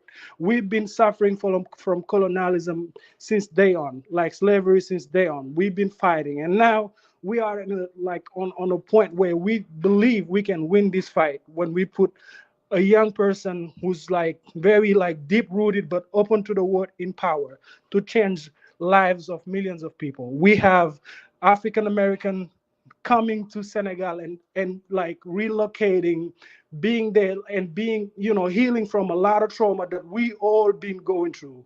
So we are the same people. We don't have to fight each other. And those people, sometimes they sound very white when they say, oh, I have some African friends, then go back to Africa. They sound very white. They sound just like the white people that been The far doing right, the all far right. bad stuff. It's very sad. It's very sad. And I don't want to keep talking, but I just wanted to say this: Senegalese people are not bad people. They are very open. They are very respectful. They are very deep rooted in their culture and tradition and religion. They love. They are not really bad people. So those people saying that they are, some people don't even know about the welfare system that they're talking about or trying to benefit from. If these people get here, I'm gonna tell you something. All these people that come from the back way, that back way been here, but they never knew about it. The fact that a lot of Senegalese folk was able to come at this time was because some white people was doing propaganda on the low to make people come in mass so they can use that against black people. They can use that for their own benefit in politics. These ways was here, like Mexican borders and stuff, but they trace a route for them, put it on TikTok, put it on stuff so that people will come in mass. Because a lot of young folks that came to the US recently were fleeing some political tension that was happening in Senegal. A lot of them. And You have a lot of entitlement, man. what you say? I think you have Can a I lot of say? entitlement, man. Just Can come I to say one America thing? and force us to pay for you. It's ridiculous. No, we don't want Khalid, nobody to can pay you be for us. quiet? I don't want nobody to pay for me. I will work toil and more. I will work hard, doggedly to get Did what you I just see the deserve. video of the Can woman I from your ask you country guys a who said she question? didn't think America was like how she thought and she was on the street?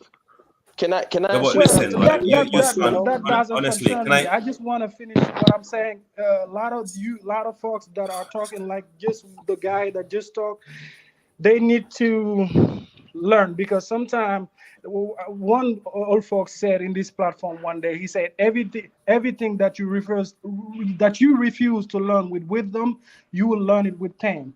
And I think that's the sad thing that's happening to a lot of folks right here. So But wait, brother, let me ask you a question. And also, Setu, yeah, what these guys don't understand is Biden is letting more non-black immigrants in the US deliberately, right? Is to make That's sure the point.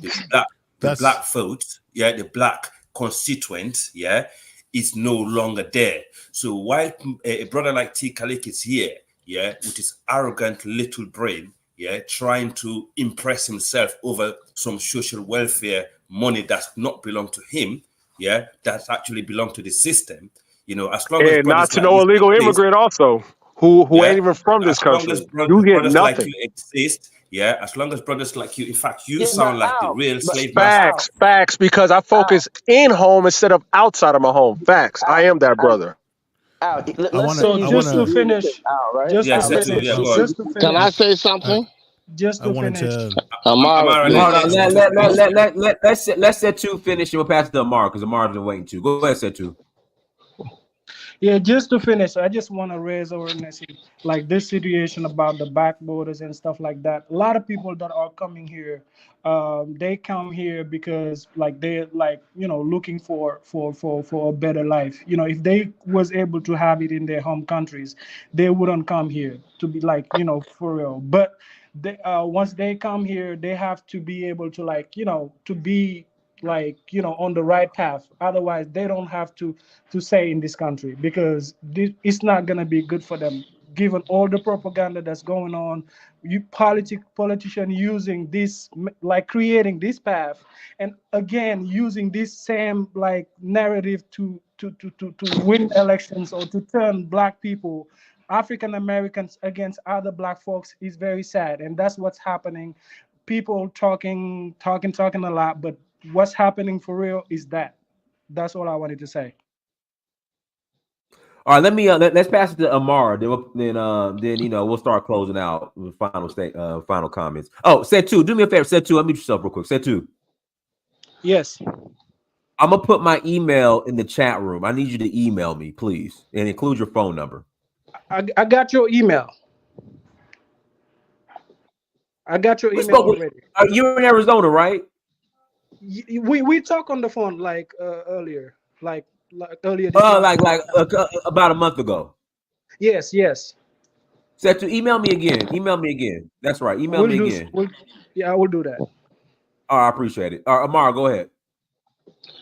Yeah, I've been sitting back there listening a lot from the Black Brothers from America talk about how people come here, take their jobs and stuff.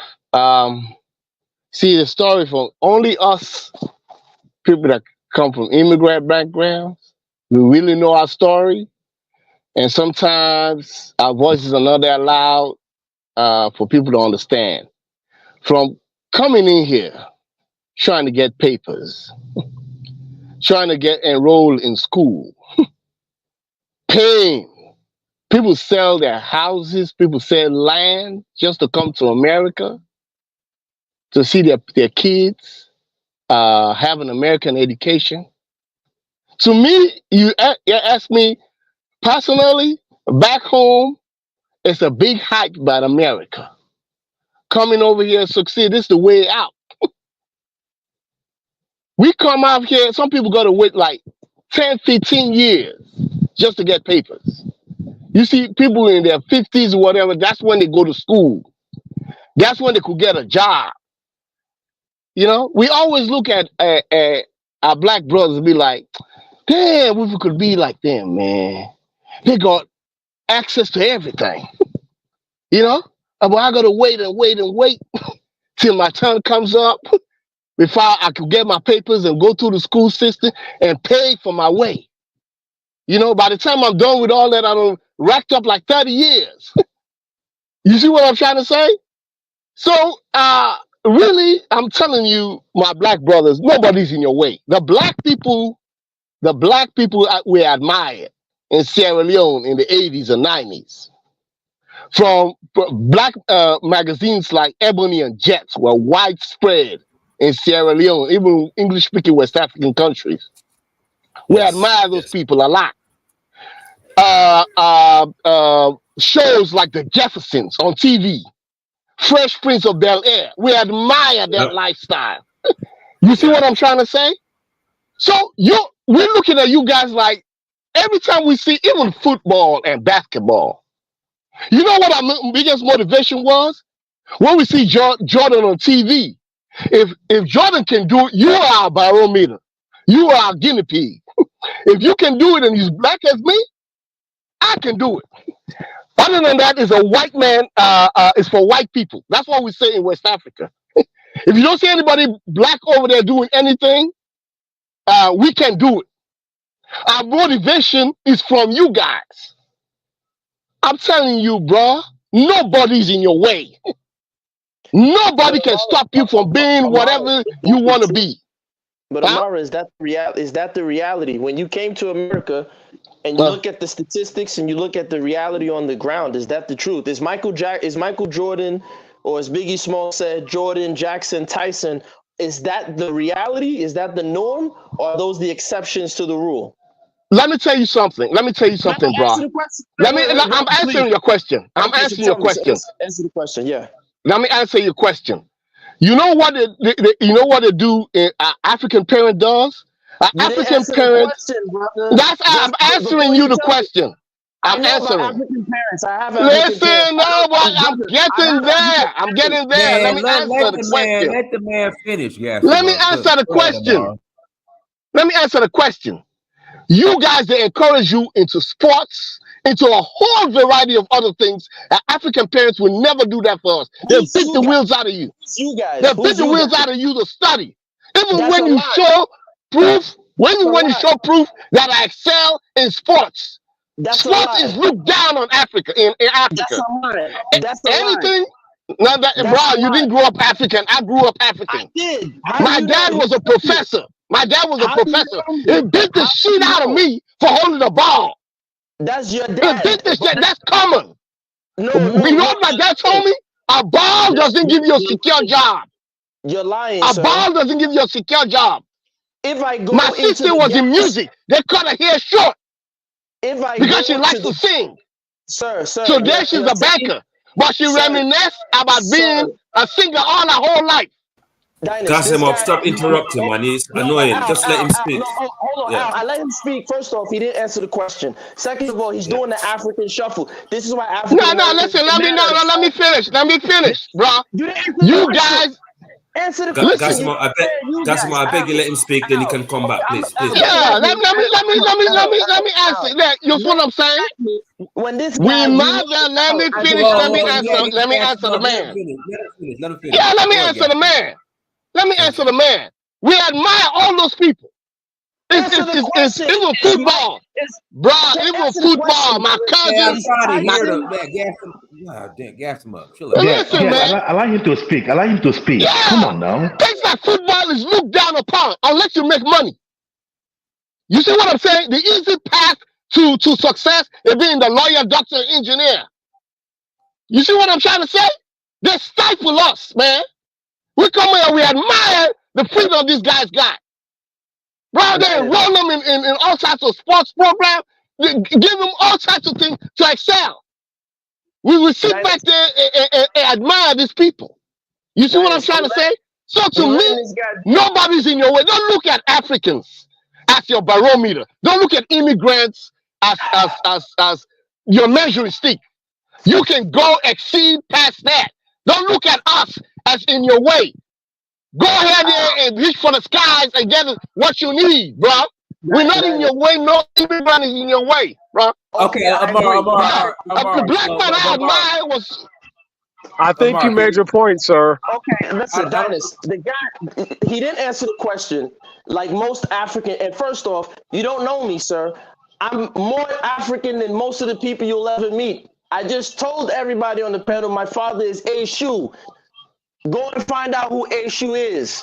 I was talking to Child Okay, Nazik. I wasn't talking to you.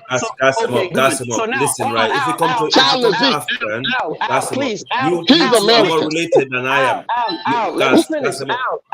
Al, you can preach to me later. Let me just say this, because this is the stuff that gets the African Americans pissed off. The reality on the ground, right? Al, you say you live in the UK. The reality on the ground is very simple. What he just said is the typical conservative African parent nonsense. Most, like I said this, right? But listen, gas him up. I'll stop it to time, man. Amara, leave him to talk now. Leave him to talk. Amara, allow him to talk. Amara, leave him to talk. Let him talk. You two are more related than we are, by the way. But anyway, carry on. He doesn't know. That's okay. Al, he doesn't know. That's okay. The point I'm trying to make is that when an African comes on here and tells people that, oh, in my country, it's a lie. See, me, I did go Nigeria. No be I did go like they say. You understand? You go Ajegula, you go Mushin, you see Project Ghetto people. What are we saying? Let's stop lying. Let's stop deceiving ourselves. Not a lie. I'm not a lie, bro. Me papa na professor. Me papa na professor. It's different. Amara, what Gazimop is saying, what Gazimop is saying is a typical African man mentality. Yeah, go on, Gazimop. Let me just tell him. The problem is that we don't want to be truthful, and that's why both sides are being screwed over. The reality is African Americans, because there's no economic power, there's no patriarchal power, that is why Biden and the federal government create policies that are marginalizing them. And so that's why immigrants are plugged in to reduce their labor and their ability to fight and vote. This is the game. So they are being marginalized. Hold on, Khalid, nobody's in your way, bro. Let me finish. Okay. Khalid, nobody, don't listen to Gazimop. Nobody's in your way. So you can excel. Reach for the sky, bro. You talk to the wrong man, bro. See, Khalid, nobody's in your way. Amara, let him finish. So now, most Africans, and I'm play this back. You hear what I said? Africans are woefully ignorant. That doesn't mean intrinsically ignorant. We're woefully ignorant. Why? Because our school system, if you went to school in West Africa, particularly, I don't know about East Africa, you didn't learn about history. If you learned about history, maybe you studied history as a major in the university. But if you went to a West African school, there's no history subject. The government class they teach starts at the amalgamation, or it starts at the constitution that the British gave. So Africans, in terms of a political and economic analysis of colonialism or slavery, colonial mindset. Lacking. They're lacking. No, don't generalize. No, don't generalize. I went to school in Africa, in Senegal, my whole education, and I've been learning from all of this in my country. I didn't so say you didn't from get it. primary school to middle school. No, I didn't say Sierra Leone, Liberia. Al, hold on. I'm repeating what I said, Al. I said that in the school curriculum, there is no subject called history. That's a fact. We have history. We have history in our curriculum. Bro, you can do history, but it's not necessarily history. I did social studies. It is. You don't know nothing. I did history, but it was social studies. They taught us all of that. They taught us about our history in Africa. They taught us history in America, history about the Caribbean. What are you talking about, bro? What kind of work did you write? What kind of school did you go in Africa? Stop being dumb, bro. Stop being dumb. Okay, I'm done. Thank you. So let me ask you a question. Is there a history exam for WIAC? There's not a history, so you don't have to write. You don't have to learn something to write an exam on it. You understand? Yes. You're just dumb, man. That's why I say travel. You have to learn. Can I respond to you? Can I respond to Gazimop, please? Yeah. Okay. In Sierra Leone and Liberia, the history that the the colonial history or the slavery history, these two countries lived in. So it's always been part of what Amara was saying. Also, he was making a good point because some of our parents are very conservative. They do not like to see their children want to be something that they don't think is actually viable in the future. Like trying to be, sportive, like what we aspire in the West, trying to be artists, bro. The thing is, the problem is you don't have to. You can't learn everybody's history. We can't learn everybody's history. We learn a bit of it. You can't learn everybody's history. We don't have curriculum for that. We don't have time to learn about Indian history, American history in depth. So your brothers that were stolen from you on the continent is everybody's history? I said you learn about yourself. That's the problem. You see why the African Americans get mad at us? You see the things that we say. The brothers that have been why should I? No, bro. We can't even finish the curriculum before we even sometimes finish school, complete school. So why should I go and add America? Do you know what American history means? It's a lot. That are stolen from you are not American history. That's no, let me tell you something. We learn about the transatlantic slave trade. You understand? You learn a bit of it. Like somebody going to do, but no, wait. Somebody doing integrated science wouldn't compare himself to somebody doing biology. Bro, I'm telling you. We are not disputing that. I don't think you. I think you're just adding. No, that's what I'm telling you. That we don't have time to go and learn about the in-depth of the Indian of the. Like, you understand? We learn a bit of it. Indian. I'm talking of. Fred, if you listen to the context of what we're speaking, then you have to mute for a minute. Stolen. Did you know it was stolen or they were sold? Some people say it's stolen. Some history book says it's stolen. Some said they were sold. So which is which? Fred. It's both. All right. Respect. All right. And get them up. One mic.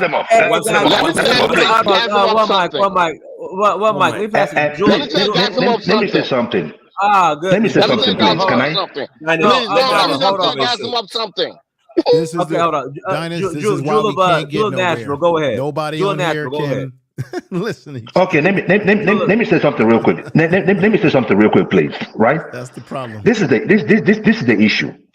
Amara was right.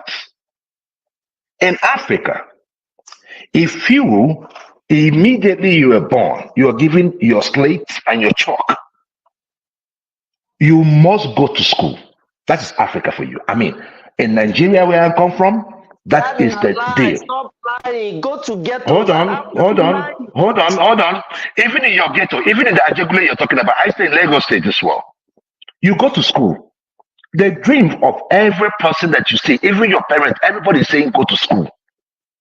Now, and it is. You can look at it from any way you want to look at it from. But the issue there is this, right? The African parents, the Nigerian parents, especially the ones I know, will tell you school. The moment you say you want to go into sports, you have a problem. The moment they see you with football, you have a problem. So it has always been school. And let me tell you the idea, because my own dad told me the idea behind it. Hold on, please, let me finish now. Let me finish, my brother. Even if I'm lying, let me lie. Let me finish my lie. The idea is this. When you look at sports in itself and you ask yourself, can sports take all of us? The answer is no, because the talents are limited, the clubs are limited. In the music industry, it's the same. But education is broader. Education can take most of the people. It can assimilate most of the people. Another aspect, for those of you who come from Nigeria and you talk about the Igbo culture, right? What did they do differently? It's not rocket science. Trade. When you engage in trade, right? If I want to buy something, I don't care who owns it. I just want to buy it and satisfy my need. So the moment we start looking at the bigger picture about things that we can, about disciplines that can get all of us in. Now, in Nigeria, it's not like anybody, my parents will say, don't play sport. They'll be like, look, get your education. Whatever you do after that is your business. And there's a reason for that. The reason is this: if you engage in education and you engage in sports, and at the end of the day you don't get into sports, right? You don't get a club. You have something to fall back to. At least when you're falling, you don't go down to the bottom. At least the education will keep you at a certain area, at a certain level, and that is the key. That is the idea. So when we talk about Nigerians, I'm talking about Nigerians, I don't know about any other person. When we talk about Nigerians coming to the United States, the reason why we do what we do and we are confident is because of our education. Nothing else. It's not that we come here and we own a building stone. That is the issue. So if I make that statement here, So say? how come this education, this so-called love Nigerian education that all of you Nigerians get with your PhDs and your big degrees, how come it doesn't translate to Nigeria? Oh yeah, it doesn't affect Nigeria because you're talking about leadership. Now you're talking about the politics of it. Now that is not a. Now that So is not. so you see the problem. You should take that same approach and understand, have empathy of what the African Americans go through. No. That of African Americans are quite different. And look, I have to be blunt. Look. See the problem? Look. Let me hold on. Let me tell you something. If you want me to talk about African Americans, I'll talk about African America, and I'll tell you where they're getting it wrong. First is family. First, let me tell you. First, I'll be honest with you, whether you like my face or not. First is family. No society can develop at 79% single mom. Let us look at the great economies. Is it the Chinese? Is it the Japan? Is it even the Caucasian that are with us here? Even in Africa, in Nigeria, what is the key? Family. Now, when you go to Italy, where you have the mafias, they took it a top notch. Right, so in the mafian scenario, they get married to the sisters, to their cousins. Why do you think that is? To keep the blood in the family. Why do you think that is? Family is the key. If we don't get family right, somebody was talking building a patriotic society. No, we can build a patriotic society. Yeah, you said that, right? That is the key. Yes. But the issue there is this. We cannot be popping them babies. The moment because of the society we live in, hold on, let me run now. Because of the society we live in, the moment you impregnate a lady, right? They take you to the government, right? You start paying child support. That baby, you don't have much control over that baby, other than if that baby was staying with you. So that is my point. Here's the problem of your analysis, right? When you say family is key, this is why I said Africans, the education and the lack of empathy, right? Because if we Africans are taught the history of what, for example, the Arochukwu were doing, what the Ashanti were doing, what the Yoruba after the fall of the Oyo were doing, to sell their Africans for gin, to sell the Africans for umbrella, to sell Bro. When you study to slavery, hold on. When you study to slavery, all over. Hold on. When you study to slavery, when you study to slavery, 30 minutes. Let me say the point. The point is simple. When you sold into slavery, that's my point. I'm asking you a question. Let me tell you. Just listen. It's a simple sentence. If you study what Africans were culpable in doing, you will understand why you can never talk about African American family. Oh, please. Look, let me tell you something. Oh, hold on. Let me tell you something, right? And let me tell you something. Nobody is bashing anybody. I made a statement, right? I made a statement earlier on when I was talking to some of my friends, right? I asked them this question. I said, why is it that in the 1920s, why is it that in the 1920s, the African Americans were able to build the Black Wall Street, and today we cannot build a building? That's I asked that question. Now, hold on. Let me answer that. Okay, I'll prove to you. I'm gonna tell you why. Let me land. The issue is this. You asking me, you talking about a Black American history. You stepping into my damn territory now. Let me tell you why. Okay, go ahead. Okay, I'll tell you the reason why. The brother on the panel is basically saying that when he asked the question about the history, what is the history that you're learning? And I said this earlier in this program. The disconnect between Black people in America and Black people in the continent of Africa is our understanding of each other's history and past and experiences. So even though we say we are the same, in a lot of ways, we're not in terms of our culture on the grounds of where we live. So when you look at Black Americans and the whole thing about Wall Street, what happened was fundamentally is that Black people were put into a segregation. We had no choice, my brother, but to do for self because we were Hold on now. Let him finish. Hold on, let him finish, man. I'm not trying to argue with nobody. I'm just trying to, it's a spirited conversation, of course. Go ahead, brother. Because Black people were our backs were put against the wall. White folks wouldn't accept us in their schools and their hospitals, none of this. So it forced Black people to economically do what? Come together, work, get on code with each other, and pull resources. So much that they were able to pull resources that they were able to create an economic engine, but it happened over time. It didn't happen overnight. But sir, here's So the thing much that- So why don't we have it today? Why don't we have it today? God, I've been quiet for a long time here. Yeah. So Man, much let the man that finish, man. He's African American. You're not. so much You're that African like me. I'm just going to say this point. So much that the white people in America, sir, at that time in Tulsa, Oklahoma, 1921, they became jealous of black people because the black people were starting to do better than them. Okay. Even at that time, right? Now, this is another misnomer. In America, people often associate being poor and down and out with black people. But do you know that more white people at 44%, more white people are on welfare programs than actually black people, right? And most of the so-called founders of this country, those white wig wearers, that at one point in time in America, when they were forming this place, only white male landowners were allowed to vote. And then what they did is, to the poor white people, they gave them somebody to look down upon. That's called the Southern strategy.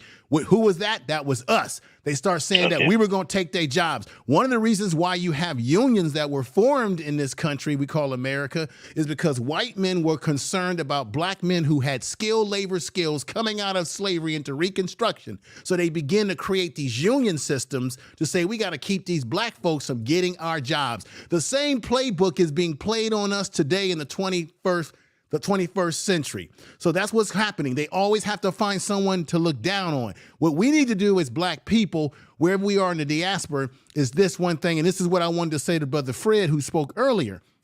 If you look at what's happening in Chicago, San Francisco, LA, New York, most of these places are being flooded with immigrants or migrants that come from South America who are Latino or Spanish speaking. And a lot of them treat black people in South America poorly. So what happens is they bring their anti-black sentiments to America. What's happening in Chicago is that they dump these people in their communities into buildings that were promised for programs for these communities, in communities where black people were already struggling. Okay? So the animosity that black Americans have ain't necessarily, in terms of the migration situation, ain't necessarily against the African man and woman. We're seeing that the Latinos are being pushed on us, the Mexicans, and when they come over here, they don't give a damn about us. I've been following this stuff. So I'll land my plane like this. We have problems. We do have problems with the way we deal with each other, and that's exactly the way they wanted it to be set up. That's what they do. It's like an ant farm. Okay, my brother, you've been speaking. Wait. And I say I asked a question, but you didn't really answer my question on Black Wall Street. The reason why I asked you that question is Black this. Wall Street? Yeah. The reason why. Hold on. I think I did answer. I did answer some things, and that was what happened was black people were forced and segregated. If you look at the history of black people in America, this is a theory that a lot of us have in the 21st century. Some of us believe that we were better off when we were in segregation because it forced us, like I said before, to do for self. Once black people start getting into integration and integrating into white society, it sort of took away some of the juice that we had. For example, we had our own professional black baseball leagues, right? We had our own black banks. We had our own black hospitals because we were forced to have to do it. What's my man? Why were you forced? Was that bad? Booker T. Washington was pushing the ideology of land ownership, while W.E. Du Bois was pushing the ideology of the talented and going to college, and that going to college and education would be our way out. We really should have followed. I'm gonna be honest with you. We really should have followed the Booker T. Washington philosophy, which was to focus on land ownership, because that's where you develop your wealth. That's Okay, how see, but that's how Black Wall Street was able to come about. Black But- people but were sir, you okay, let focusing him- that's my ownership. that is my thing. And thank you, Hold it my there, brother. hold it there, Thank right? My thing is this, right? This is my point, right? Because I am not knocking on anybody. What I'm just saying, I asked the question that if we could build Black Wall Street in 1920s, right, when we were much poorer, Yes, sir. why is it that we are not having it today? That is my thing. Today we can own those lands. That's a very Okay. honest, Can I answer him, question sir? you bring up, Sir, let me answer him if you don't mind. First, I want to make sure we're not letting him off the hook because what Can I they're come in trying after to you do then, is, yeah? yes, sir. What they're trying to do, the Africans, many, not all, but a lot of Africans try to paint the narrative to say, well, they built Black Wall Street. You people are lazy, blah blah blah. No, It's not about being lazy. It's not about being lazy. Let me say it. Relax. I'm gonna give you the answer. You can research it and you can email me if you think I'm incorrect. There's a guy named Dr. Jared Ball, does great research on Black income. And for example, he talked about the Black Wall Street. He did a excellent research on it. Even in Black Wall Street, the Black community in terms of family was still broken. If you look at, for example, Emmett Till, he's a product of a broken home. The father was a drunk. And what I was trying to tell you, my African brother, my Igbo brother, is that this goes back to our betrayal of each other in the time of slavery. And that broken family went across to the shore. So now you said, why can't we build another Black Wall Street? As the gentleman said, when Black people came out of slavery with skills and they were going into the North, white men created unions to make sure that Black people couldn't compete. So when they forced them into segregation and Black people started to build thriving intra-trade networks of commerce to create a Black Wall Street, what did they do? They burned it down. So now the government realized that if you keep Black people together, working together, they're going to create things. So they put everything in their way. They flooded the inner city Black communities with heroin, with people like Frank Lucas. Then the coup de grace was when they now turned and took the factory jobs from the inner cities like Detroit and took them to China. So every African say, look at China, look at China, look at China. But the truth of the matter is, the only reason why China is doing as well as they are is because America accepted them to be their offshore base. In 1960, America could have taken those factories and put them in Ghana. They didn't do it because the game is to keep the Black man under. Let me say this That's too. Okay. Answer the question. Let me reply. Let me reply, please. Let me. I'll give you this line, and I wouldn't take much of your time. Too much now, yeah? Okay, let me. It's okay. I don't know who say I'm talking too much. I mean, we're having a convo. You can't say I'm talking too much, please. That's disrespectful. But this is the issue, right? This is the about to wrap it up. Hold on, please. I will make it. No, I want to hear the brother respond. Our Igbo brother. Let me just respond, because the reason why I'm saying this is that some of us said that we are Nigerians understood that the Igbos fought a war against the Nigerian state. Before the Igbos fought the war in Nigerian state, we were mostly at the top. We'll call it business, call it civil service and all that. After the war, right? Because it's a lesson for every one of us. And this is black against black. After the war, we lost the war. The Igbo people lost the war. And if you had $1 billion, they gave you $20. Everybody was given $20 to start their life back. What did the Igbos do? We couldn't get into the civil service. We couldn't get into government because there was like a barricade. Happened today as we speak. That the Igbos are bouncing back. And how did they bounce back? Family, and they went into trade. Knowing full well that trading can take every one of us. Now they are venturing more into education. So my point is this. Whatever anybody, when the world throws lemon at you, you make lemonade.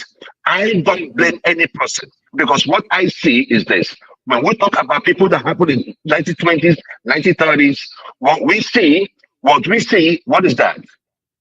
Well, what code? Okay, of the Igbos. Okay, thank you. I would like to get it, bro. If I can, let me. Yeah, I would like to patronize you. About this in Lagos. Okay, but in Lagos. What am I trying to say, right? None of us today is talking about the Civil War. None of us is talking about what happened to us. Hold on. Let me interject. I disagree. There was an Igbo man that called into the show the other day. Oh my goodness. That you know what it is. You know what it is. It's the what I'm trying to say. See, my brother. Okay, go ahead. Hold on. Go ahead. This is what I'm noticing. It's like the first generation Igbos who I guess are born here. I don't know if it's their parents that put this in their head, but they have a very, very negative attitude towards Nigeria. And I tell them, listen, air peace, innocent, a lot of the hospitality, you know, when it comes to the computer markets, auto repair, auto shops. I mean, the Igbos own and run a lot in Nigeria. But it's like, no, Dynast. Those are just the elites. Dynast, he's not going to talk. I don't get it. I don't get what you're saying. No. What I'm saying is, you're saying that the Igbos don't complain about the Civil War, but a lot of I don't know what it is. The Igbos, it's a fact they do complain about the Civil War. That's what I'm saying. Okay. Hold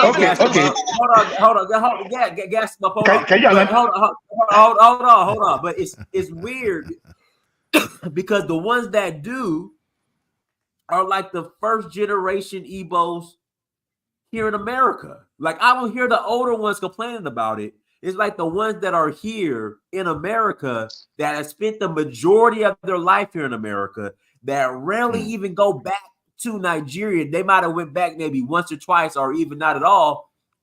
They like complain about it the most, which is weird. But I don't know the Igbo. Okay. Let me answer that, and I won't take much of the time. Hold on, Gasman. I know, man. I'm gonna let you speak. Hold on. So, were you born and raised in Nigeria? Yes. So I was born and raised in Nigeria. Okay, so the ones who complain the most about the Civil War are the ones who they're like my age range or younger, who were born in Nigeria, maybe stayed a year and spent the entire life in America. They complain about it the most versus the older generation, which is weird. Okay. Let me answer. I'll be brief, and so that people will. The issue. Let me say it's 4 hours and 30 minutes. Let the guy talk. I'm trying to hear him talk. Go ahead, Julian Nashville. I want to hear Julian Nashville talk. Go ahead, Julian Nashville. Go ahead. Okay, my brothers. See, let me just tell you this, right? Look, nothing is absolute in life. I cannot come out here and say that everybody in Igbo land is not complaining. No. Some people will always make references, especially when it comes to election and you have your fellow countrymen telling you that, the Igbo man can never rule because of what? Because of what happened in the Civil War. What I am telling you is that on the average Igbo family does not look at what happened in the Civil War. We look at what we can do for ourselves and for the country. That is my thing. So now, when you look at it from that aspect, you can see the reason why we are very industrious. That's my point. That's the point I'm trying to make. As an Igbo man, right? You're saying Igbos are, and I agree. Shout out to the Igbo Kwenu. But when Igbos are ready to address their own internal issues, because it's only in Igbo land I know. Like what? Like the Osu issue. When you guys address that those are insignificant. Those are insignificant. You're talking about insignificant stuff. It's insignificant because let me tell you, the Osuka system. Let me tell you now. The Osuka system is about 1% of the entire population of Igbo, and it's not in every state of Igbo. It's not in every local government in Igbo land. There are certain areas that do Osu. Not in every part of Igbo land. So it is very, and let me tell you one thing about the Osu too. The Osu didn't go about complaining. One of the wealthiest people you see on earth today, in Igbo land today, are Osus. My point is this. So Osus didn't complain about internal slavery, so African Americans shouldn't complain about the slavery and discrimination they face. You do not get what I'm saying. See, let me tell you. Always, that's not what I'm saying. What I'm saying is this, right? They understood, they understand that that problem is there, but it didn't hold them back. It didn't hold them back. And for every one of us here, African Americans, none of us went through slavery. Yes, the effect of slavery, we still see it today. But the thing there is that we can dig ourselves out. Stop making the likes of T.I. What are they? Be our leaders. Fannie Willis, the kind of people we elect into governors, because these people are the people that the younger people look up to. The likes of Obama cannot be our leader.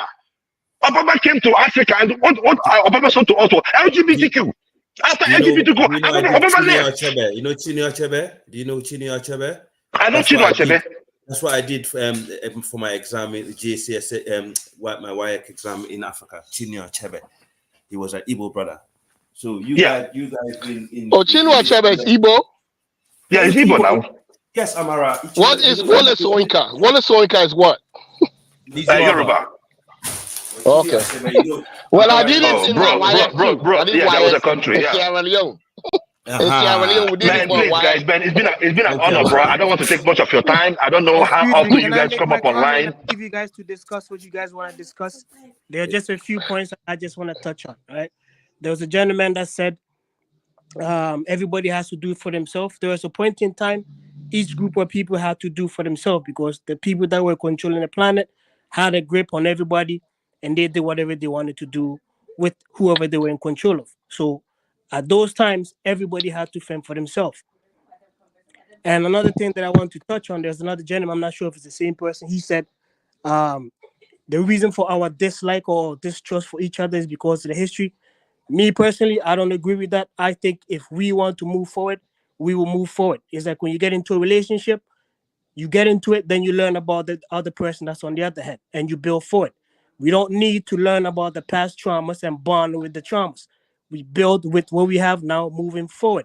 We like to tend to stay in the past and bond with the horrors and traumas and all that. You don't know what my exactly. But it's not. Excuse but it's not me, just about trauma, though, brother. Just let me finish. How do we bond with each other if we don't know each other?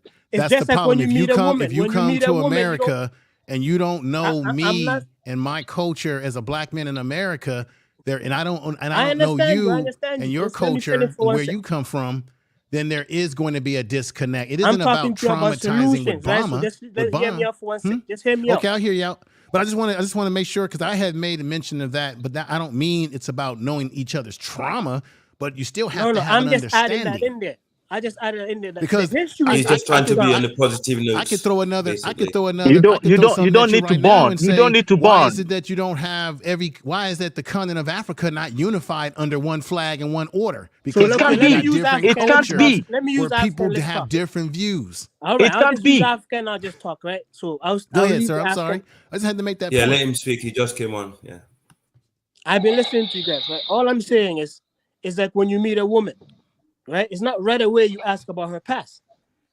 You see what I'm saying? So it's a relationship. As long as you want to build with the person, you introduce yourself to a person and you move forward. And as time passes, you ask about their history and you learn about each other, right? Okay. So when it comes to the continent of Africa, it's the same thing. Okay. Some are saying we need to get rid of the tribes to move forward. No, the tribes carries the knowledge, the language, the traditions, the customs, everything. Once you get rid of the tribes, you get rid of all of those things. So you cannot get rid of the tribes. So what we need to do is learn how to move forward with the tribes, right? You are Dionysus tribe. You stay there. How do we link up and work together? You are your family. How do we work together? These are what we need to focus on. How do we move forward together with all our bullshit, all our traumas, right? We can't keep going back. We've been talking about the past for so everybody knows the past. You didn't learn. Do you say that to Jewish people? Pardon? Do you say that to Jewish people? No, nobody No, said no, that to no, Jewish no. people. We know that how that works. You can never hold say on. that to Jewish people because they'll make you no. pay the price for it. What, But we listen, say that we to need each other, though, stop don't we? looking outside of ourselves. Let's trust ourselves. Well, you didn't answer the question, right? I don't care about the Jewish people. Let her Fuck finish. them. Let her finish. Let her finish. I don't know Let me why make Jews myself are very interested clear. in this I don't point. care about no other group of people on this planet. I don't give a shit who they are. Okay? I even go as far as saying I'm not even fucking with the biracials. That's just me. You understand? Hey, So I care about Wow. yeah, I guess I'm you can't making it fuck with very black clear. I don't care Americans. about We no. biracial as a motherfucker. I'm just saying it because you guys are trying to bring the Jewish in there. Fuck them. I don't care about them. Okay. Oh, hey, whoa, whoa, whoa, whoa, whoa, whoa, whoa, You're gonna get his platform taken down. All right, Can't talk like that on so just so YouTube, you guys man. know where I stand. Hey, All right. hold on. So let me continue. That's my whole point. He trying to get Kanye. No. Yeah, you can't do I that on stand for YouTube, me man. and anybody that's not like me. that of in search of Uhuru. All right, go ahead. Yeah, you don't want that. Let me read the. All right, so let me apologize. Let me hold on. We Let me are- read the super chat. please I gotta read the super chat. Hold on. Let me read the super chat. Okay, CJ Okokwo, to everyone involved, a very enlightening debate. Good show, Dynasty. Mayfield, thank you for the $20 holla. Everybody, thank you for the super chat. All right, go ahead. So all I'm saying is, look, we are better people than we think we are. We need to accept that's a fact. We are the greatest people on this planet. We need to believe that, we need to think that, we need to teach that and move forward with what we got. There was a point in time the gentleman mentioned that we didn't have the Black American, African American didn't have no resources, but they were able to put themselves together and move forward and build to make others jealous to even come to destroy it. That's the type of people you are. That's how great you are. With the little bit resources that you have, you can still be great and move forward. So let's not, we did that. We've been doing that. That's who we are. That's who you are. So how do we move forward with all this bullshit? Let's just link up and figure out how to move forward. Like I said, when you meet a woman, you don't know nothing about her. You just know you want to be with this woman, so you build her. As time goes on, you learn about the past. If the past of that individual is not what you like, then you leave. But we have more to gain working together than fighting about, you didn't learn about my history and this and all of that stuff. And there was another thing that I just want to touch on. America is a system. We need to understand what was that system built for. Once we learn that, we know how to operate within that system. Another thing is there was another gentleman that was talking about the Asantes were selling it, all these things.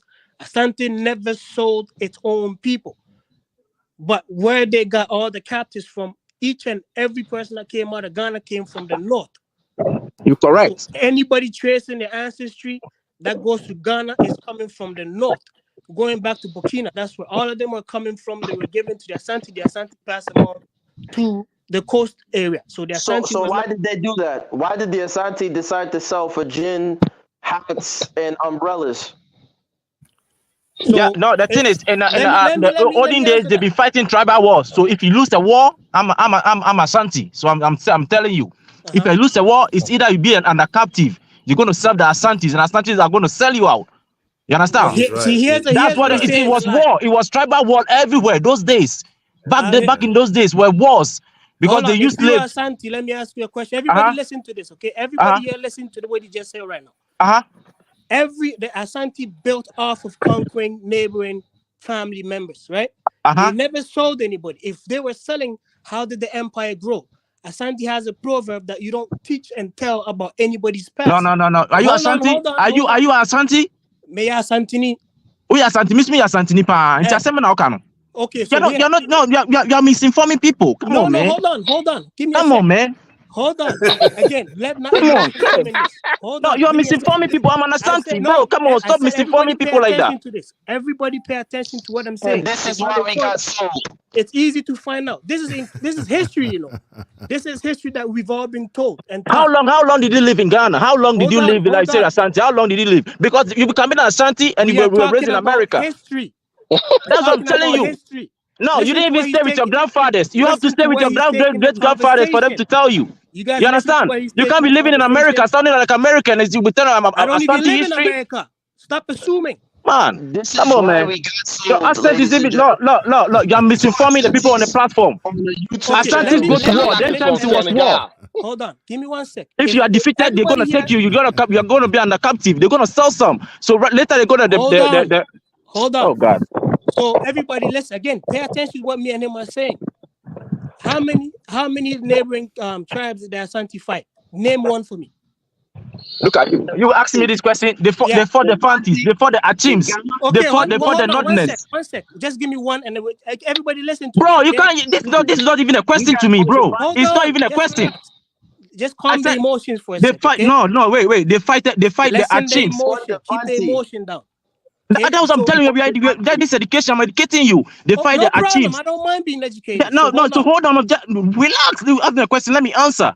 No, I asked you. You said Fanti. So let me continue. You said Fanti. Before the Fanti, yes. Okay. Wait, So, they fought the Fantis, they fought the Achims, they fought the yes, Nordness. just one I need Okay, from. let her finish. Let her finish. Let Royal Image finish, then you can come on. Okay, all right, no problem. Okay, All right, got so you. you guys hear this, right?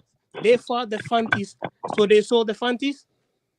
They saw the Fantis because the white is like a better trade. So you're gonna now. Listen, Let me tell you do your something. own research on this, okay? No. Hold on. Let me tell you, bro. Why are you rushing? Why are you rushing, Okay, bro? Royal Hold on. Image, let Now, him come so in now. after the white man was like convinced, like, oh, the Fantis wasn't able to fight the Fantis, the Ashantis no more. So they come in combination with the whites. That's where that's why everybody in this group, listen to me, okay? There's Africans that come in here that really don't know nothing, but they want to sound like they know. I'm from Ghana. You can't tell me my history. I'm from Ghana. You can't tell my history. Stop lying them. Stop lying to them. Hey, the Cape Coast castles. Okay, I'm just trying to show you guys something. Bro. This is history. So, wait, brother, wait. So tell us what happened to the Fantis. Unfortunately, your conversation. The Fantis. Let me tell you how the Fantis were captured. Oh no. Let me finish. Let him tell us. So tell us quickly what happened to the Fanti. The Fantis. The Ashanti is the. Not you. Let him tell us. Let's hear his education. One mic. Listen, like Ghana debates. Yeah, you want me to talk? Let me make You're not impressing us here. So say quickly. You're going too slow. Tell us what happened to the Fanti. Hey, patience. Okay, if you want to learn, it's patience. The we need a Sierra Leone debate. Cape Coast castles. You know that it's more civilized than this. So I can. Okay, you tell me how the Fantis were captured. Tell me. The Cape Coast castles was given to the Portuguese by the Fantis, right? You know how Ashanti got control of it is when they came and they fought and they took over it and everything was exchanged into it. They never sold no Fanti people because Fanti is a Kan, Asante is a Kan. They're the same family. They never sold no families. And I just told you guys this. All the captives or slaves or whatever you want to call on. Bro, stop lying. Stop lying, bro. Stop lying. Let me talk. Let me educate these people. As a Ghanaian, let me educate these people. I won't say nothing more, but everybody. I want to ask you guys a question. Everybody, don't come here. Wait. You two are Ghanaians. Let me ask you guys a question. How did the Koromanti end up in Jamaica? How did who? I just told you. Listen. How did Koromanti end up in Jamaica? This is what I'm saying to you. They all Cujo and Queen Nani. How did Queen Nani and Cujo end up in Jamaica? Those are royals. Those are royals. They're not regular people. No. Let me tell you, the Ashantis didn't sell. They didn't sell the Ashantis. They sell the colonial. Like if they fight you, they keep you on a captive. That's where they're gonna sell you. So the Fantis knew that they can't fight the Ashantis no more. So the colonial, they come into combination with the how they call the British. You understand? So you didn't answer the question. So how then did Ashanti things end up in Jamaica? That's what I'm telling you. Wait. Let me educate you. It's when the Fantis and the British came together and they were able to fight the Ashantis. His question. That's not what I'm answering. So they captured the Ashantis and they transported them to the Caribbean. Let me answer the man and get out. Prisoners of war. You guys can now see. So Dynas, you can now see why every time I come on your platform and I say the West African educational system known as WIEC does not teach history. And people learn this stuff from Google or they learn it from a grandfather or something. Oh, you're lying. That's a lie. You are lying. You are lying. We don't have to learn about American history. It's not part of us. You understand? I'm learning about my Ghana's history. So how do I know it? No, I don't have time to learn about American history because I'm not living in America. Why should I learn American history? I can get a bit of it. So why should you? Was you an art student? Why should you learn about the Africans who were stolen and captured and enslaved? That's part of American history? That's what I'm telling you. You're going to learn that, but you're not going to go deep into it. Can I tell you guys about how they ended up in Jamaica? I mean, you're sounding silly. Let's act like adults. This is childish now. But what you don't know nothing. You don't know nothing. You guys deal with emotion. Al, You you guys see the always problem, on right? emotion. You guys When need I to come get on off the the platform, emotion. Al, you think I'm being harsh, but this is why I'm saying the African Americans are get angry because look, there's no empathy, there's no understanding in the way these guys talk. They just talk very recklessly and say things like, "Oh, My Yeah, tribe, yeah, your yeah, yeah. tribe, You this too, tribe, you that too, tribe. you too. you see the problem?" It's you too, man. Respect is earned. Respect is earned from an African I home. didn't You have to disrespect earn you. my respect. I can didn't talk to you disrespect anyhow. you. If I see you also talking childish, I'm not gonna. But I You're not didn't gonna get. disrespect Excuse You me. don't. You don't. One You don't. But second. I One didn't second. You don't disrespect you. deserve When my did I respect up disrespect you? front. When did I Too much disrespect Yeah, you? emotion. You guys are dealing with I'm emotion. listening. Why? Yeah, go on. But Al, you see what I'm saying, right? I didn't disrespect any of these gentlemen here. I'm Nobody simply disrespected you pointing as well. out. I didn't say you did. I'm saying that when we're discussing as Africans, when we're discussing our history, look, listen, the largest slave trader in the big meech of slave trading in Nigeria is a guy named William Pebble. You see a guy named Jaja of Opobo. Right? You see Nana of Ishakiri. These people, right? They're no different from the big meech and the Craig Pettis and these drug dealers of today. We have to understand the African mind and the African education is what we're lacking. Why will we sell ourselves for boats and gin and Manila? We have to understand what was going. Let me finish. Let me finish. What was going on in the mind of our elite chiefs and his wives when he would go along in Wida, in Benin Republic? What is going on in Dahomey, in the mentality of the African at that time? So until we address that, now we can have empathy to say that will never happen again. But you see the way we're talking, we just say, oh, it's a war. If I catch you, I said, that's why I say to this day, if you bring back slave trade, Nigerians and their 419 will be the #1 sellers of slaves again. Because of this mentality. Gasmos, let me answer your question from Sierra Leone. Sierra Leone, my tribe, Bro, blacks in particular have a problem. Blacks in particular have a problem. My tribe was prisoners of war. Okay, You Americans, so even you American ganging and killing each other. We all killing each other. Blacks, we have a problem. The black man is a failure. So don't tell all Africans that all African tribes talking about stuff that they don't know. They teach us in our village. We are prisoners of war. We are roaming from place to place until we find a place in Sierra Leone. Okay? We are prisoners that guy don't of know war. what you're talking about. Okay, so don't be telling me. Listen, in my village, probably you didn't grow up in a village. In my village, in our songs, that's where our history is. You know, there come times when we celebrate our ancestors. When we celebrate our ancestors, we sing songs to remember people that died in certain places. When we walk around in our village, we stop at a certain day and a certain time. When incidents took place where we were captured, a lot of us were captured and sent to the Caribbean and the United States. We stop. Everybody stop. That's a Timmy tradition. If you go to Guinea, Conakry, it's a mountain called Futa Jalon Mountain. Futa Jalon Mountain. That's where we. That's where we. That's our ancestral place. So what I'm trying to say is. What I'm trying to say, not all of us were selling slaves. Some of us, our tribe, no. You said we don't know our history. So I'm telling you my history from my tribe in Sierra Leone. We were prisoners of war. Prisoners of war. I didn't say you don't know your history. I said, Al, you're a witness. I said the West That's a stupid talk you used. You shouldn't use that word. You shouldn't use that word. Okay, can I just say one thing? Can I just get one thing? One second. Yeah. What you guys don't understand is, see, West African history is very complicated. We have certain people that still believe in the oral history. Yeah, and for me, oral history for me is always questionable, right? Because it can be shifted, right? Listen, for me, the history of can you mute they one got it from their second? mouth. Hello, for me. Don't discredit your ancestors. I don't respect book history. I don't respect book history. Oral history is the thing. No, it bullshit because when the missionaries came, you know what they did? They went around in the villages. Real image. You see the real history is the written history. Yeah, exactly. That's the problem there. Yeah, the real history is those tribes that manage to write their history down. And if you go to the Mandinka, if you go to the Fullers, if you go to some of the other big West African tribes, you know, who manage to write their history down, they will be be able to explain to you exactly what happened during the transatlantic slavery. They will actually explain to you what happened during the trans-Sahara slavery, because we had different types of slavery in West Africa. They will also explain to you what happened with the caste system that we had in West Africa, because we had what they call caste system also. So these are very We didn't have complicated. that. Ghana don't have that.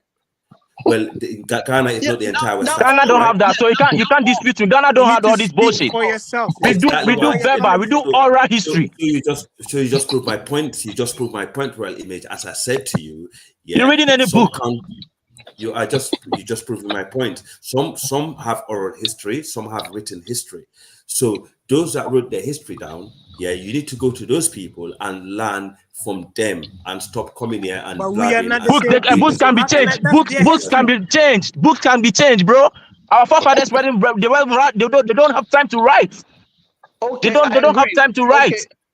But you still have to acknowledge that the reason why the book history is dumb. The book history, don't trust it, don't believe it. That's what's called the division between us. We know most slaves. For example, I'll give you a good example. Let's get back to the point. Let's get back to the point of what I was saying, and what the topic of contention is, that African Americans feel that there's no empathy on the part of Africans, and you guys are proving it. You don't have any empathy when you're discussing the situation, because you're trying to make it seem that can you stop this butt licking? That's what we say, we lack accountability.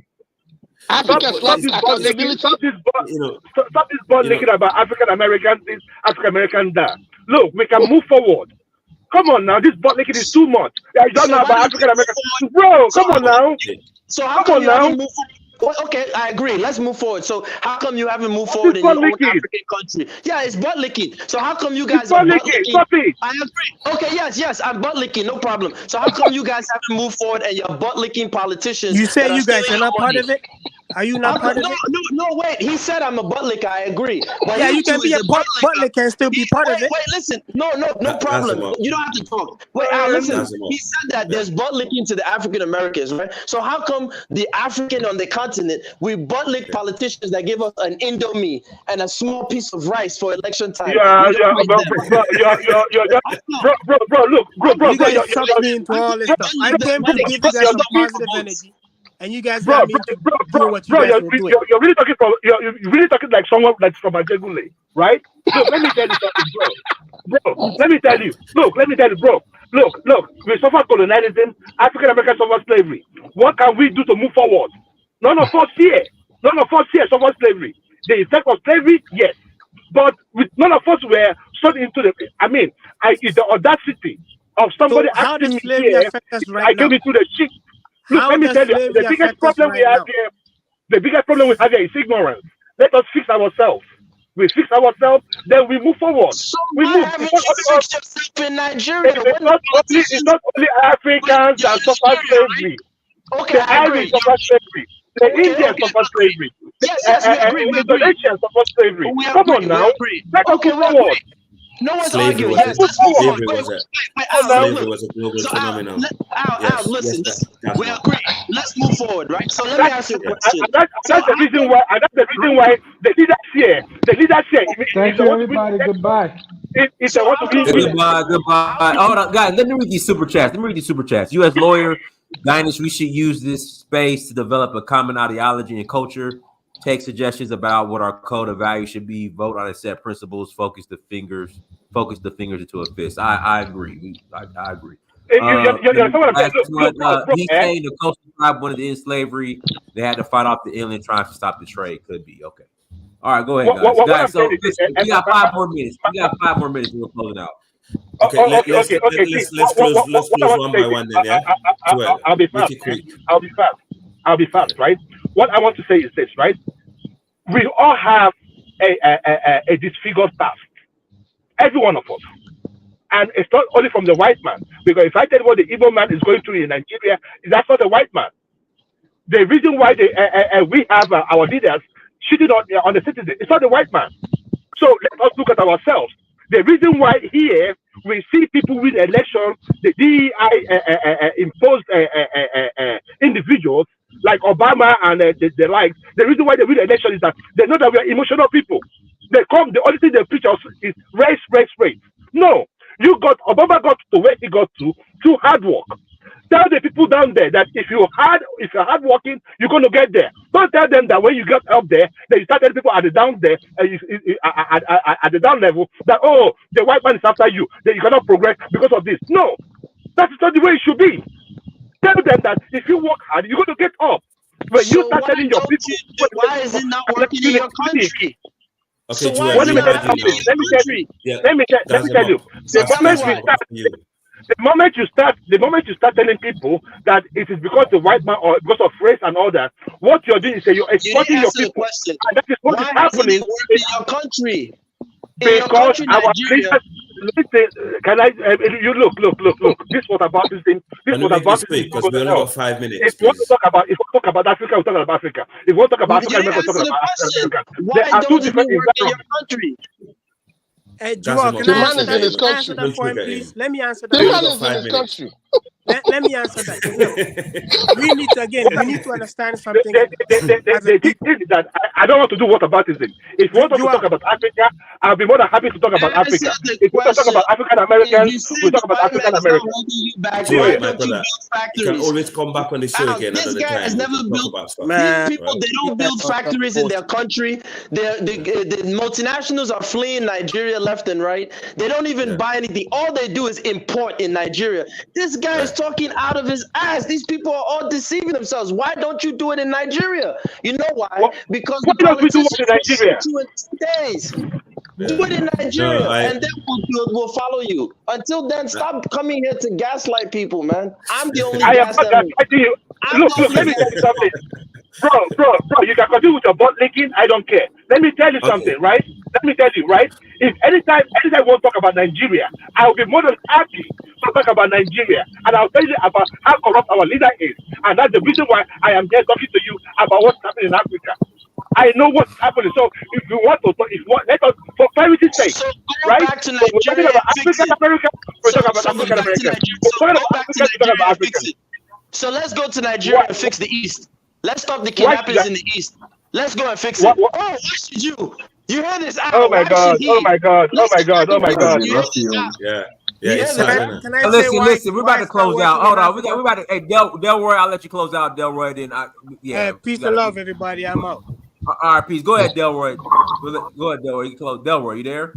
Delroy, can you hear us? Yeah. Hey, can you hear me, Don? I hear you. Yeah, we can hear you clear. Okay. Man, we went far. Hold on, Yeah, we can't. Yeah, Delroy, we can't hear you. You're going in and out. I'm going in and out. Yeah. Okay. Let someone else speak. Okay. Well, we're gonna close out. Everyone, thank you so much for joining. Like, share, subscribe. Until next time, family. Dynasty Mirror, search for Huru. Peace. All right, peace. Dynasty.